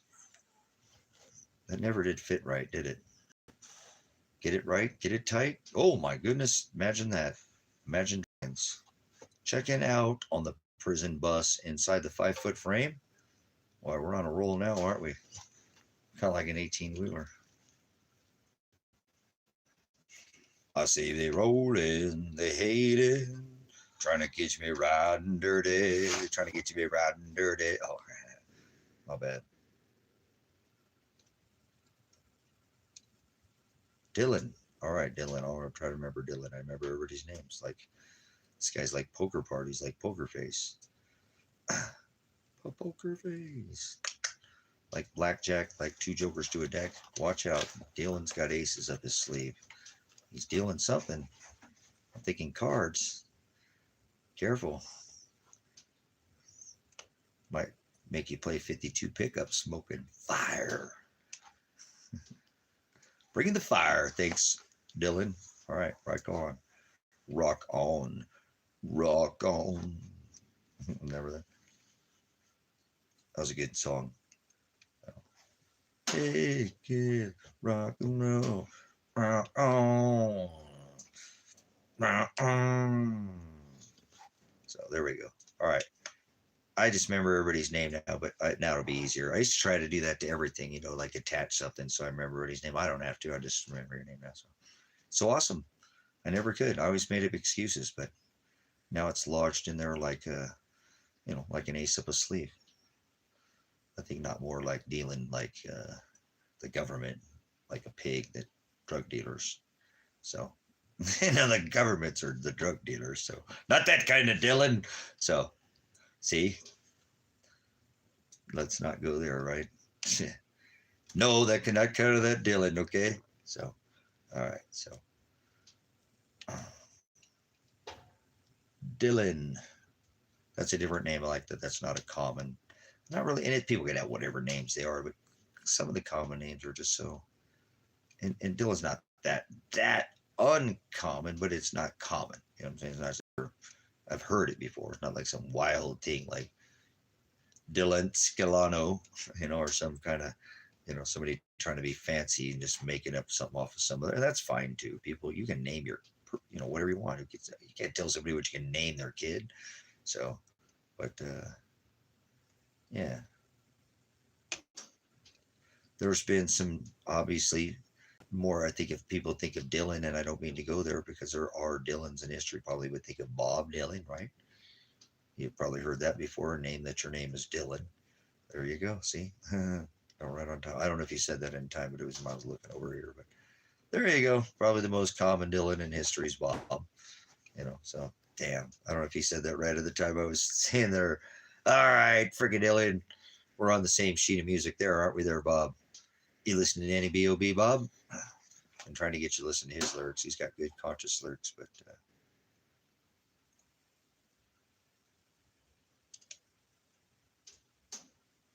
yeah, there we go, Tova. See, that's how I used to remember people's names. Now, hold on. Now don't tell me. Don't tell me if you have. I think you've told me your name one time. Now don't tell me your name, Tova. Don't tell me your name. I think one time I remember you telling me your name. I don't remember when it was. I think it was a while ago too. So don't tell me your name, okay? Don't tell me your name, Tova. Don't you dare put your name in the chat. Don't be one of these opposite effects, because sometimes I have that on people, and you'll just type your name no matter what. But you told me, just tell me yes or no if you told me your name, because you never told me your name, and if you did, you've only told me it one time. Well, I'm going to try to remember, and I think it was a while ago. If not, I think I know your name, but I think you already told me your name. I don't know how, because I don't know how. I don't think you've ever told me your name. Or maybe you've never put it on here. I don't know. I think maybe you have once, or I don't know how. Maybe it's just a hunch. Maybe there's something I figured out. My brain's like a computer, so my brain is already. I'm so glad I got past this with people, because I couldn't remember anybody's names, Dylan. I just couldn't. Bob Marley. So Tova, did you tell me your name? And can I tell everybody or guess your name on here? You don't have to give up your name, because some people want anonymity online. Did you tell me your name online once? One time? Did it come up in conversation? I think once it came up in conversation.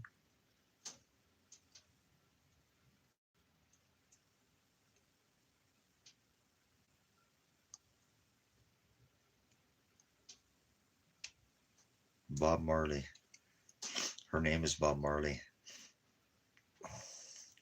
Bobbert.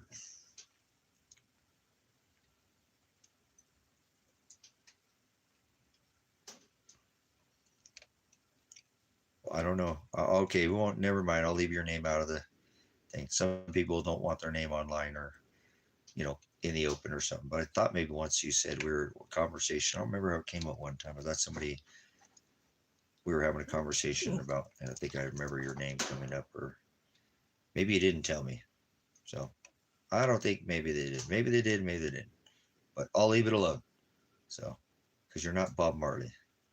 So, no, you never told me your name. Okay, all right, then let's leave it out of it because you must not want your name online. So, I'm not going to even guess then. Don't worry about it. But I think I know what your name is. Okay, I just thought maybe once you said it, and I'm trying to remember because my name thing is pretty good now. I won't forget Dylan's name, and I used to have to associate people to remember their names. And I'm telling you, people used to tell me their name 50 times, and I would reject their name. I just didn't want to remember anybody's name because I never liked being attached to this world. I feel like if I don't have to know your name, then I don't have to be attached to you. My brain was like that back then. It's not like that. I've always been a very disattached person from the world my whole life. So, not that I'm rude, not that I kind of rejected names. And if I remember your name, I'd have to make a name association like Bob Dylan or something like that, or, like Dylan cards or games. And I was just playing with them. I remember Dylan's name now just because I remember everybody's name. So, I thought I remember once you said your name here, but maybe you didn't. So, we're going to leave your name out of it. And we'll move on because I know some people online would prefer to have some anonymity online. Because, if I remember right, you have kids. You mentioned kids, right? So maybe some people want to keep their anonymity online because they're kids. Different reasons. So moving on. Moving on up. I have an idea, but I'm not going to say it. Oh, are you okay? That's why I know you're Bone Bone. That's why I know you're Bone Bone. That's why I know you're Bone Bone. Only Bone Bone is the only pup I ever hit that ever did that, and I love you all the time, my Bone Bone. So, uh, I love my bone, I love my bone, I love my bone, my bone, my bone.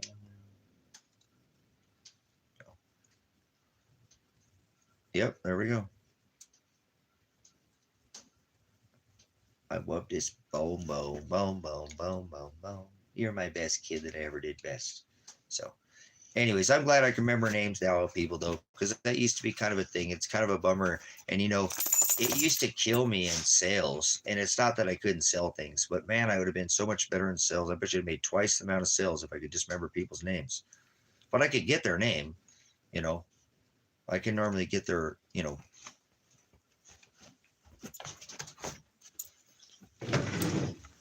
So I got little tricks to get people's names from them, I'm saying, when I was in sales without knowing their name. But and normally you can mention somebody's name in a sales. When you're doing sales, it's better. You're addressing them by their name. It shows some formality. But I wasn't thinking about that. I was thinking of fucking whatever, man. I was thinking about Franklin's, man, like dead presidents.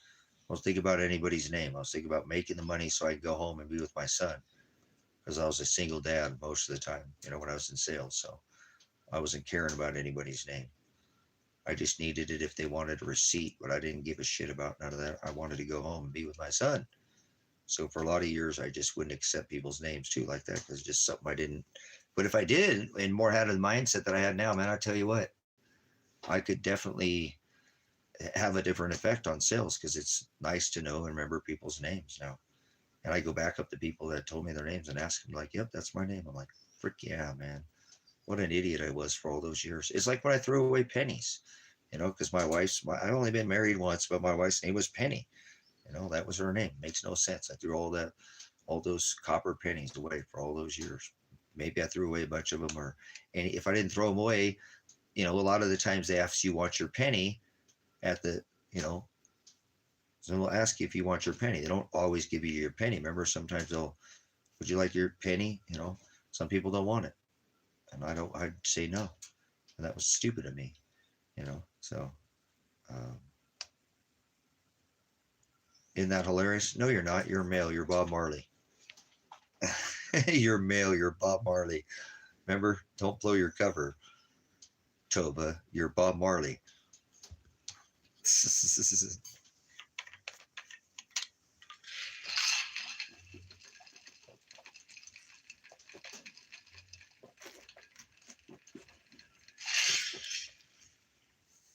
I for sure know what the first letter of your name is, but I'm not going to say it. Okay? That'll be my prerogative. Right? I will choose not to say it.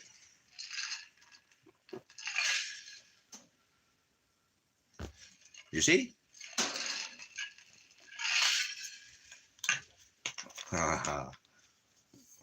That's great. And so there, right. So I'm glad I haven't seen a lot more of these. A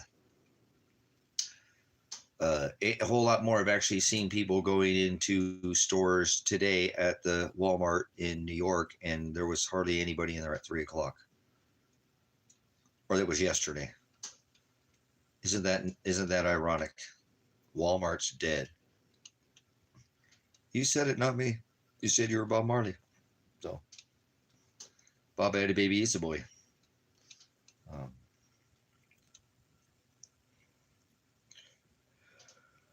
there you go. So it looks like again, maybe there's some stability going on in America.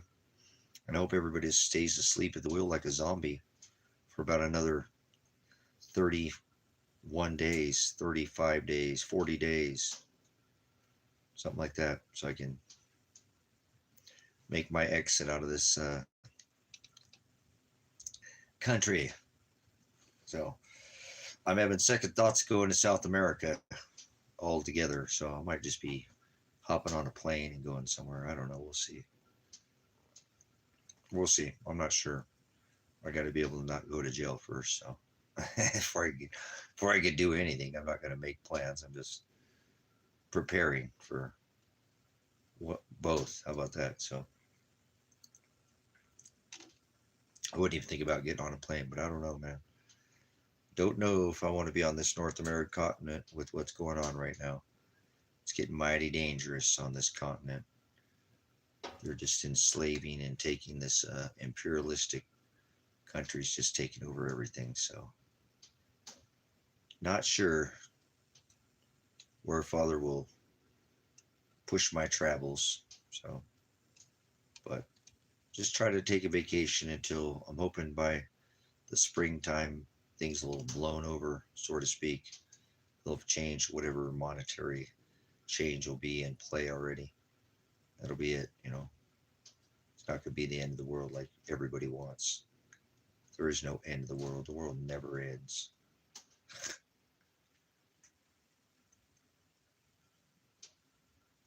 There's ages that end. You know, there's certain times that, you know, we come in and out of flesh, and but that's like trying to convince me that there's this timeline that they have people think the idea of like go to work 9 to 5, punch the clock, go to bed, sleep 8 hours, get up, rinse, repeat, recycle. That's not time, or that's not even a life. You know, that's just a slave to the system, punching the clock, beating, you know, smashing the snooze bar, snoozing at the wheel, you know.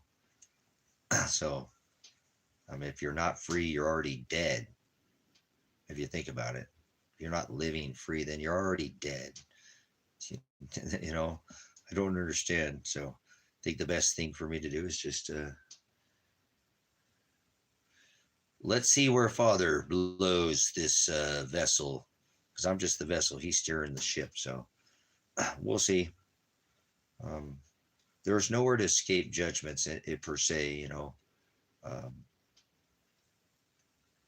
You're just not going to escape judgments anywhere. Remember, it says rocks fall on us and hide us from the face of the Lord.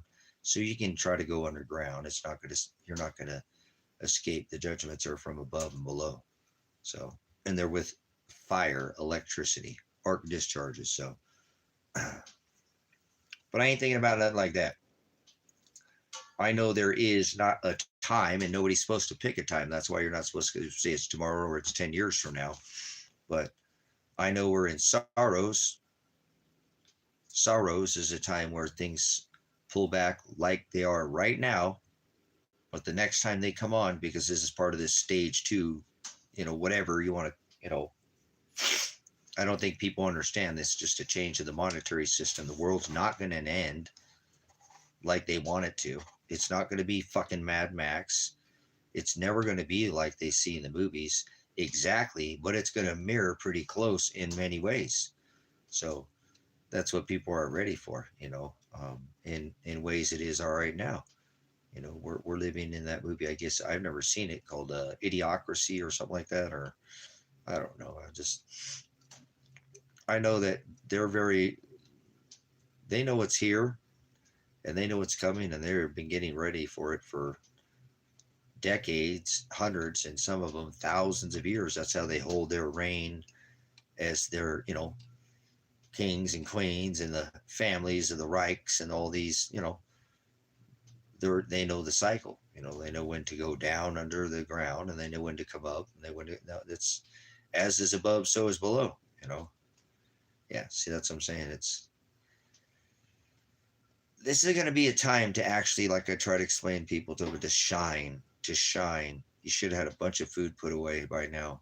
I have been beating the snot out of this channel every day. Come in here, buy food, go to the store, get extra oil, get rice and beans, buy bouillon to flavor your rice, get something, buy better food than that. Feed that to your neighbors. Constantly beating this channel with food, food, food, food. I'm like a squirrel, always trying to get a nut, not like a guy just trying to get his wick wet, but like literally putting away nuts for the winter, stores. A bird not need told to be fly south for the winter, and it does, because of its instinct. Some of us got mad instincts. We are like animal instincts, and that's what you're going to need in this forward tense world we're going into, if it's going to get more intense. That way you don't rip somebody's head off. You're wise and you get out. Remember? Nope, honey, we're fighting against lions, tigers, and bears, not people. We're watching that shit from a long way away. I know they're watching us. The shit's gonna get techie too. You know what I'm saying? Yeah, that's what I'm saying. They've been here, Tova, for thousands of years. Thousands of years. Do you understand? Do you know how old I am? Do you think I'm old the days that I am in this flesh? I am a lot older soul than I am in this flesh. They have been getting under the ground because of the Yuga cycles for thousands and millions of years, because of the sun. The sun is going to be the driver of what makes everybody have to get under the ground again, if you're going to survive. Be too harsh up on top of the surface. That's how they've lived thousands of years. I come from that family and that bullshit. I don't care about that. I don't think my son, if my son is alive, there's this Werner on my side, and it's the one that goes back to Switzerland. I know who the fuck I am and where I come from. It's dead. My son never wanted to have a kid. He never wanted. He's like, Dad, I'm stopping this evil fucking. We come from the evilest motherfuckers, and I know, Dad, you want to have a grandkid someday, but I am never having a kid. I am stopping this fucking family right here. I am the last Werner. Like, whoa, kid, you're heavy. It's like, well, Dad, you just want to know. And that's why I know my son will never have kids. And if he's gone, there will be no more. He's the last Werner in the family. There is no other Werner. We're gone. With Elijah, if Elijah's gone, we're done. And he wanted it that way. So if he's gone, he got it right. Because remember, I had him, but he was that last, So these people know, and I know where the fuck I come from, and I don't give a fuck about none of that. You know what I'm saying? This shit's old. This shit's been going on for thousands of years, millions of years. So that's why I've been blessed to know some things beyond my own. I've been studying for decades, but some stuff I've always wondered, how the fuck do I know some of these things? It seems like that are beyond my, study. Not that I haven't studied, just some of it comes a little, or the way the information comes to me, per se, too. I've always told everybody the way that I used to try to tell people that the information, Father brings the information to me. I just need to present myself as an empty sponge,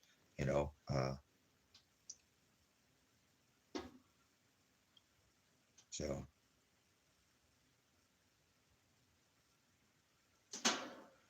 yeah, you better have food put away for them. See, that's what I don't understand, Tob. I don't understand, and I'm not saying you. It is what it is. How parents are like hyper food focused, hyper like, how am I going to feed these kids for the next 10 years? If the system goes down, how much food do I have for these kids to make sure they don't suffer? And I just don't think parents even think about things like that. They're just too caught up in their jobs and their lives and their vanity of the world, and they don't think, as a parent, I never thought like that. I'm not a perfect parent. Look what happened. I got my son fucking grenaded but shot, maybe killed, but it's because I was trying to take care of him. It's a priority, so kind of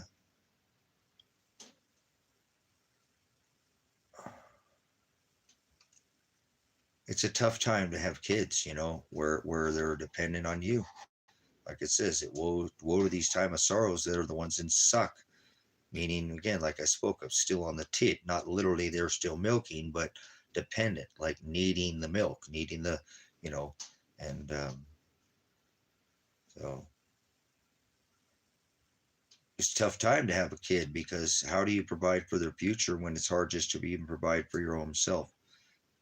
I was a single parent, so I know what it's like just to, and I didn't raise three boys, but I raised my son, you know, um, and I'm not saying it's not difficult to be a single mom, because when you're a single mom, you're a single mom and a single dad. Kind of, if you got an absent parent, or the McRib parent, as we talked about before, the McRib dad. But you have to be able to juggle your time. You know, I know my dad had three boys, so I can feel you, because my dad had raised three boys in Los Angeles, California. Right in the heart of the fucking valley. I mean, right, right in the thick of that. So, yeah, that's what I'm saying. Because you're not working anything. You're doing this, Toba. You're doing this. Your hamster on a fucking wheel. You're going nowhere. Of course you're tired. I'm tired because I'm going nowhere too, only because I can't get anybody to join me. But, that's okay. I still have fire under my ass. I don't, like I said, it ain't stopping me, remember? I got plans to get the fuck up out of here and go take a vacation, come back and kill it next spring, man. I'm going to rock this place out. So,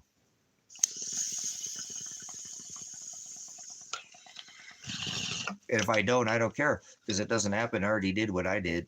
Remember, I already did anything I need to do. So, the idea is to, the reason why, and I don't mean to go there, because you're not providing your children with the things as a mother you should be giving them, like the things we talked about, teaching them how to fucking raise chickens and grow food, and they teach how to knit and sew, and yeah, boys need to learn how to knit and sew and patch up their fucking jeans, and and do things too that women do. I'm saying that's why I'm glad I was a dad and a mom, so to speak, because I gave him that teaching, so I understand the motherly love of a child. Absolutely. His mom didn't want to love him like that when he was young. And I didn't find it any at all not to take up that part. She didn't, 13 fucking days she breastfed him. That's it. And that's fine. That's fine. He's never been sick. That was enough. I try to tell people, don't need the whole goddamn years. That's great if you can, but it's the colostrum in those first fucking weeks that are so important, so, you need to be providing your children with a future, and then you probably wouldn't feel like you were on that rat wheel just going nowhere, like the hamster wheel, just spinning your wheels. I got you. I have that points in my life too, but that's why, get focused, get away from the dollar. I know it's much harder to do where you're at. You know what I'm saying? I had that happen to Elijah. They didn't take him, but they told me to come, well, we have your son and, custody of your son. I'm like, no, you don't. You got the wrong kid. I had to bring him down there because his mom was didn't have any record, still don't have a record, but they do that. They get the state involved and they take over your fucking kids. I know. They vaccinated my son. They fucking vaccinated my son. I almost went and blew the goddamn child services building up after they did that to my son. I wasn't going to do it during business hours to hurt anybody. I knew when everybody left there, when the janitor was gone, I was fucking so mad. When they vaccinated my son, oh goddamn, yes I was. My son had never been vaccinated, and they fucking vaccinated him when they fucking went out to go. I knew I shouldn't have. Even my son fought that shit. So, so I was fucking pissed, dude. I was mad, dude. I was fucking livid. Dude, when I found that out, dude, I was about ready to give my life up, dude. I'm like, fuck that, dude. They just, And Elijah's fine, like I said, because he was breastfed, and I think that has a lot to do with why he was so healthy, and his body obviously, you know, fought off whatever the hell they put. But I know that they gave that shit. I was so. But anyways, moving on. Here's what I'm saying. I'm sure you feel that way. Absolutely you feel that way, and there are a lot of people who feel just like you. So because when you're not getting anywhere fast, you get that hamster wheel effect going, and you just don't feel like you're ever getting anywhere, and you get tired. And it doesn't matter how much, even if you eat okay, it just burns it up so quick because you got that extra stress, and you're trying not to stress, and you're telling yourself that you're not, but you're getting by, and you're okay, but you're not. It's that free fall effect, and you never feel like you're, you know, um, getting anywhere. And that's okay. Because remember, you don't need to get rich. You don't need to be famous, but you need to be serving the Lord. You need to be serving Father. You need to be serving in His service. And so it doesn't matter what you're doing like that. That's not so important. But, you should listen to your instincts. Like I said, I got instincts like a motherfucker, and it says leave. And I remember I should already left, but that's okay. I do things when Father makes me, do it. Not, I have more than one instinct. My strongest instinct is my Father's intuition into me to listen to Him and not listen to me. Right? Listen to Him. Don't listen to me. Listen to Him. He's going to guide me. He's the one steering the ship. If I take control, I'll wreck it. I have to put faith. He'll make me do something if I need to do it. Like if I needed to leave the U.S., he'd just tell me to get in that goddamn truck right now and go. I wouldn't care about anything. And I'm really not, I feel disconnected more than I ever have. Once I've gotten Tango, remember, I was more concerned about my dogs than me. If you remember following this channel and what I said, correct? Remember? That I was more concerned about my dogs, especially Tango and all that. Now, Father just took Tango from me. So I feel a very disconnect from this world, but I'm not going to disconnect from Father. You know what I'm saying? I got to listen to Him. I can't let my brain and my heart that's hurt, get to me.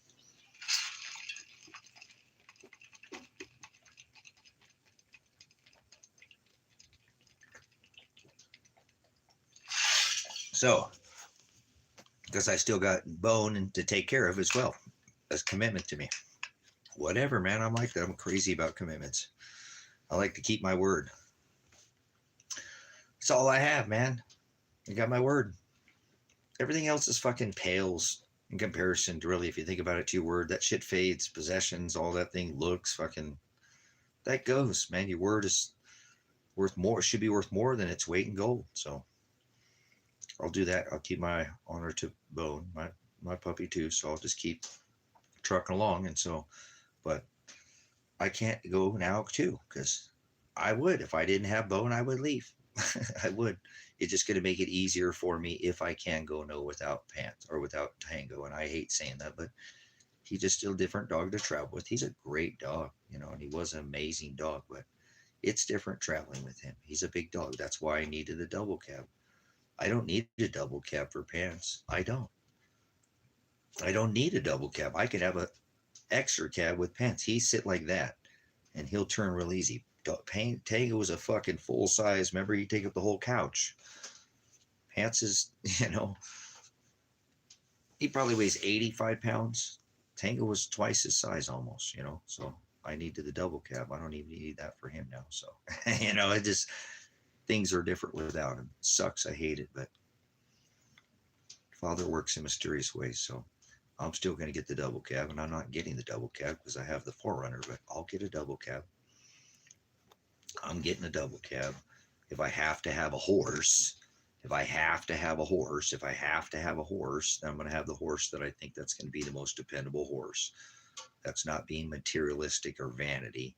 I need wheels if I'm on land, on a certain part of land, on this, while I'm on this South American, North American continent.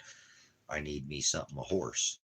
This isn't the 1800s. I'm a fucking minimalist. That's why I can own the, the 5,000 whatever dollar, it's probably worth more than that. Those 4Runners are going up in value quite a bit here in these last, been watching it. Toyota bounces around, but instead of owning a $30,000 truck, because I don't care about vanity. Sometimes it's about utility.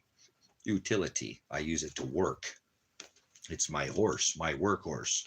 So it keeps me riding so I can live to ride and fight and to live to, another day.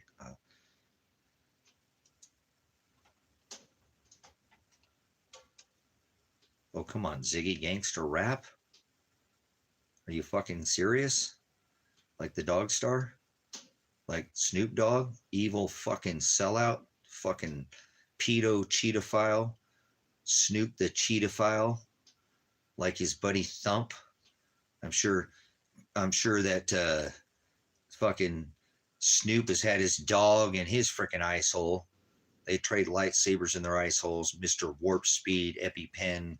Oh yeah, they've traded pens, lightsabers.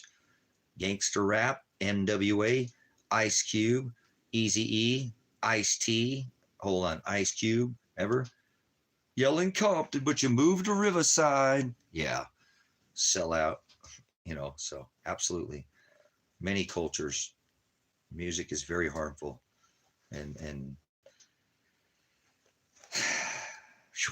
so there's one example. So just pick your poison, pick your genre, man. And it's also a blessing too. Love music, but I just don't let it beat, yeah,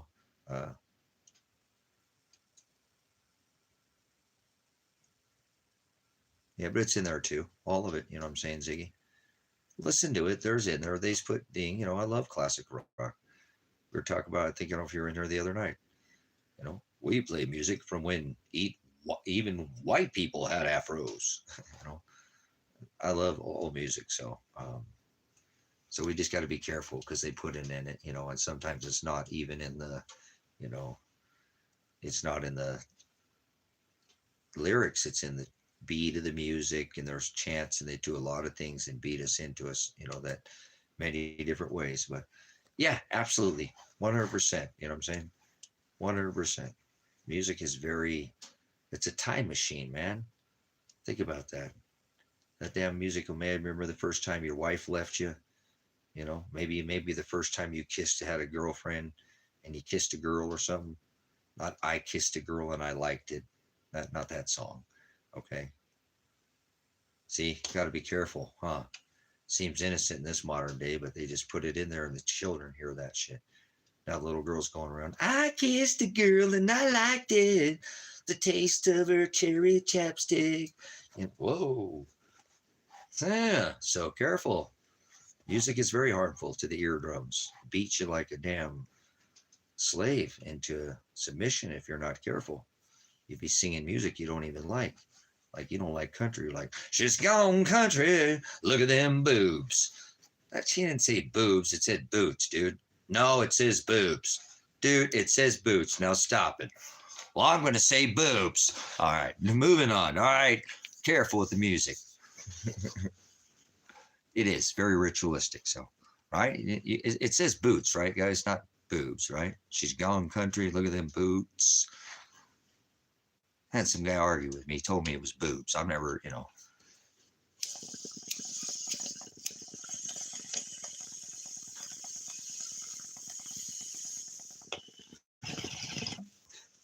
All right, I'm just joking. But you see what I'm saying, right? Put it right in front of your face, right, like that. So, you're never going to hear that song again and sing it the same way, huh? Damn, they kicked everybody out of the chat for that. They didn't like that. Good.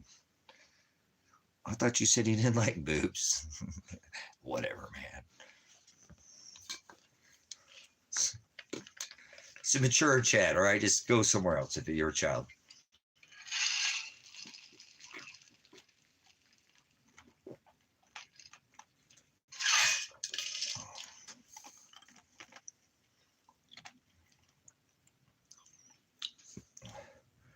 Right on. No, like I said, you think about what I just said. It's so beautiful. Music is an amazing thing. It really is a time machine.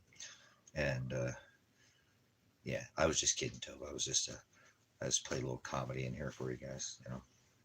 Careful, you be singing song lyrics you don't even know what it is, right? Making up your own lyrics, Take and change the whole lyrics of a song. It's look at them boots, dude. Boots. Boots? What's boots? No. So music can capture us and put us into a spell, and really it can put us into a state of depression. We listen to that same depressing song over and over because our husband, because we've got some perfect husband because we're the perfect trophy wife, and it doesn't work out because some, was vanity. And now we're listening to these same set of songs, and we stay in that fucking mindset for years and never come out of it and listen to those same, and get stuck. Music can put you in a fucking trance, you know. So music can be very amazing, but very because we go the other side. It can lift you up and bring you out of the hole. Oh man, remember what it felt like to be in the '80s, and music does to me. I like that. I'm like, God, I can beat this shit. That were times it's still the fucking '70s, dude. Fucking. You want to feel a little better? Go listen to older music, like you said, classic rock. Go back to that time where you remember. I was that girl standing right by my side. I knew I could tell the whole wide world. Shit, yeah, here comes my girl. Here comes my girl. Go back to that time. Yeah, she looks so right. She is all I need tonight. Little Tom Petty and the Heartbreakers. You're like, damn, that was good times. Shit, I'm feeling like that right now. Fuck it, this whole world don't even matter. Fuck all this tech. I'm back in the 80s, bitch, 70s, So it's a time machine. Sorry, I didn't do a very good Tom Petty. I'm not sorry. I apologize. But you get what I'm saying.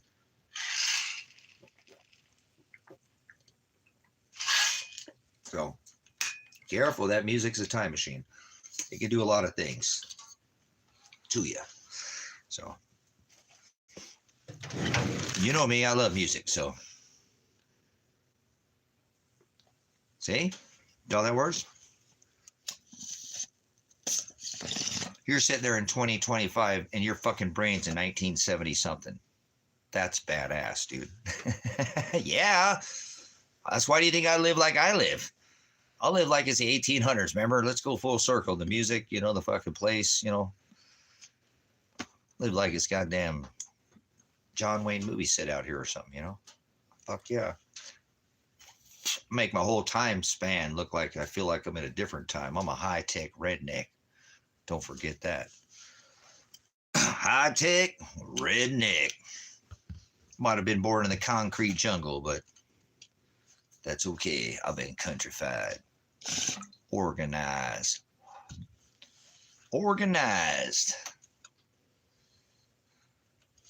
Still got that job planting tulips? No.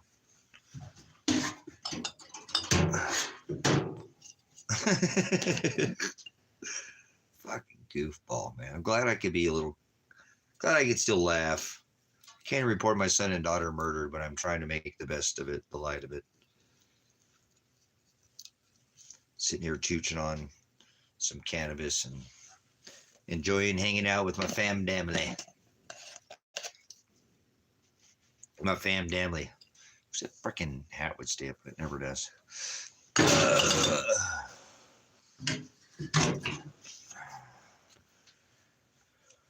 Holy sheep shit, Batman. Now back to the Hall of Justice, Batman.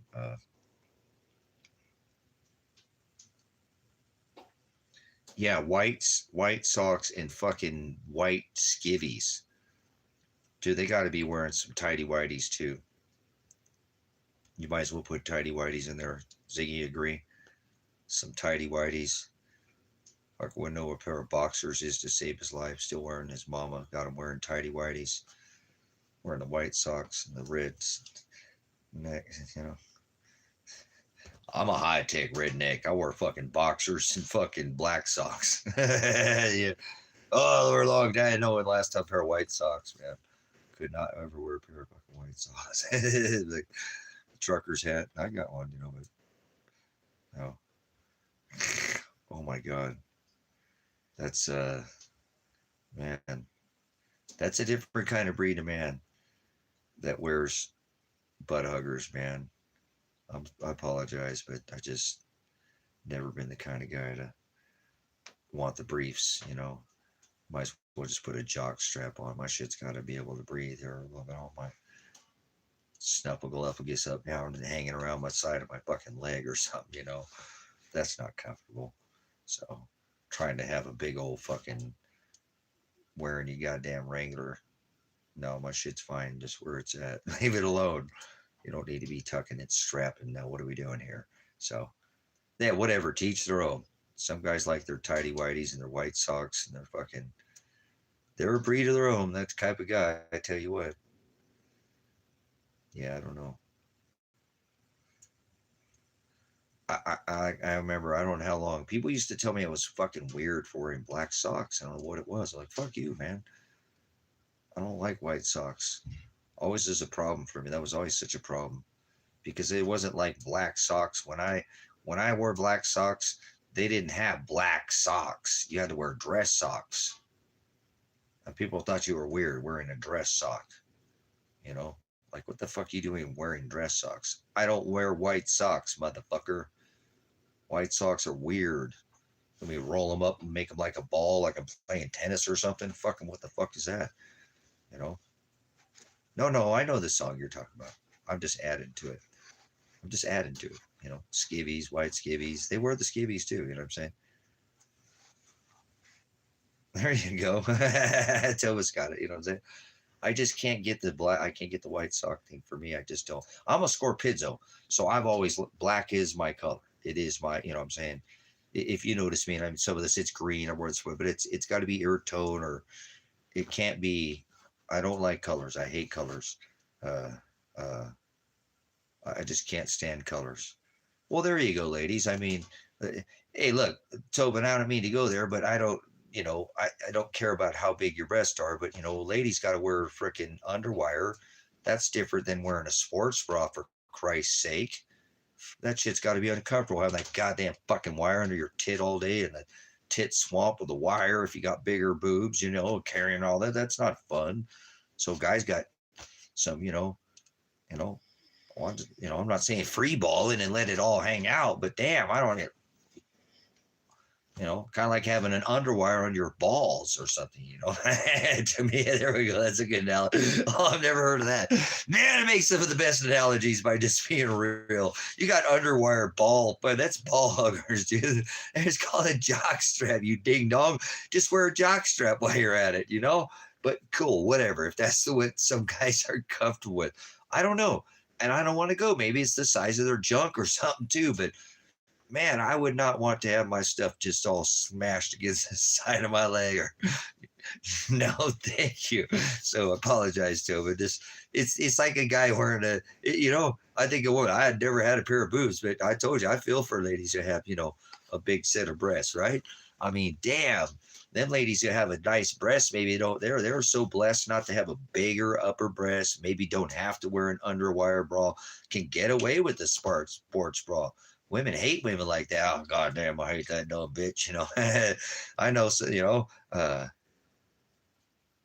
thong, thong, thong. Oh God, the thong going up the butt. There we go. The same thing. There we go. There we go. That's a good analogy too. Thank you there, Joe. Because it'd be like the thong up the butt, and that goes up the crack. It's kind of like the same. That's a good analogy. A thong. Thank you. Another good analogy for a woman. You know what I'm saying? Like they don't have to wear the thong, but some women they wear that thing, and that thing goes right up their ass, dude. You can't tell me that's comfortable. I want that shit to sound outside my butt cheeks on both sides. I don't want it to go be, but whatever, man. Some people, boy, this conversation got deep by adding underwear to the White Sox song. But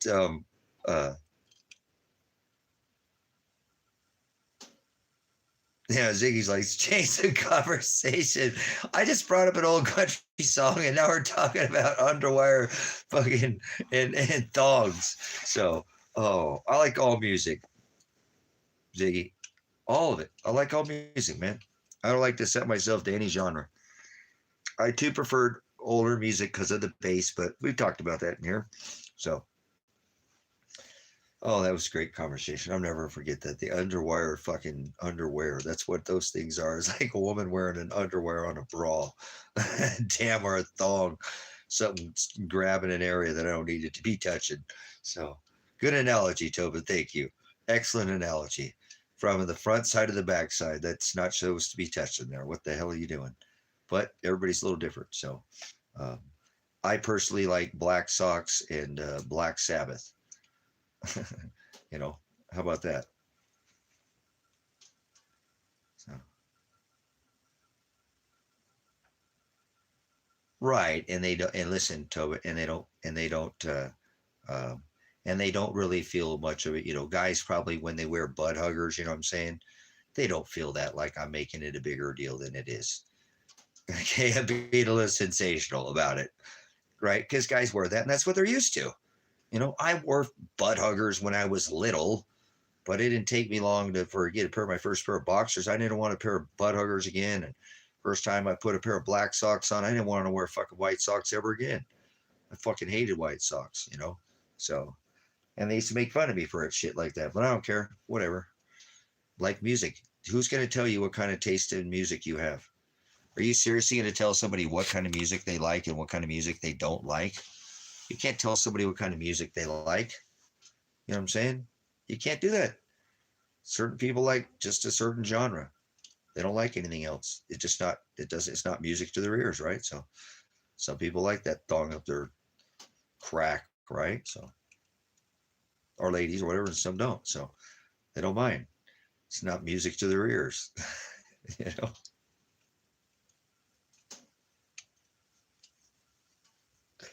Whatever taste in music you have, whatever taste in socks you have, whatever taste in, you know, what am I to sit there and judge somebody for fucking wearing white socks?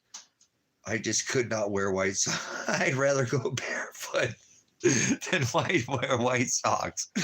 I would rather, hey, look, man, you go to jail, you have to wear white socks sometimes. So orange socks, fucking brown socks. So, not like I'm wearing white socks, but I'm much better wearing orange socks than white socks, man. How about that? Oh shit, dude, that's not a good answer. I'd rather wear orange socks than white socks, and I hate whatever. Oh my goodness, this is getting out of hand in here. Oh, there you go. There you go. Boys are going to be different, exactly. With their jeans, see, there's a good thing. Some boys are going to like tight fitting jeans. Some other boys are going to want to wear loose fitting jeans. Girls are kind of like that too. Some girls like to let it all hang out, and some girls are a little more, you know, a little more covered up. And I don't mean like that, or some more pull it up or stuff, you know, and they're a little bit different, whatever they're comfortable with. So jeans would be a good another analogy with people. Or I would like to wear a loose fitting jean. Then I got to wear a belt with one size too big or two sizes too big. Is how I like to wear my jeans. I don't like to wear the size of jeans that hell no, I don't want them grabbing my balls. I would do it. I can't do the guys wear this. See, the guys that wear the tidy whities wear the jeans that grab their balls too. Oh, I need a good laugh. I haven't laughed at this in a while. You know what I'm talking about. The fucking cowboy jeans. God damn, dude. What the hell, dude? Put that shit up, dude.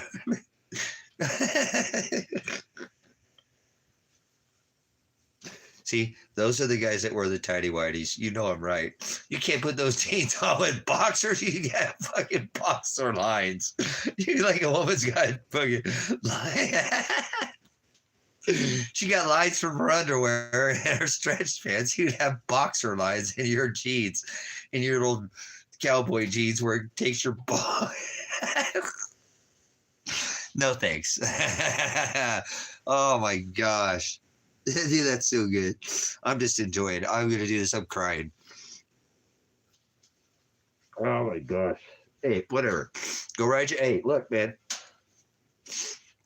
When you're riding a bull, you want your balls all tucked up.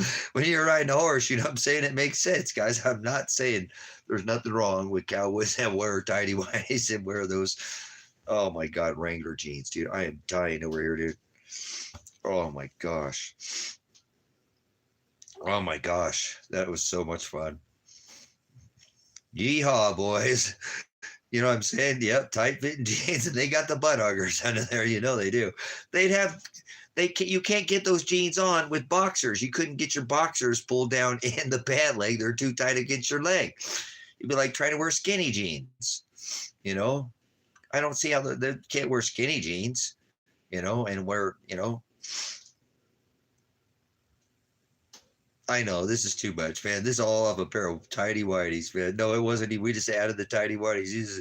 This came up with Ziggy talking about one song, talking about socks, rednecks, and yeah, whatever, man. You were just helping the sheep over the fence. Yeah, right. Whatever.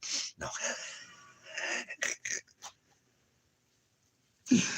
Talk about tidy whitey.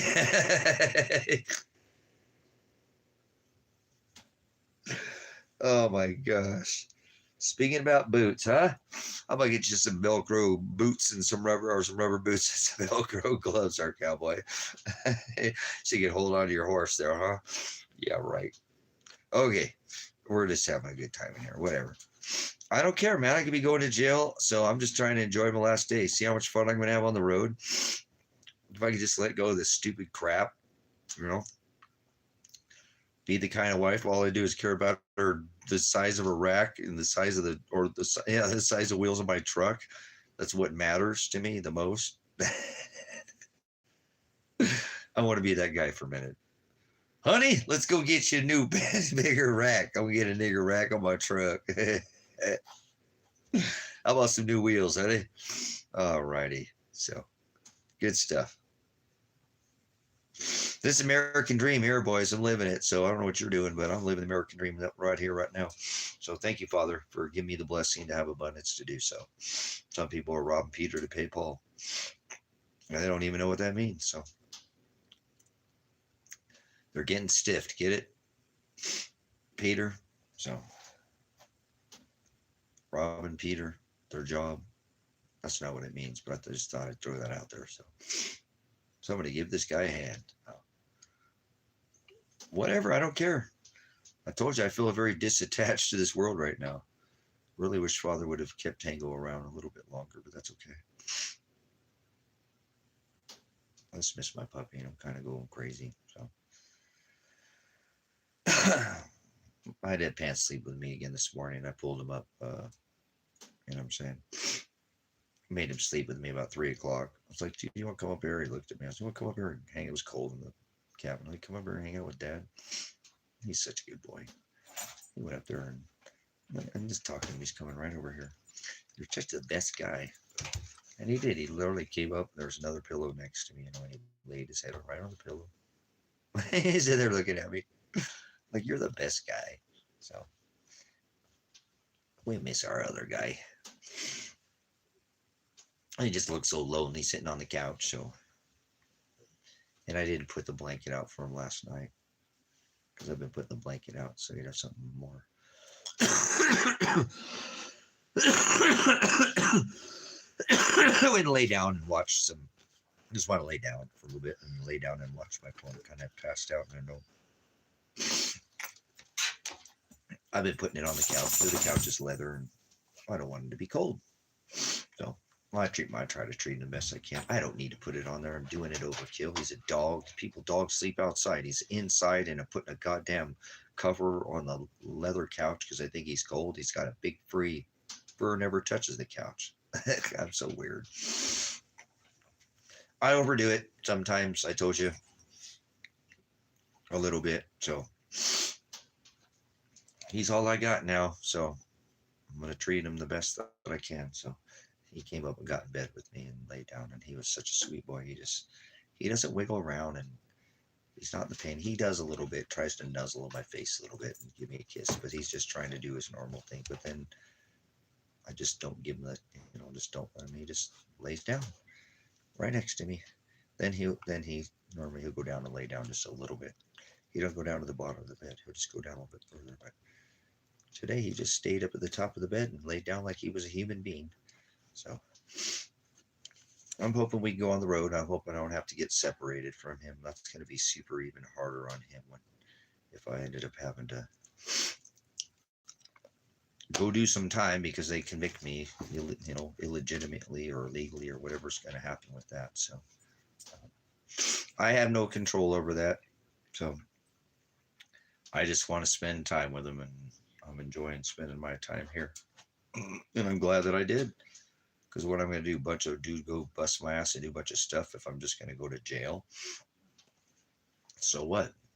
I already have more than I need, more than I want, more than I could ever use, or more than any one man ever could ask for. So I've already been given that. So uh, I'll just focus on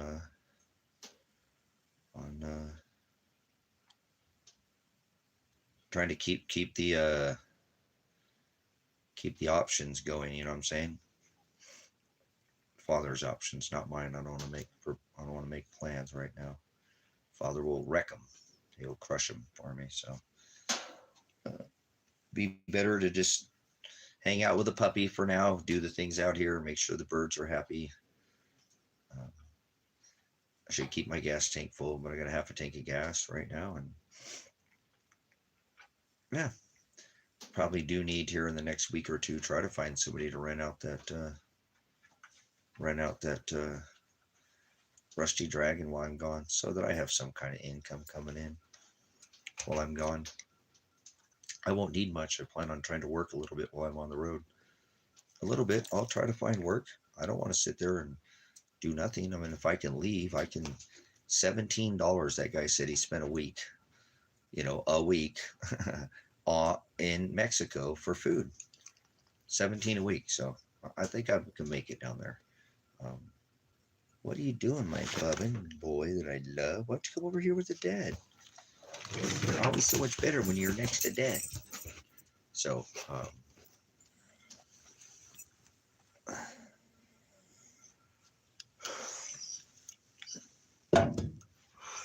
I gotta make it. I have my boy. I'll be happy. We'll figure it out. We'll be road dogs. We'll be road dogs. As long as we can keep enough gas to keep moving. And I plan on trying to leave with enough gas money to make it down there. And what I'll do to get back, but I'll figure it out. That's like writing a one-way ticket. Whatever. I'll be all right. Like I said, I'm going to bring some possessions down with me and just kind of wing it. We're just going to wing it, huh? We're just going to be road dogs. Oh, damn pants. I got some sweat or muscle pants underneath these because I'm trying to stay warm and they're damn creeping up on me. They're muscle pants. See, there you go with the tidy whities. I could never do that. That'd be insane. Get off of me. Don't touch me. So, yeah, we'll see. It'll be fun too, because we'll live stream it all. We're gonna be some good people. We're gonna be some good people on the road. You know what I'm saying? We're gonna meet some good people. Pants is a good boy. He minds. He's a good boy on the road. He's a little whiny. He likes to talk a little bit. It was kind of weird. Tango, my other dog, he used to be so noisy. And then my other dog quieted down and he started being kind of whiny. So they just switched off. So he should be fun. He should be fun. Yeah, you know what I'm saying? So I think that's going to be what I'm going to do. That's what I'm going to do because my boy is the best boy to go on the road with. Oh, he heard that. He likes that. He's such a good guy. So it should be fun. Like I said, I think the stream will be fun to watch. I'm not going to film everything, but when I on the way, I'm going to go live and it's going to be a blast. You know what I'm saying? It's going to be a blast. It's not going to be easy, but it's going to be. Sure, Pants will have a good time, and like I said, I'm going to try to get that topper, so it'll free up when I have, give me some money to work with, where I'm not need to worry about hotel rooms. I'm not going to try to rent a hotel room the whole time I'm gone. I'm going to plan on going to jump in the river, and get some water and bring my stove with me and take bucket showers on the road. I don't want to rent a hotel room. Not once. So I'll rather plan on leaving that towards gas money and going to go do something somewhere that costs a little bit of money or something, a sightsee or something, It's a vacation. I don't want to work a lot or anything. I'm sure I'll do some jobs on the road just to help people or whatever. I like to work, build and stuff, but we'll see what comes. I'm a builder, so I'm always going to try to help somebody build some. If I see somebody build something, I'll probably pull over. Hey, can I help you? What? Can I give you a hand? You want some help building or something? You know what I'm saying? So we'll see we'll see what the it'd be nice if I had enough money. If I can sell one of my vehicles, I should have enough money to go for a few months and not have to need to worry and get a hotel room once a week or something. But because once I get down to Mexico, hotels won't be expensive down there. So hotel I could probably for what I pay for a night hotel here, I could get a house, a little 1 bedroom house down there for a whole month for one night. In the country, I could probably 150 to 200 bucks. I could probably find a house, a 1 bedroom little house somewhere in the country on a half an acre or something, half a hectare, quarter hectare. Sure, there's places like that down there. Not in the cities. I don't want to live in the city. If I'm down there, I want to have a place in the country and travel to the city, to the cities. So that was kind of what I was hoping Kevin would do, seeing if he'll be game for that.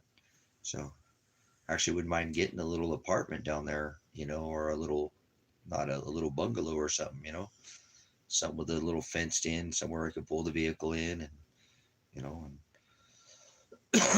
so, because I might bring my cats. I'm not sure. If I'm just vacationing, I'm probably going to leave them here and have Rick, the neighbor, he'll come down and give them food, and I'll probably give the chickens up as much as I don't want to do that. I love those birds. I've had them, but I'll find them a good home and get some fresh chickens when I come back in the spring. So it's gonna suck. I love the birds that I have, but it's a good thing I water glass the eggs I got, right? So, uh, but yeah, I'm not trying to be in the cities. I only want to sightsee. I want to see a little bit of the city. Toba, there's good. Mexico has some, what I'm saying, some smaller little cities that I'd like to see and go and experience a little bit of the culture and, down in Mexico, not in this country, but majority of the time, what I'm saying, I don't plan on having any time in the city. It's gonna be country and sightseeing, just going out and seeing waterfalls and different kinds of, beautiful, different, just scenery. I want to just go scenery, go see nature, go hike in new trails and little, and things, all kinds of stuff like that to do in Mexico. So go to the beach and, you know, probably go fishing down there, do things like that. You know what I'm saying? Where it costs a little bit of money, but not a lot, but get a place in the, get a place in the country that's affordable, because it's not going to be in the city in some little town that might be 100 miles away, but that's all right. I'll travel, I'm there to travel. So, just give me a base is what I'm thinking. So, and that way too, if I ever need to leave the puppy, I could probably actually have hire somebody to stay there and watch the puppies for a day or two or something, down there in Mexico. I'm sure I can find that. So hopefully the cost won't be super phenomenal like that. Don't worry about it. It's not like, that's what people don't realize. If you stay out of the cities and you stay out of the nightlife and you stay out of the bigger cities where there's a bigger cost, it's not that some cities all have big costs too. Um, uh,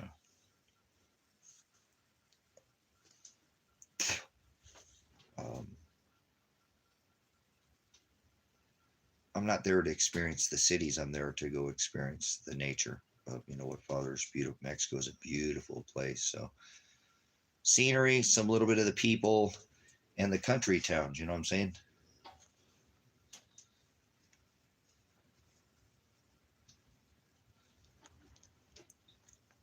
The country towns. I want to see the little towns. I want to see the little country towns, not the cities. So, because there'll be some things in the city, but I'm not going to be down there that long. Time will go quick, especially if I'm having a good time. I'm sure the days will blow by. You know what I'm saying? The days are going to blow by. So, then get back here and try to get this. Hopefully, this shit in America be all ironed out, because this is the base that I have set up. I'm not going to go down to Ecuador and try to set up anything in Ecuador yet. I might go to Ecuador and look at that farm, that farm, if it's still available. I haven't checked because I don't even want to look. I feel like it's going to be sold already, and it's okay. I just need to go down there and not worry about being disappointed. If it's there, it's there. I'm sure there's other farms. That one was ideal. But you just hanging with the dad. Hey, just hanging with your dad. Oh, sheepy boy. Are you sleeping on dad's lap? So, yeah.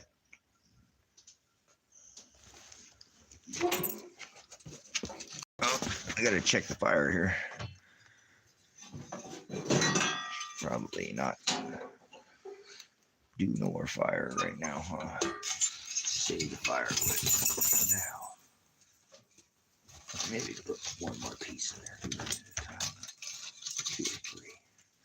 Do a slow one for the day. Keep the coals going. I'll have some coals. Maybe 1 or 2 for lots of coals in there. Lots of coals. Oh, she's hot. Drop it like it's hot.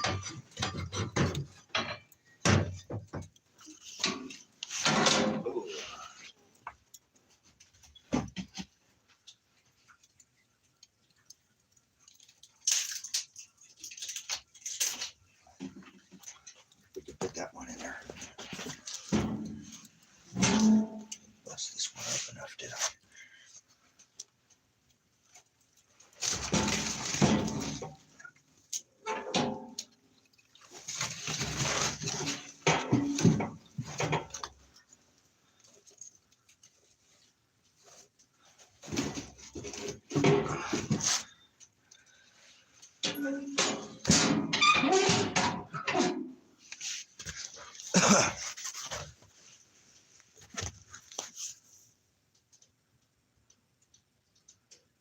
Oh, I'm just doing some mix.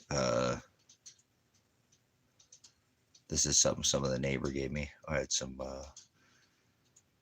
got lodgepole here, and they burn a lot of lodgepole in Ponderosa Pine where I'm at. There's a lot of it up here right where I'm at. So there's other fir and spruce and other in the area, but that's the most predominantly. This, I think, is something different. No, I'm not sure. Somebody gave it. It looked like almost like an ash or something. It's a little lighter, a little more porous. So I had somebody come by and drop some pieces off that they were out and about chopping. They gave me some of the extras they threw out front. But yeah, this is the cabin out here in Silver Lake. So yeah, thank you, Tom. Appreciate it. Like I said, I'm excited. Hopefully when this ministry goes on the road, it'll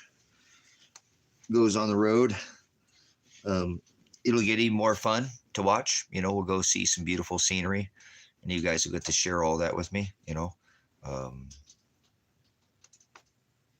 That'll be fun. And like I said, we'll come back here in the spring and we'll rock out what we've, get the cabins. And I'm hoping I'll have maybe an investor by then on this other property or something. I want to, I didn't buy that property. This property didn't buy for me. That's why it was given to the church. And that property there is an investment property. So I might find somebody who wants to invest in these, moonshine cabins out here in the high desert. So when I come back, I'm going to be motivated, man. I'm telling you what, there's a lot to this little hick town is just blowing up, man. And it's just prime, you could do so many things out here and just kind of take over the market, because there's nobody supplying the supply. There's a demand with no supplier. So that's the nice thing about when you kind of get from the ground up, kind of like getting in on Apple computers, Nah, I'm already invested in fruit stock. All right, fruitcake. So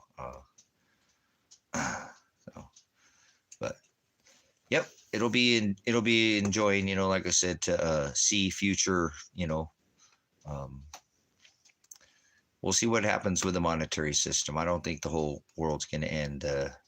You know, that already started back in the reset of the new age and the COVID, and we're past that now. So they're just resetting the monetary system now. That's what this current regime was brought in, to reset the system, and that's what they're doing. So the people who are going to fend well, the people who are going to either be separate from the system, as you've been taught here, to become your own supply chain, cut off this system and become your own system. That's optimism, that's evolution, that's not pessimistic, because you're trying to check out of the system that's strangling everybody. That is the righteous thing to do. Father doesn't like taxes. Father doesn't like, fiend and dependency, and pride is, you know, rising above somebody else. So Father hates cities, and he doesn't like when we're dependent on a system, when we could become our own system and our own supply chain. And so people won't fend well in the new system. It's not going to be the end of the world. It's just going to be the end of the world that they know it. You know what I'm saying? So yeah, much appreciated, Toba. Go out there, like I said, try to check out of the system. You got to figure out a way you got 3 boys, that you got to take care of, and start thinking about food security. How food secure are you? How much food do you have? How long could you live if they cut it off tomorrow? And, could you make it? Start figuring out a plan. If you have any way to get here, I know you're going some legal things. You are welcome here. There is a ministry here for you to bring your 3 boys. There's a school here. I try to homeschool them, do whatever you can, whatever, but there's a place here. So have to start from the ground up, but it's possible. So don't act, like I said, don't be hopeless. Don't think that you're sitting there spinning, like you said, like you feel. There is ways. Father will provide a way, even if you have to come here. The ministry is a worldwide ministry. It doesn't matter which country you come from. Okay, there's a place here for you, and I know you are dealing with legal things. I have some logistical things going too, but when and if you can, you are more than welcome to come here and start a life here without worrying about it, and teach those boys everything we talked about. And you can do that here. And hopefully there'll be other people to help do that too, as part of the ministry. So just keep that as some kind of, light there at the end of the tunnel. Okay. You have a home here. Remember that. I know you're dealing with logistical things, but I've been there. I fought for Elijah, my son, for 8 years, Toba. 8 years it took me to finally be able to do something with my son. 8 years. I couldn't go anywhere. I couldn't do anything. Then when I got him and everything was good, I tried to get him to be with his mom, and he didn't. So we went to Hawaii. Okay. We went to Hawaii. We learned how to live off the grid. Taught him how to live off the grid. That was one of his first experience with, he's had some other skill set before, because we've been in Idaho, but, fully off the grid. And got him learning how to live like that when he was young. So you can do it. Go out there and kick ass today. Don't take no for an answer. Well, I had silver, but I had to sell it all. So I have some. I used to be a buffalo farmer. These are the best kind of buffalo. They don't shit in the house. They don't bark, bite. They don't even ask to be fed. Be a buffalo farmer. So much Agape. Love you too, sister. Appreciate your time that you spend in here, and all your time and ties to this ministry. It's very important that we're a body here. It's just not me. Just ain't this ugly mug that makes this work. It takes everybody, as we're all part of the whole. Remember, the body of Christ is not his body. It's us. We, the people, are the body of Christ. Eat my body. He didn't mean his body. He's talking about eat of the meat that we come in here and we share with each other. So much Agape, much blessings. Take care of those kiddos. Get that stuff taken care of, and you can come here. You're more than welcome. Get your fucking passport. Get your ass out here. I don't think Australia is any better than America. At least you can own a fucking weapon here. You can't own a weapon in Australia. I'm not advocating weapons, but fuck Australia. Fuck Australia, man. You can't even protect yourself, your kids there. That place is a fucking nightmare. I'd love to go there or visit there, but I'd never want to live there, And I don't need a weapon. You know what I'm saying? How do you grow it easily outside? Well, cannabis isn't a plant you can grow easy. Thanks for calling it cannabis, but it's getting a little harder to grow it outside, No, Australia's a fucking garbage dump fucking because of the weapons. They can't even know they gave up their rights. A bunch of fucking idiot morons that gave up their right to bear arms. So the country's beautiful. The people are amazing. There's amazing fucking people in Australia, but the country itself's gone to shit. The politics, the whole thing, it's a dirt bit. It's a shit show. Um, Absolute fucking tyranny. I mean, it's disgusting. What they did to those people during the COVID. They were harder on Australians than they were any other nation. So Australia is a fucked up country where you can't even fucking arm or you can't even defend yourself. It's a shitbag country because if you take somebody's way to defend themselves, that's fucking tyranny. When only the government and the fucking police have the guns, that's fucking tyranny. So fuck Australia. So, but same thing in Mexico, and I like Mexico, and I'm gonna go there. I'm gonna go visit Australia. It's got beautiful, like I said, culture, but the country's fucked. But so is every other country. So it's the governments that are a problem, and that's the biggest problem in Australia is the tyrannical government that's in that country and disarm the people. So it's not a decent country at all. America's is the worst out of all of them, but there's better countries, but it's not a decent country. When you disarm a country, that is tyranny at its finest. So. Yes, I visit all places because I want to visit all nations because Father's Bride is in all 180 countries. It's not some place in the middle of the desert. That's not the Israel he speaks of. So I want to visit all 180 countries. I just don't like the governments of the countries. Father sent his son to stand up to the government. At the time, that was the government, the law, the halakha, the Haggadah, people who don't study. And so he stood up to the government, religion, and the law. So if you don't stand up to the government, religion, and the law, you're just some pussyfoot, fake religious idiot, and you're not welcome in here with me. So, yeah,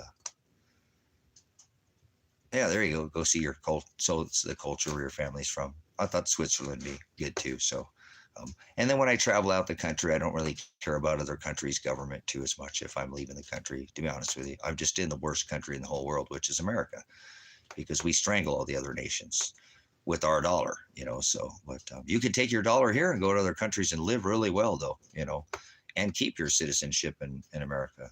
I own land here. I own everything. So I'm not leaving. If I go and out of the country, could have dual citizenship and have dual, I'm not selling everything I own to leave this country. I would never do that. There's people in this country that need this ministry. Like Toba, if she ever wanted to come here because she's in Australia, which is a shitbag country that took the fucking weapons away from the people.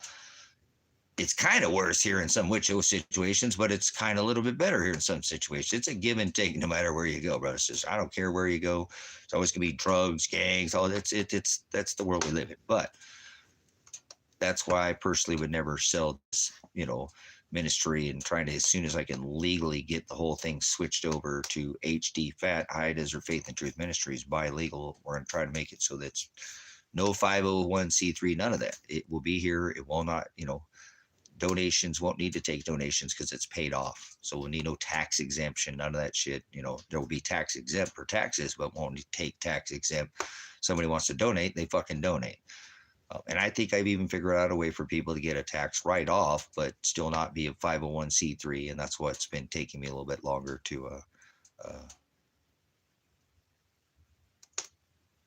would you ever have a compound or a farm for your ministry? That's where I'm at, Bass. That's where I'm at right now. I'm at the ministry. I'm at the farm. I'm at Silver Rock Ranch. Here on the 20 acres. I sold the other 20 acres because there was 40. That's way too much for the ministry. So I have another 20 up the road that I'm trying to find a business partner that wants to go in these moonshine cabins, not because of alcohol, because I live in the largest dark sky sanctuary in the world, 2.5 million acres set apart from light pollution. I own another 5 acres on the road that I built. I had built a UFO out there on the highway and put it up out there, but it came down. It was 48 feet in the air, but I brought it back. It crashed, landed, and I brought it back over here to the ministry, and now it's over here at the farm. We get the UFO, but that's what you get when you mock God and put stuff on a pole. So, I wasn't mocking God. I was mocking the people. So there's no such thing as UFOs. It's GFOs, government flying objects. There's no aliens. There's no space. There's no free will. There's no luck. There's no chance. There's no such thing as saved. All these things people add to scripture. So at this ministry, yes, we have a separate place. We even have a underground 3 stories down from where I'd be at now, height-wise, 28 feet down, a shelter, a $250,000 to $500,000 storm shelter to protect the word of God and to protect the ministry of people who are here from hailstones the weight of a talent, as well as fires, 100 plus, 200 plus mile. You might go outside, it might be like a microwave. The scripture talks about in the book of Revelation that men's skin will have boils on them. The boils that's going to be from the sun. You're not going to be able to go outside. It's going to be like a microwave. It's like J.G. Wentworth, like the microwave burrito. It's my burrito, and I want it now. So, do I think they can control the weather? Are you taking a survey or something? Are you with the government? Because fuck the government. If you're with the government already knows all those answers. So, do you think that maybe that the government has very little to do with aerosolic radiation management and spraying you with fucking yellow mold spores, cow blood, strontium, barium, uranium? Oh, uranium, not uranium. Oh, okay. Aluminum, the onset to Alzheimer's. That's done by private contractors as a majority. The skies look like waffle fries. It's disgusting. You should see the stream that I started out yesterday. It is filthy how much we get waxed. But there's the second effect, which is called, the other side of the coin or token, that they're here to save you because the government loves you, and it's called aerosolic radiation management, because we are getting bombarded because the magnetosphere on our rock that we walk, the protection of the magnetic canopy, has failed. And if they didn't spray us with aluminum, we all would be bombarded by solar radiation, and that the sun would have already been blotted out, and we'd already gone into a solar minimum, because that's what happens every single time. We just had 6,500 years ago that Iranian volcano is waking up. These are the Yugo cycles. They know the cycles. So, of course, they manipulate the weather. They have weather weapon treaties that they cannot use the weather as a weapon to go after other countries. So,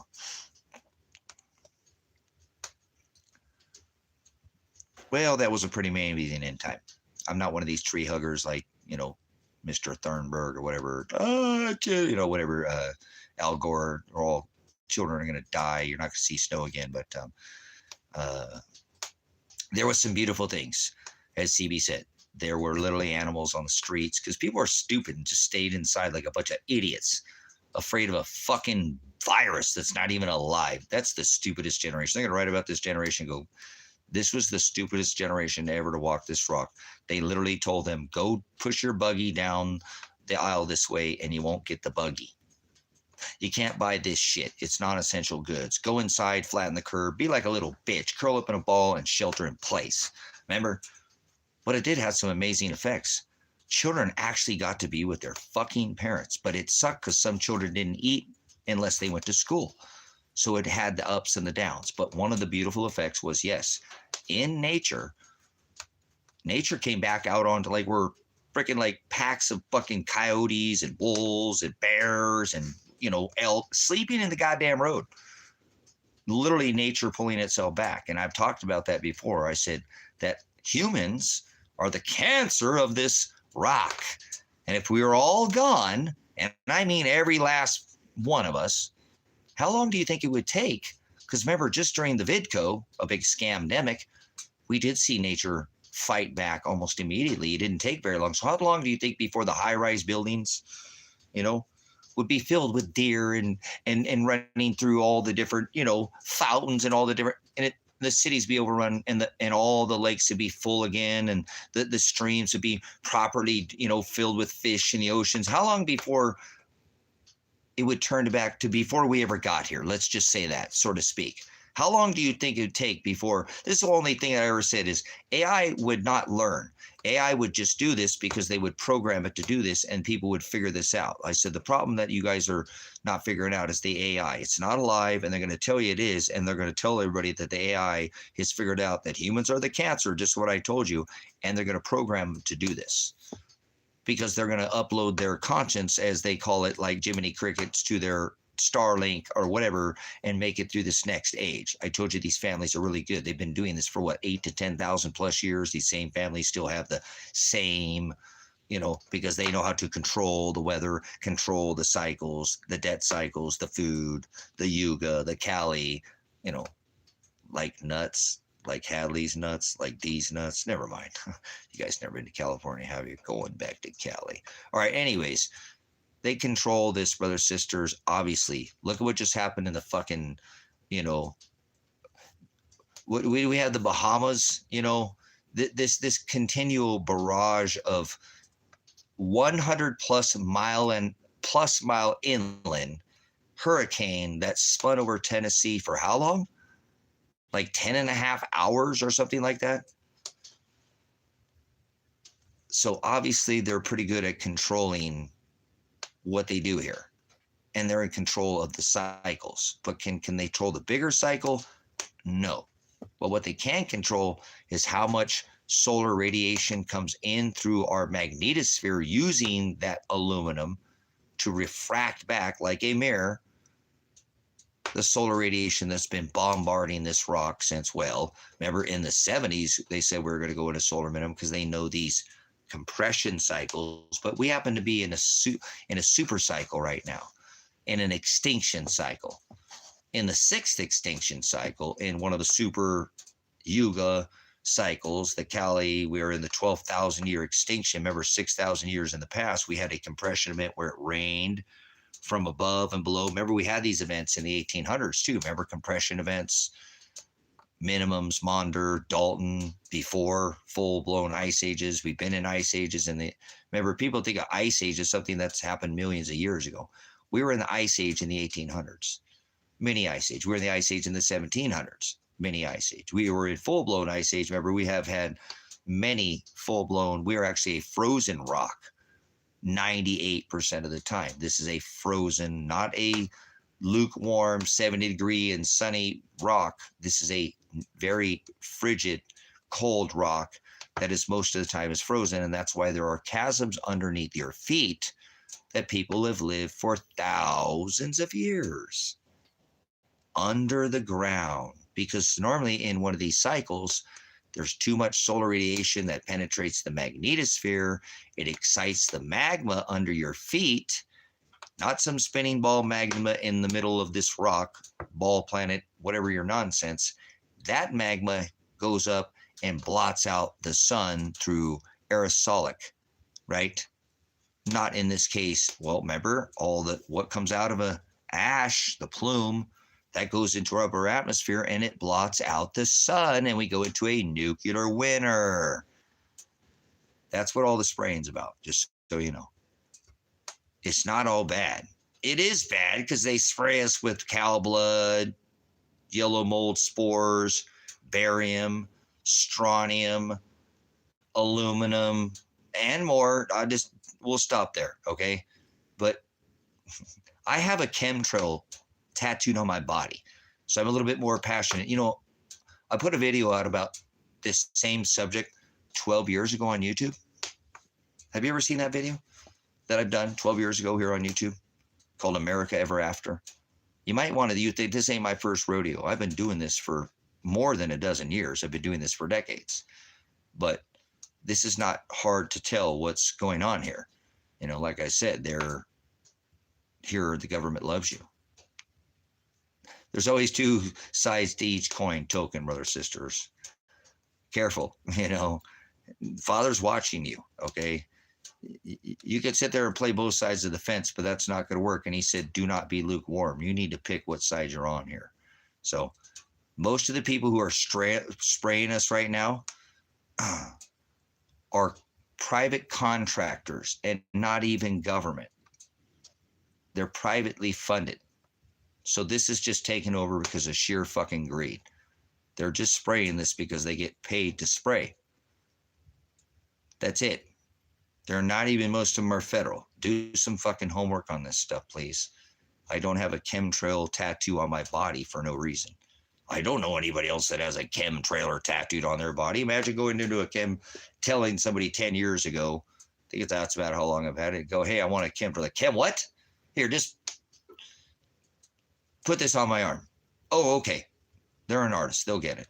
Give a picture. They'll put it on your arm. So that's what he did. But I don't know anybody else that has a chemtrail tattooed on their body. You know, I'm actually pretty passionate. So I wish I would have done a little bit different, but that's okay. I got another arm I'm working with. So I'm going to get the full grid pattern this time. Seriously, I'm thinking about doing it above this one right here. Right there. Do that full grid pattern right there. You know? Or maybe on the underside, because I still have the underside. I've been thinking about maybe doing the underside too. So still have the whole back of this arm too. I've got some, but we'll get her filled in eventually, right? Maybe that's one of the things when I go on the road, you know what I'm saying? I'll be able to do more. That's why I want to travel. I want to get tattoos from all over the world, man. I'm gonna have some scriptural sleeves. This is part of it scriptural. It says that the devil will be able to change times. Mm-hmm. Times. And this is part of that too, just so you know. Kind of like they can manipulate the weather, change the season, the time, get it? Not times and seasons, change the times, which would also change the seasons, right? Which would change the signs. Temperate to, right? Winter to summer, summer to winter, in a matter of, I control the Pleiades, the 7 stars, the 7 churches, right? Which are the 7 candlesticks in the temple.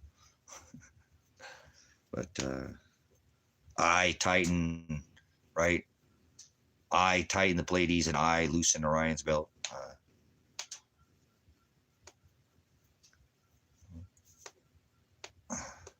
The 7 sisters. Look at that. Good shit. It's the 3 sisters, but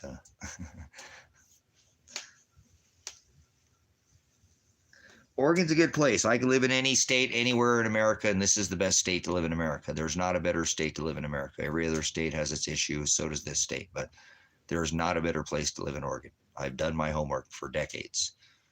So I could live anywhere pretty soon again. Hopefully this shit gets taken care of. I'll have the ability to go anywhere in the world again. And this is where I chose to live. But because of where I'm at too, more importantly, where I live, I think this is going to be one of the best places to ride out the storm with the shit storm that's already here and continuing to rain on us. So.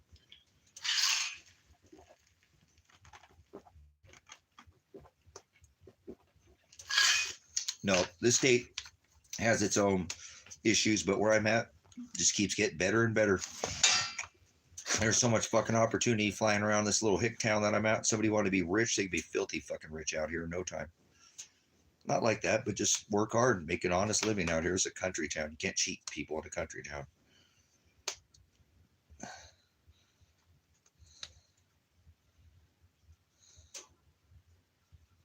Yeah, no, that's people have navigated the Pacific. There's a reason they blazed the Oregon Trail, man. They didn't come from the East Coast all the way to Oregon for no reason. Think about it. They could have come anywhere. They came all the way to this fucking state because this place was already popping, man. This place was already popping. Portland, people have no idea about the city of Portland, the Beaver Wars, all the pelts, all the trapping, all the logging, even the mining, all that. This place it's an absolute gold mine. Oregon has all 4 climates.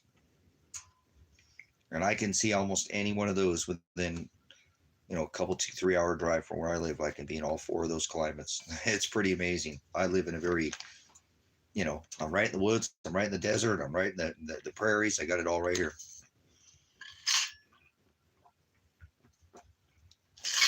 So every state is awesome. Every state has an amazing scenery. But this is just one of the more beautiful states in all the nation. Every state has beauty. Let's not take away. So, and it is one of the best places to grow wine all up and down the I-5 corridor. There's wineries all the way up and down that I-5 corridor. So there's even over here in Bend, there's wineries over here in Bend, Yep, it was. See, that's what I'm saying. There was a lot of amazing things going on here before all this nonsense with, they were going to call Portland Boston, obviously, because, but we came in here and messed it all up. I agree. Thinking we need to set up fucking borders and shit. So walls and country, states and all that. I hate borders. I hate walls.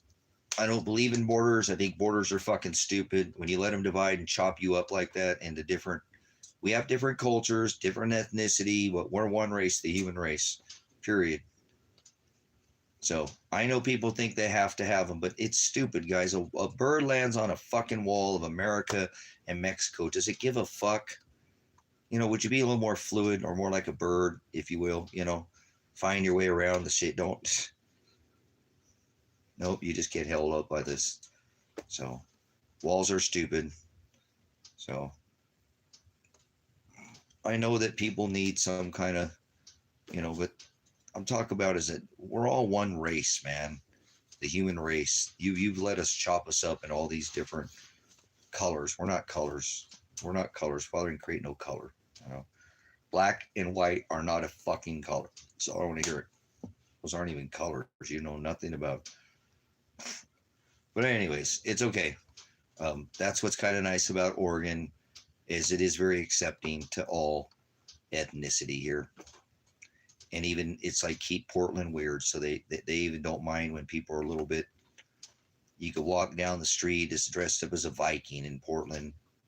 Look at the mockery they're making of these fucking ISIS terrorists. We got ISIS terrorists, Hamas, basically paid thugs in our streets. These people in Portland are out there dancing in fucking unicorns and frogs and hippos and blow up uniforms, making these such violent. No, it wasn't. Portland wasn't violent at all. Portland's not a violent city. They're making it look like something that's not. So, and I love what the people of Portland have gone out there and their stupid, weird attire and shit that they do. But it just shows they're not violent. They're the complete opposite. They're partying out there, dressing up as clowns and putting on those puffy fucking frog suits. We got frog spawn out here in Oregon. It's actually spawned into other fucking nations with their protests. People are so violent, they're going out there in frog costumes. You got that one cop literally spraying that first guy who was out there in that frog costume, literally in his ventilator that pulls the air in. The cop goes up and fucking, OC fucking sprays that damn vent, dude. What a pig. Dude, that dude needs his fucking head chopped off. Seriously, go up and spray that fucking dude in the back of his ventilator that blows his costume up, dude. That's some pig shit right there, man.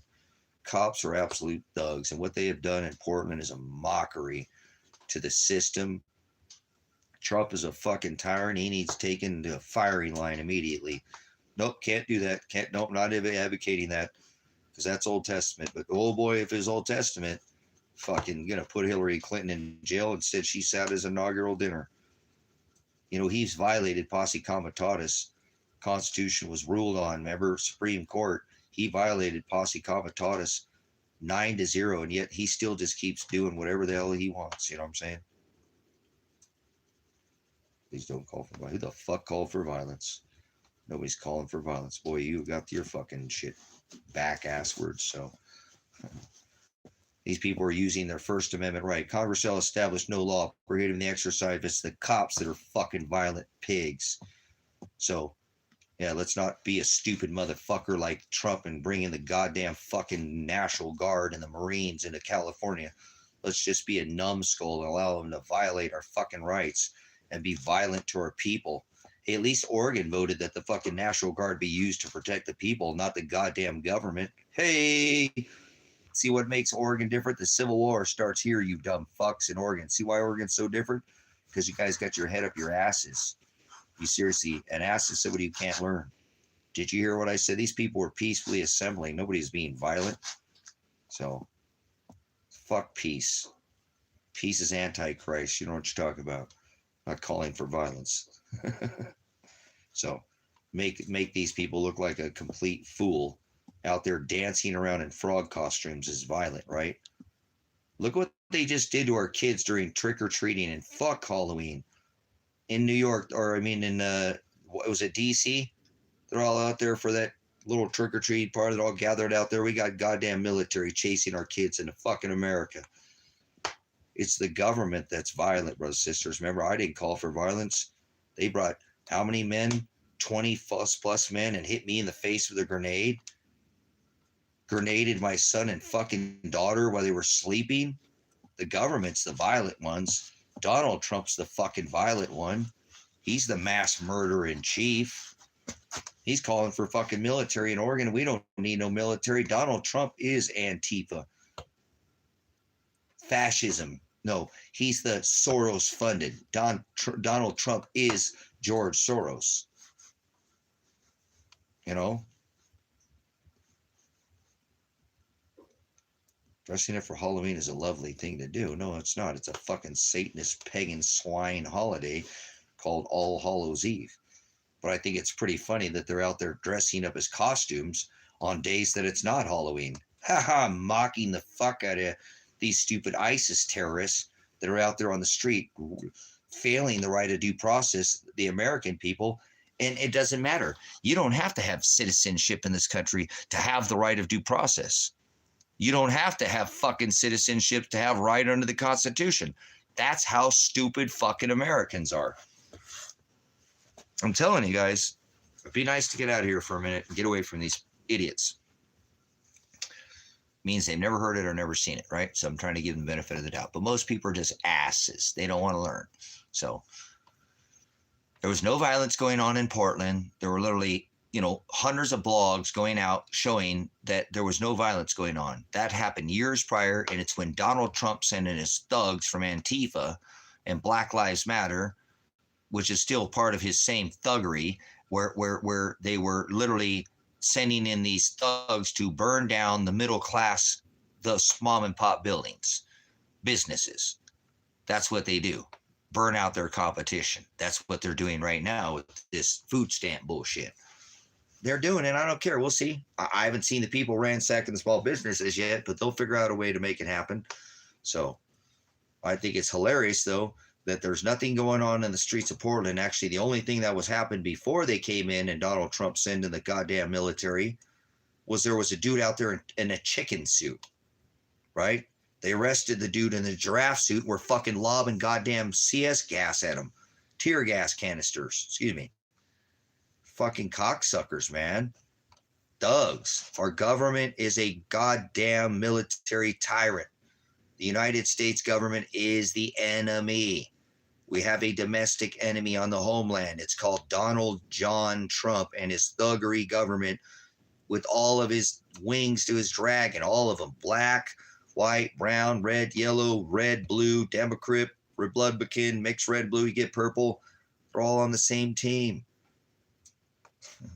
So what an absolute disgusting thing that Donald Trump has done to the state that I live in. So fuck Donald Trump and all his bullshit that he did in Portland. The man should be put on absolute fucking Nuremberg-style trials right now for what he's done. He's a tyrant. He's an enemy of the state, and he is a domestic enemy and a domestic terrorist. And I'm not afraid to say it at all, ever once. And I have the fucking evidence to support it. So they want to take me some fucking trial. Go for it, bitch. Remember, we had some federal bitches and imbeciles in here. Somebody acting like they were the FBI earlier. Joker. So, anyways, Donald Trump is ruined. All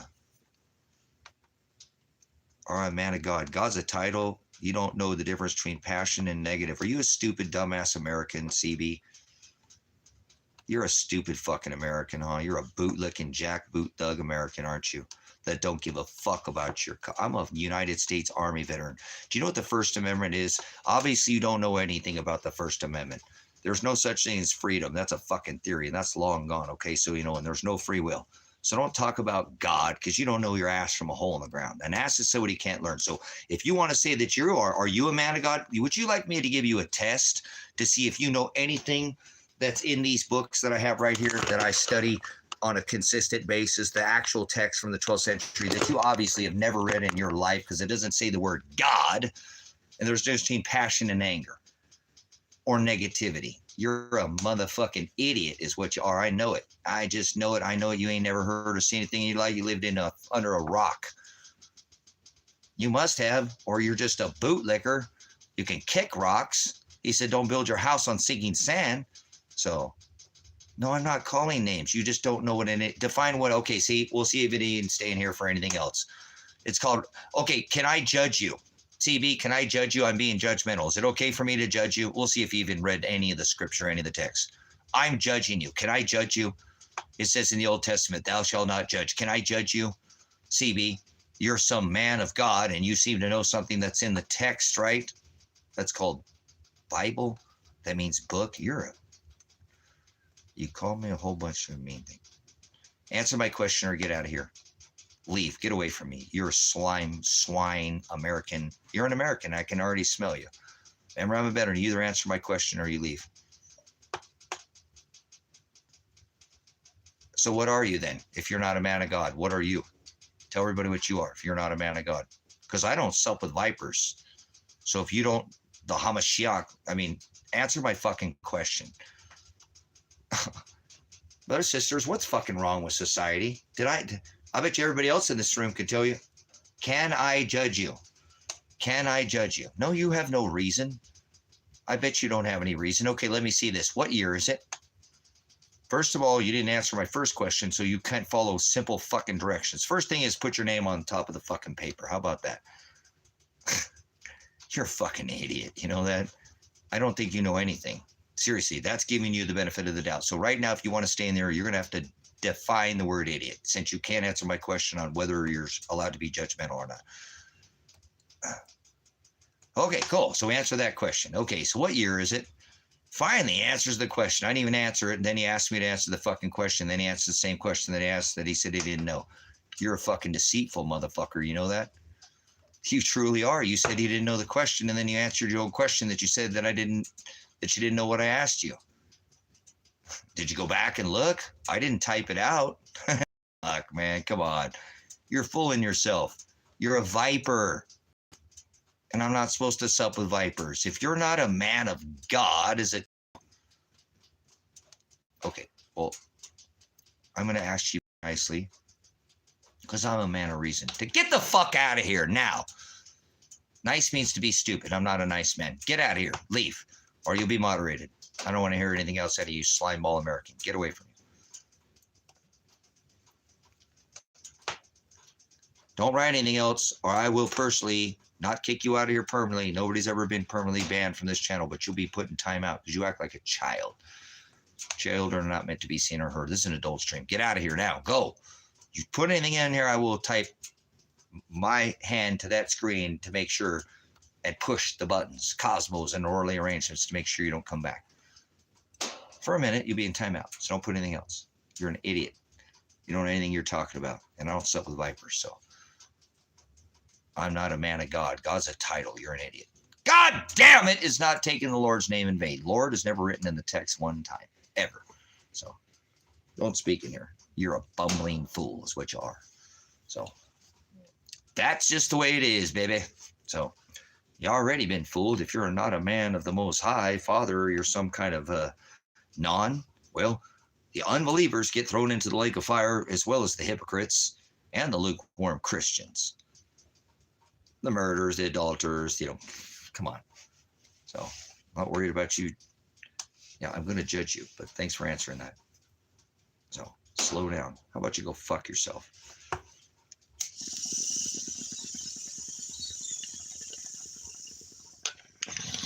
Put that on rewind for me. Do it again. Say it again. Go fuck yourself. You're going to tell me how to run the show, huh? Nope. Can't tell me. I don't care what you see about me.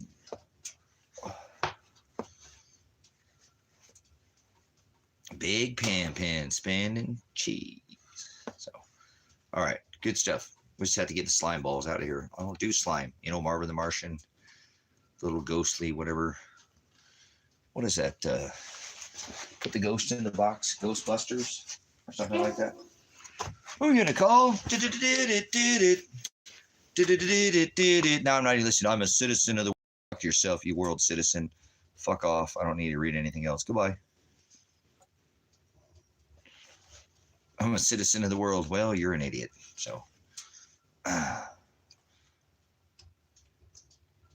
I kind of understand his theory, but he has no base for anything. So he didn't understand no natural law, no color of law, no Black's law. I guarantee you. If I actually asked him about, worldly laws without borders, natural law, color of law, Black's law, he'd fail.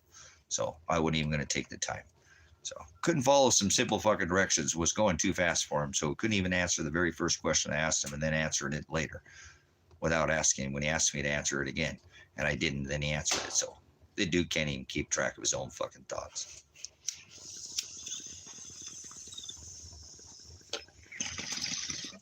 You got to kind of think about what you say before you say it in here, because I will make sure that I remember what you said. I'll remember what you said. I've had 1,500 plus people in a chat with 8 people in a room, and I can hold down a whole chat by myself without really using my moderators. I think I can handle 5 of you in here, a conversation with just one of you. So it's not special. I'm a reconstructionist, so I take notes as I go.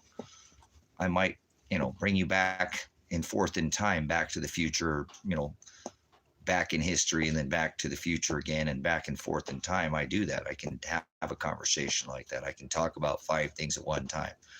Would you slow down for a minute? Would you just answer the goddamn first question that I asked you, and I will stop asking you fucking questions?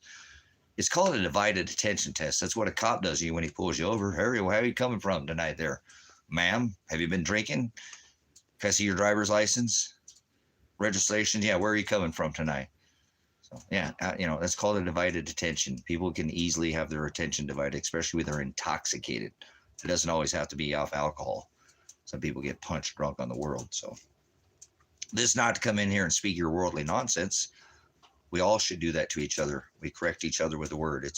We're proof. It says we're proof each other. It's a living testament. Remember, so we're supposed to go back and make sure we're reproofing each other with the word. So for correction, to be corrected with, correct, to be correct. The word is there to correct us. So that's why we reproof the word. Go back and don't be silly in here. Hold you accountable. Accounted. Criminal, crime is if you commit a crime in here, crime is a term of accounting. I will hold you accountable for the crime you've committed. Whatever. Let's heat up the rest of this pasta from last night.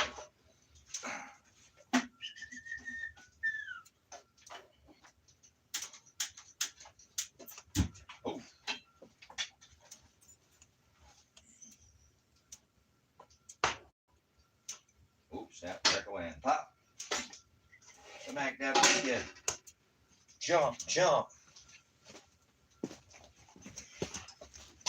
So, all right. We're all from the attorney today, so I wonder what the old attorney's up to here today.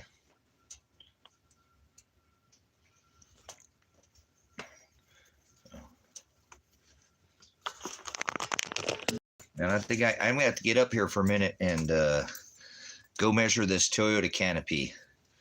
You guys want to go for a walk? Who we got in here? Oh, I heard that, huh? We got any regulars in here? If not, I'll just shut her down here, and I'll come back up in a little bit, regroup here. And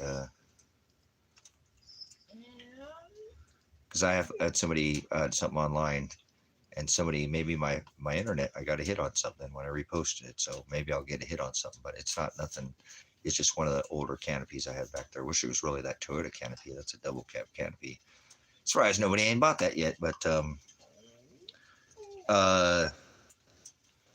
yeah, if nobody answers me, I'll just go. So I'll have real conversation. But remember, I'm not, obviously today, it's been almost 6 hours of not taking your bullshit. I don't care if you're fucking dollar dependent, you're a weak ass little bitch, and most people are, and that's fine. So, and hey, whatever, I call it like it is. I still have dependency a little bit, but very little now. I, for decades, have made it very known that I don't depend on a fucking dollar to make my shit work. And if I couldn't spend another dollar, how long would I make it?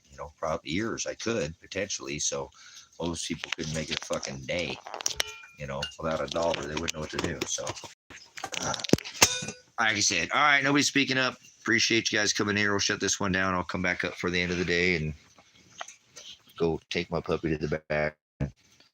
Yeah, my puppy that I love. He's my boy.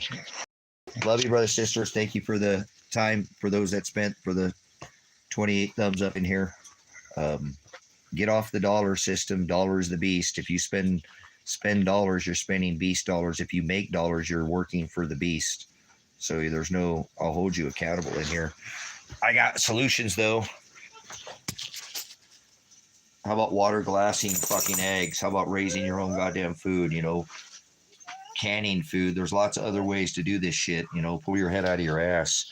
You know, stop doing things the way everybody else is doing them. You know, people are struggling for fucking food, man. And I got more food than I know what to do with. So all right, that's all the meat that you guys are gonna get. You don't want to fucking share your time and your comments with me. It's mighty fine. I'm not here to, you know, I am here to fellowship with others, but it takes two to tango. So I miss my tango buddy. I'm gonna go back and see him. He's back there. So love you, brothers, sisters. I'll see you again here for the end of the day. Possibly I'll come up here and we'll get some more time in on talking about this dollar dependency and how there is ways out of the system and there is solutions to the, you know, I bitch about it, but I've got solutions to the problems that I have and the problems that most of us have. So I'll talk to you then. Thanks for your time, Pastor Revelation, Pastor Apocalypse. Whoa.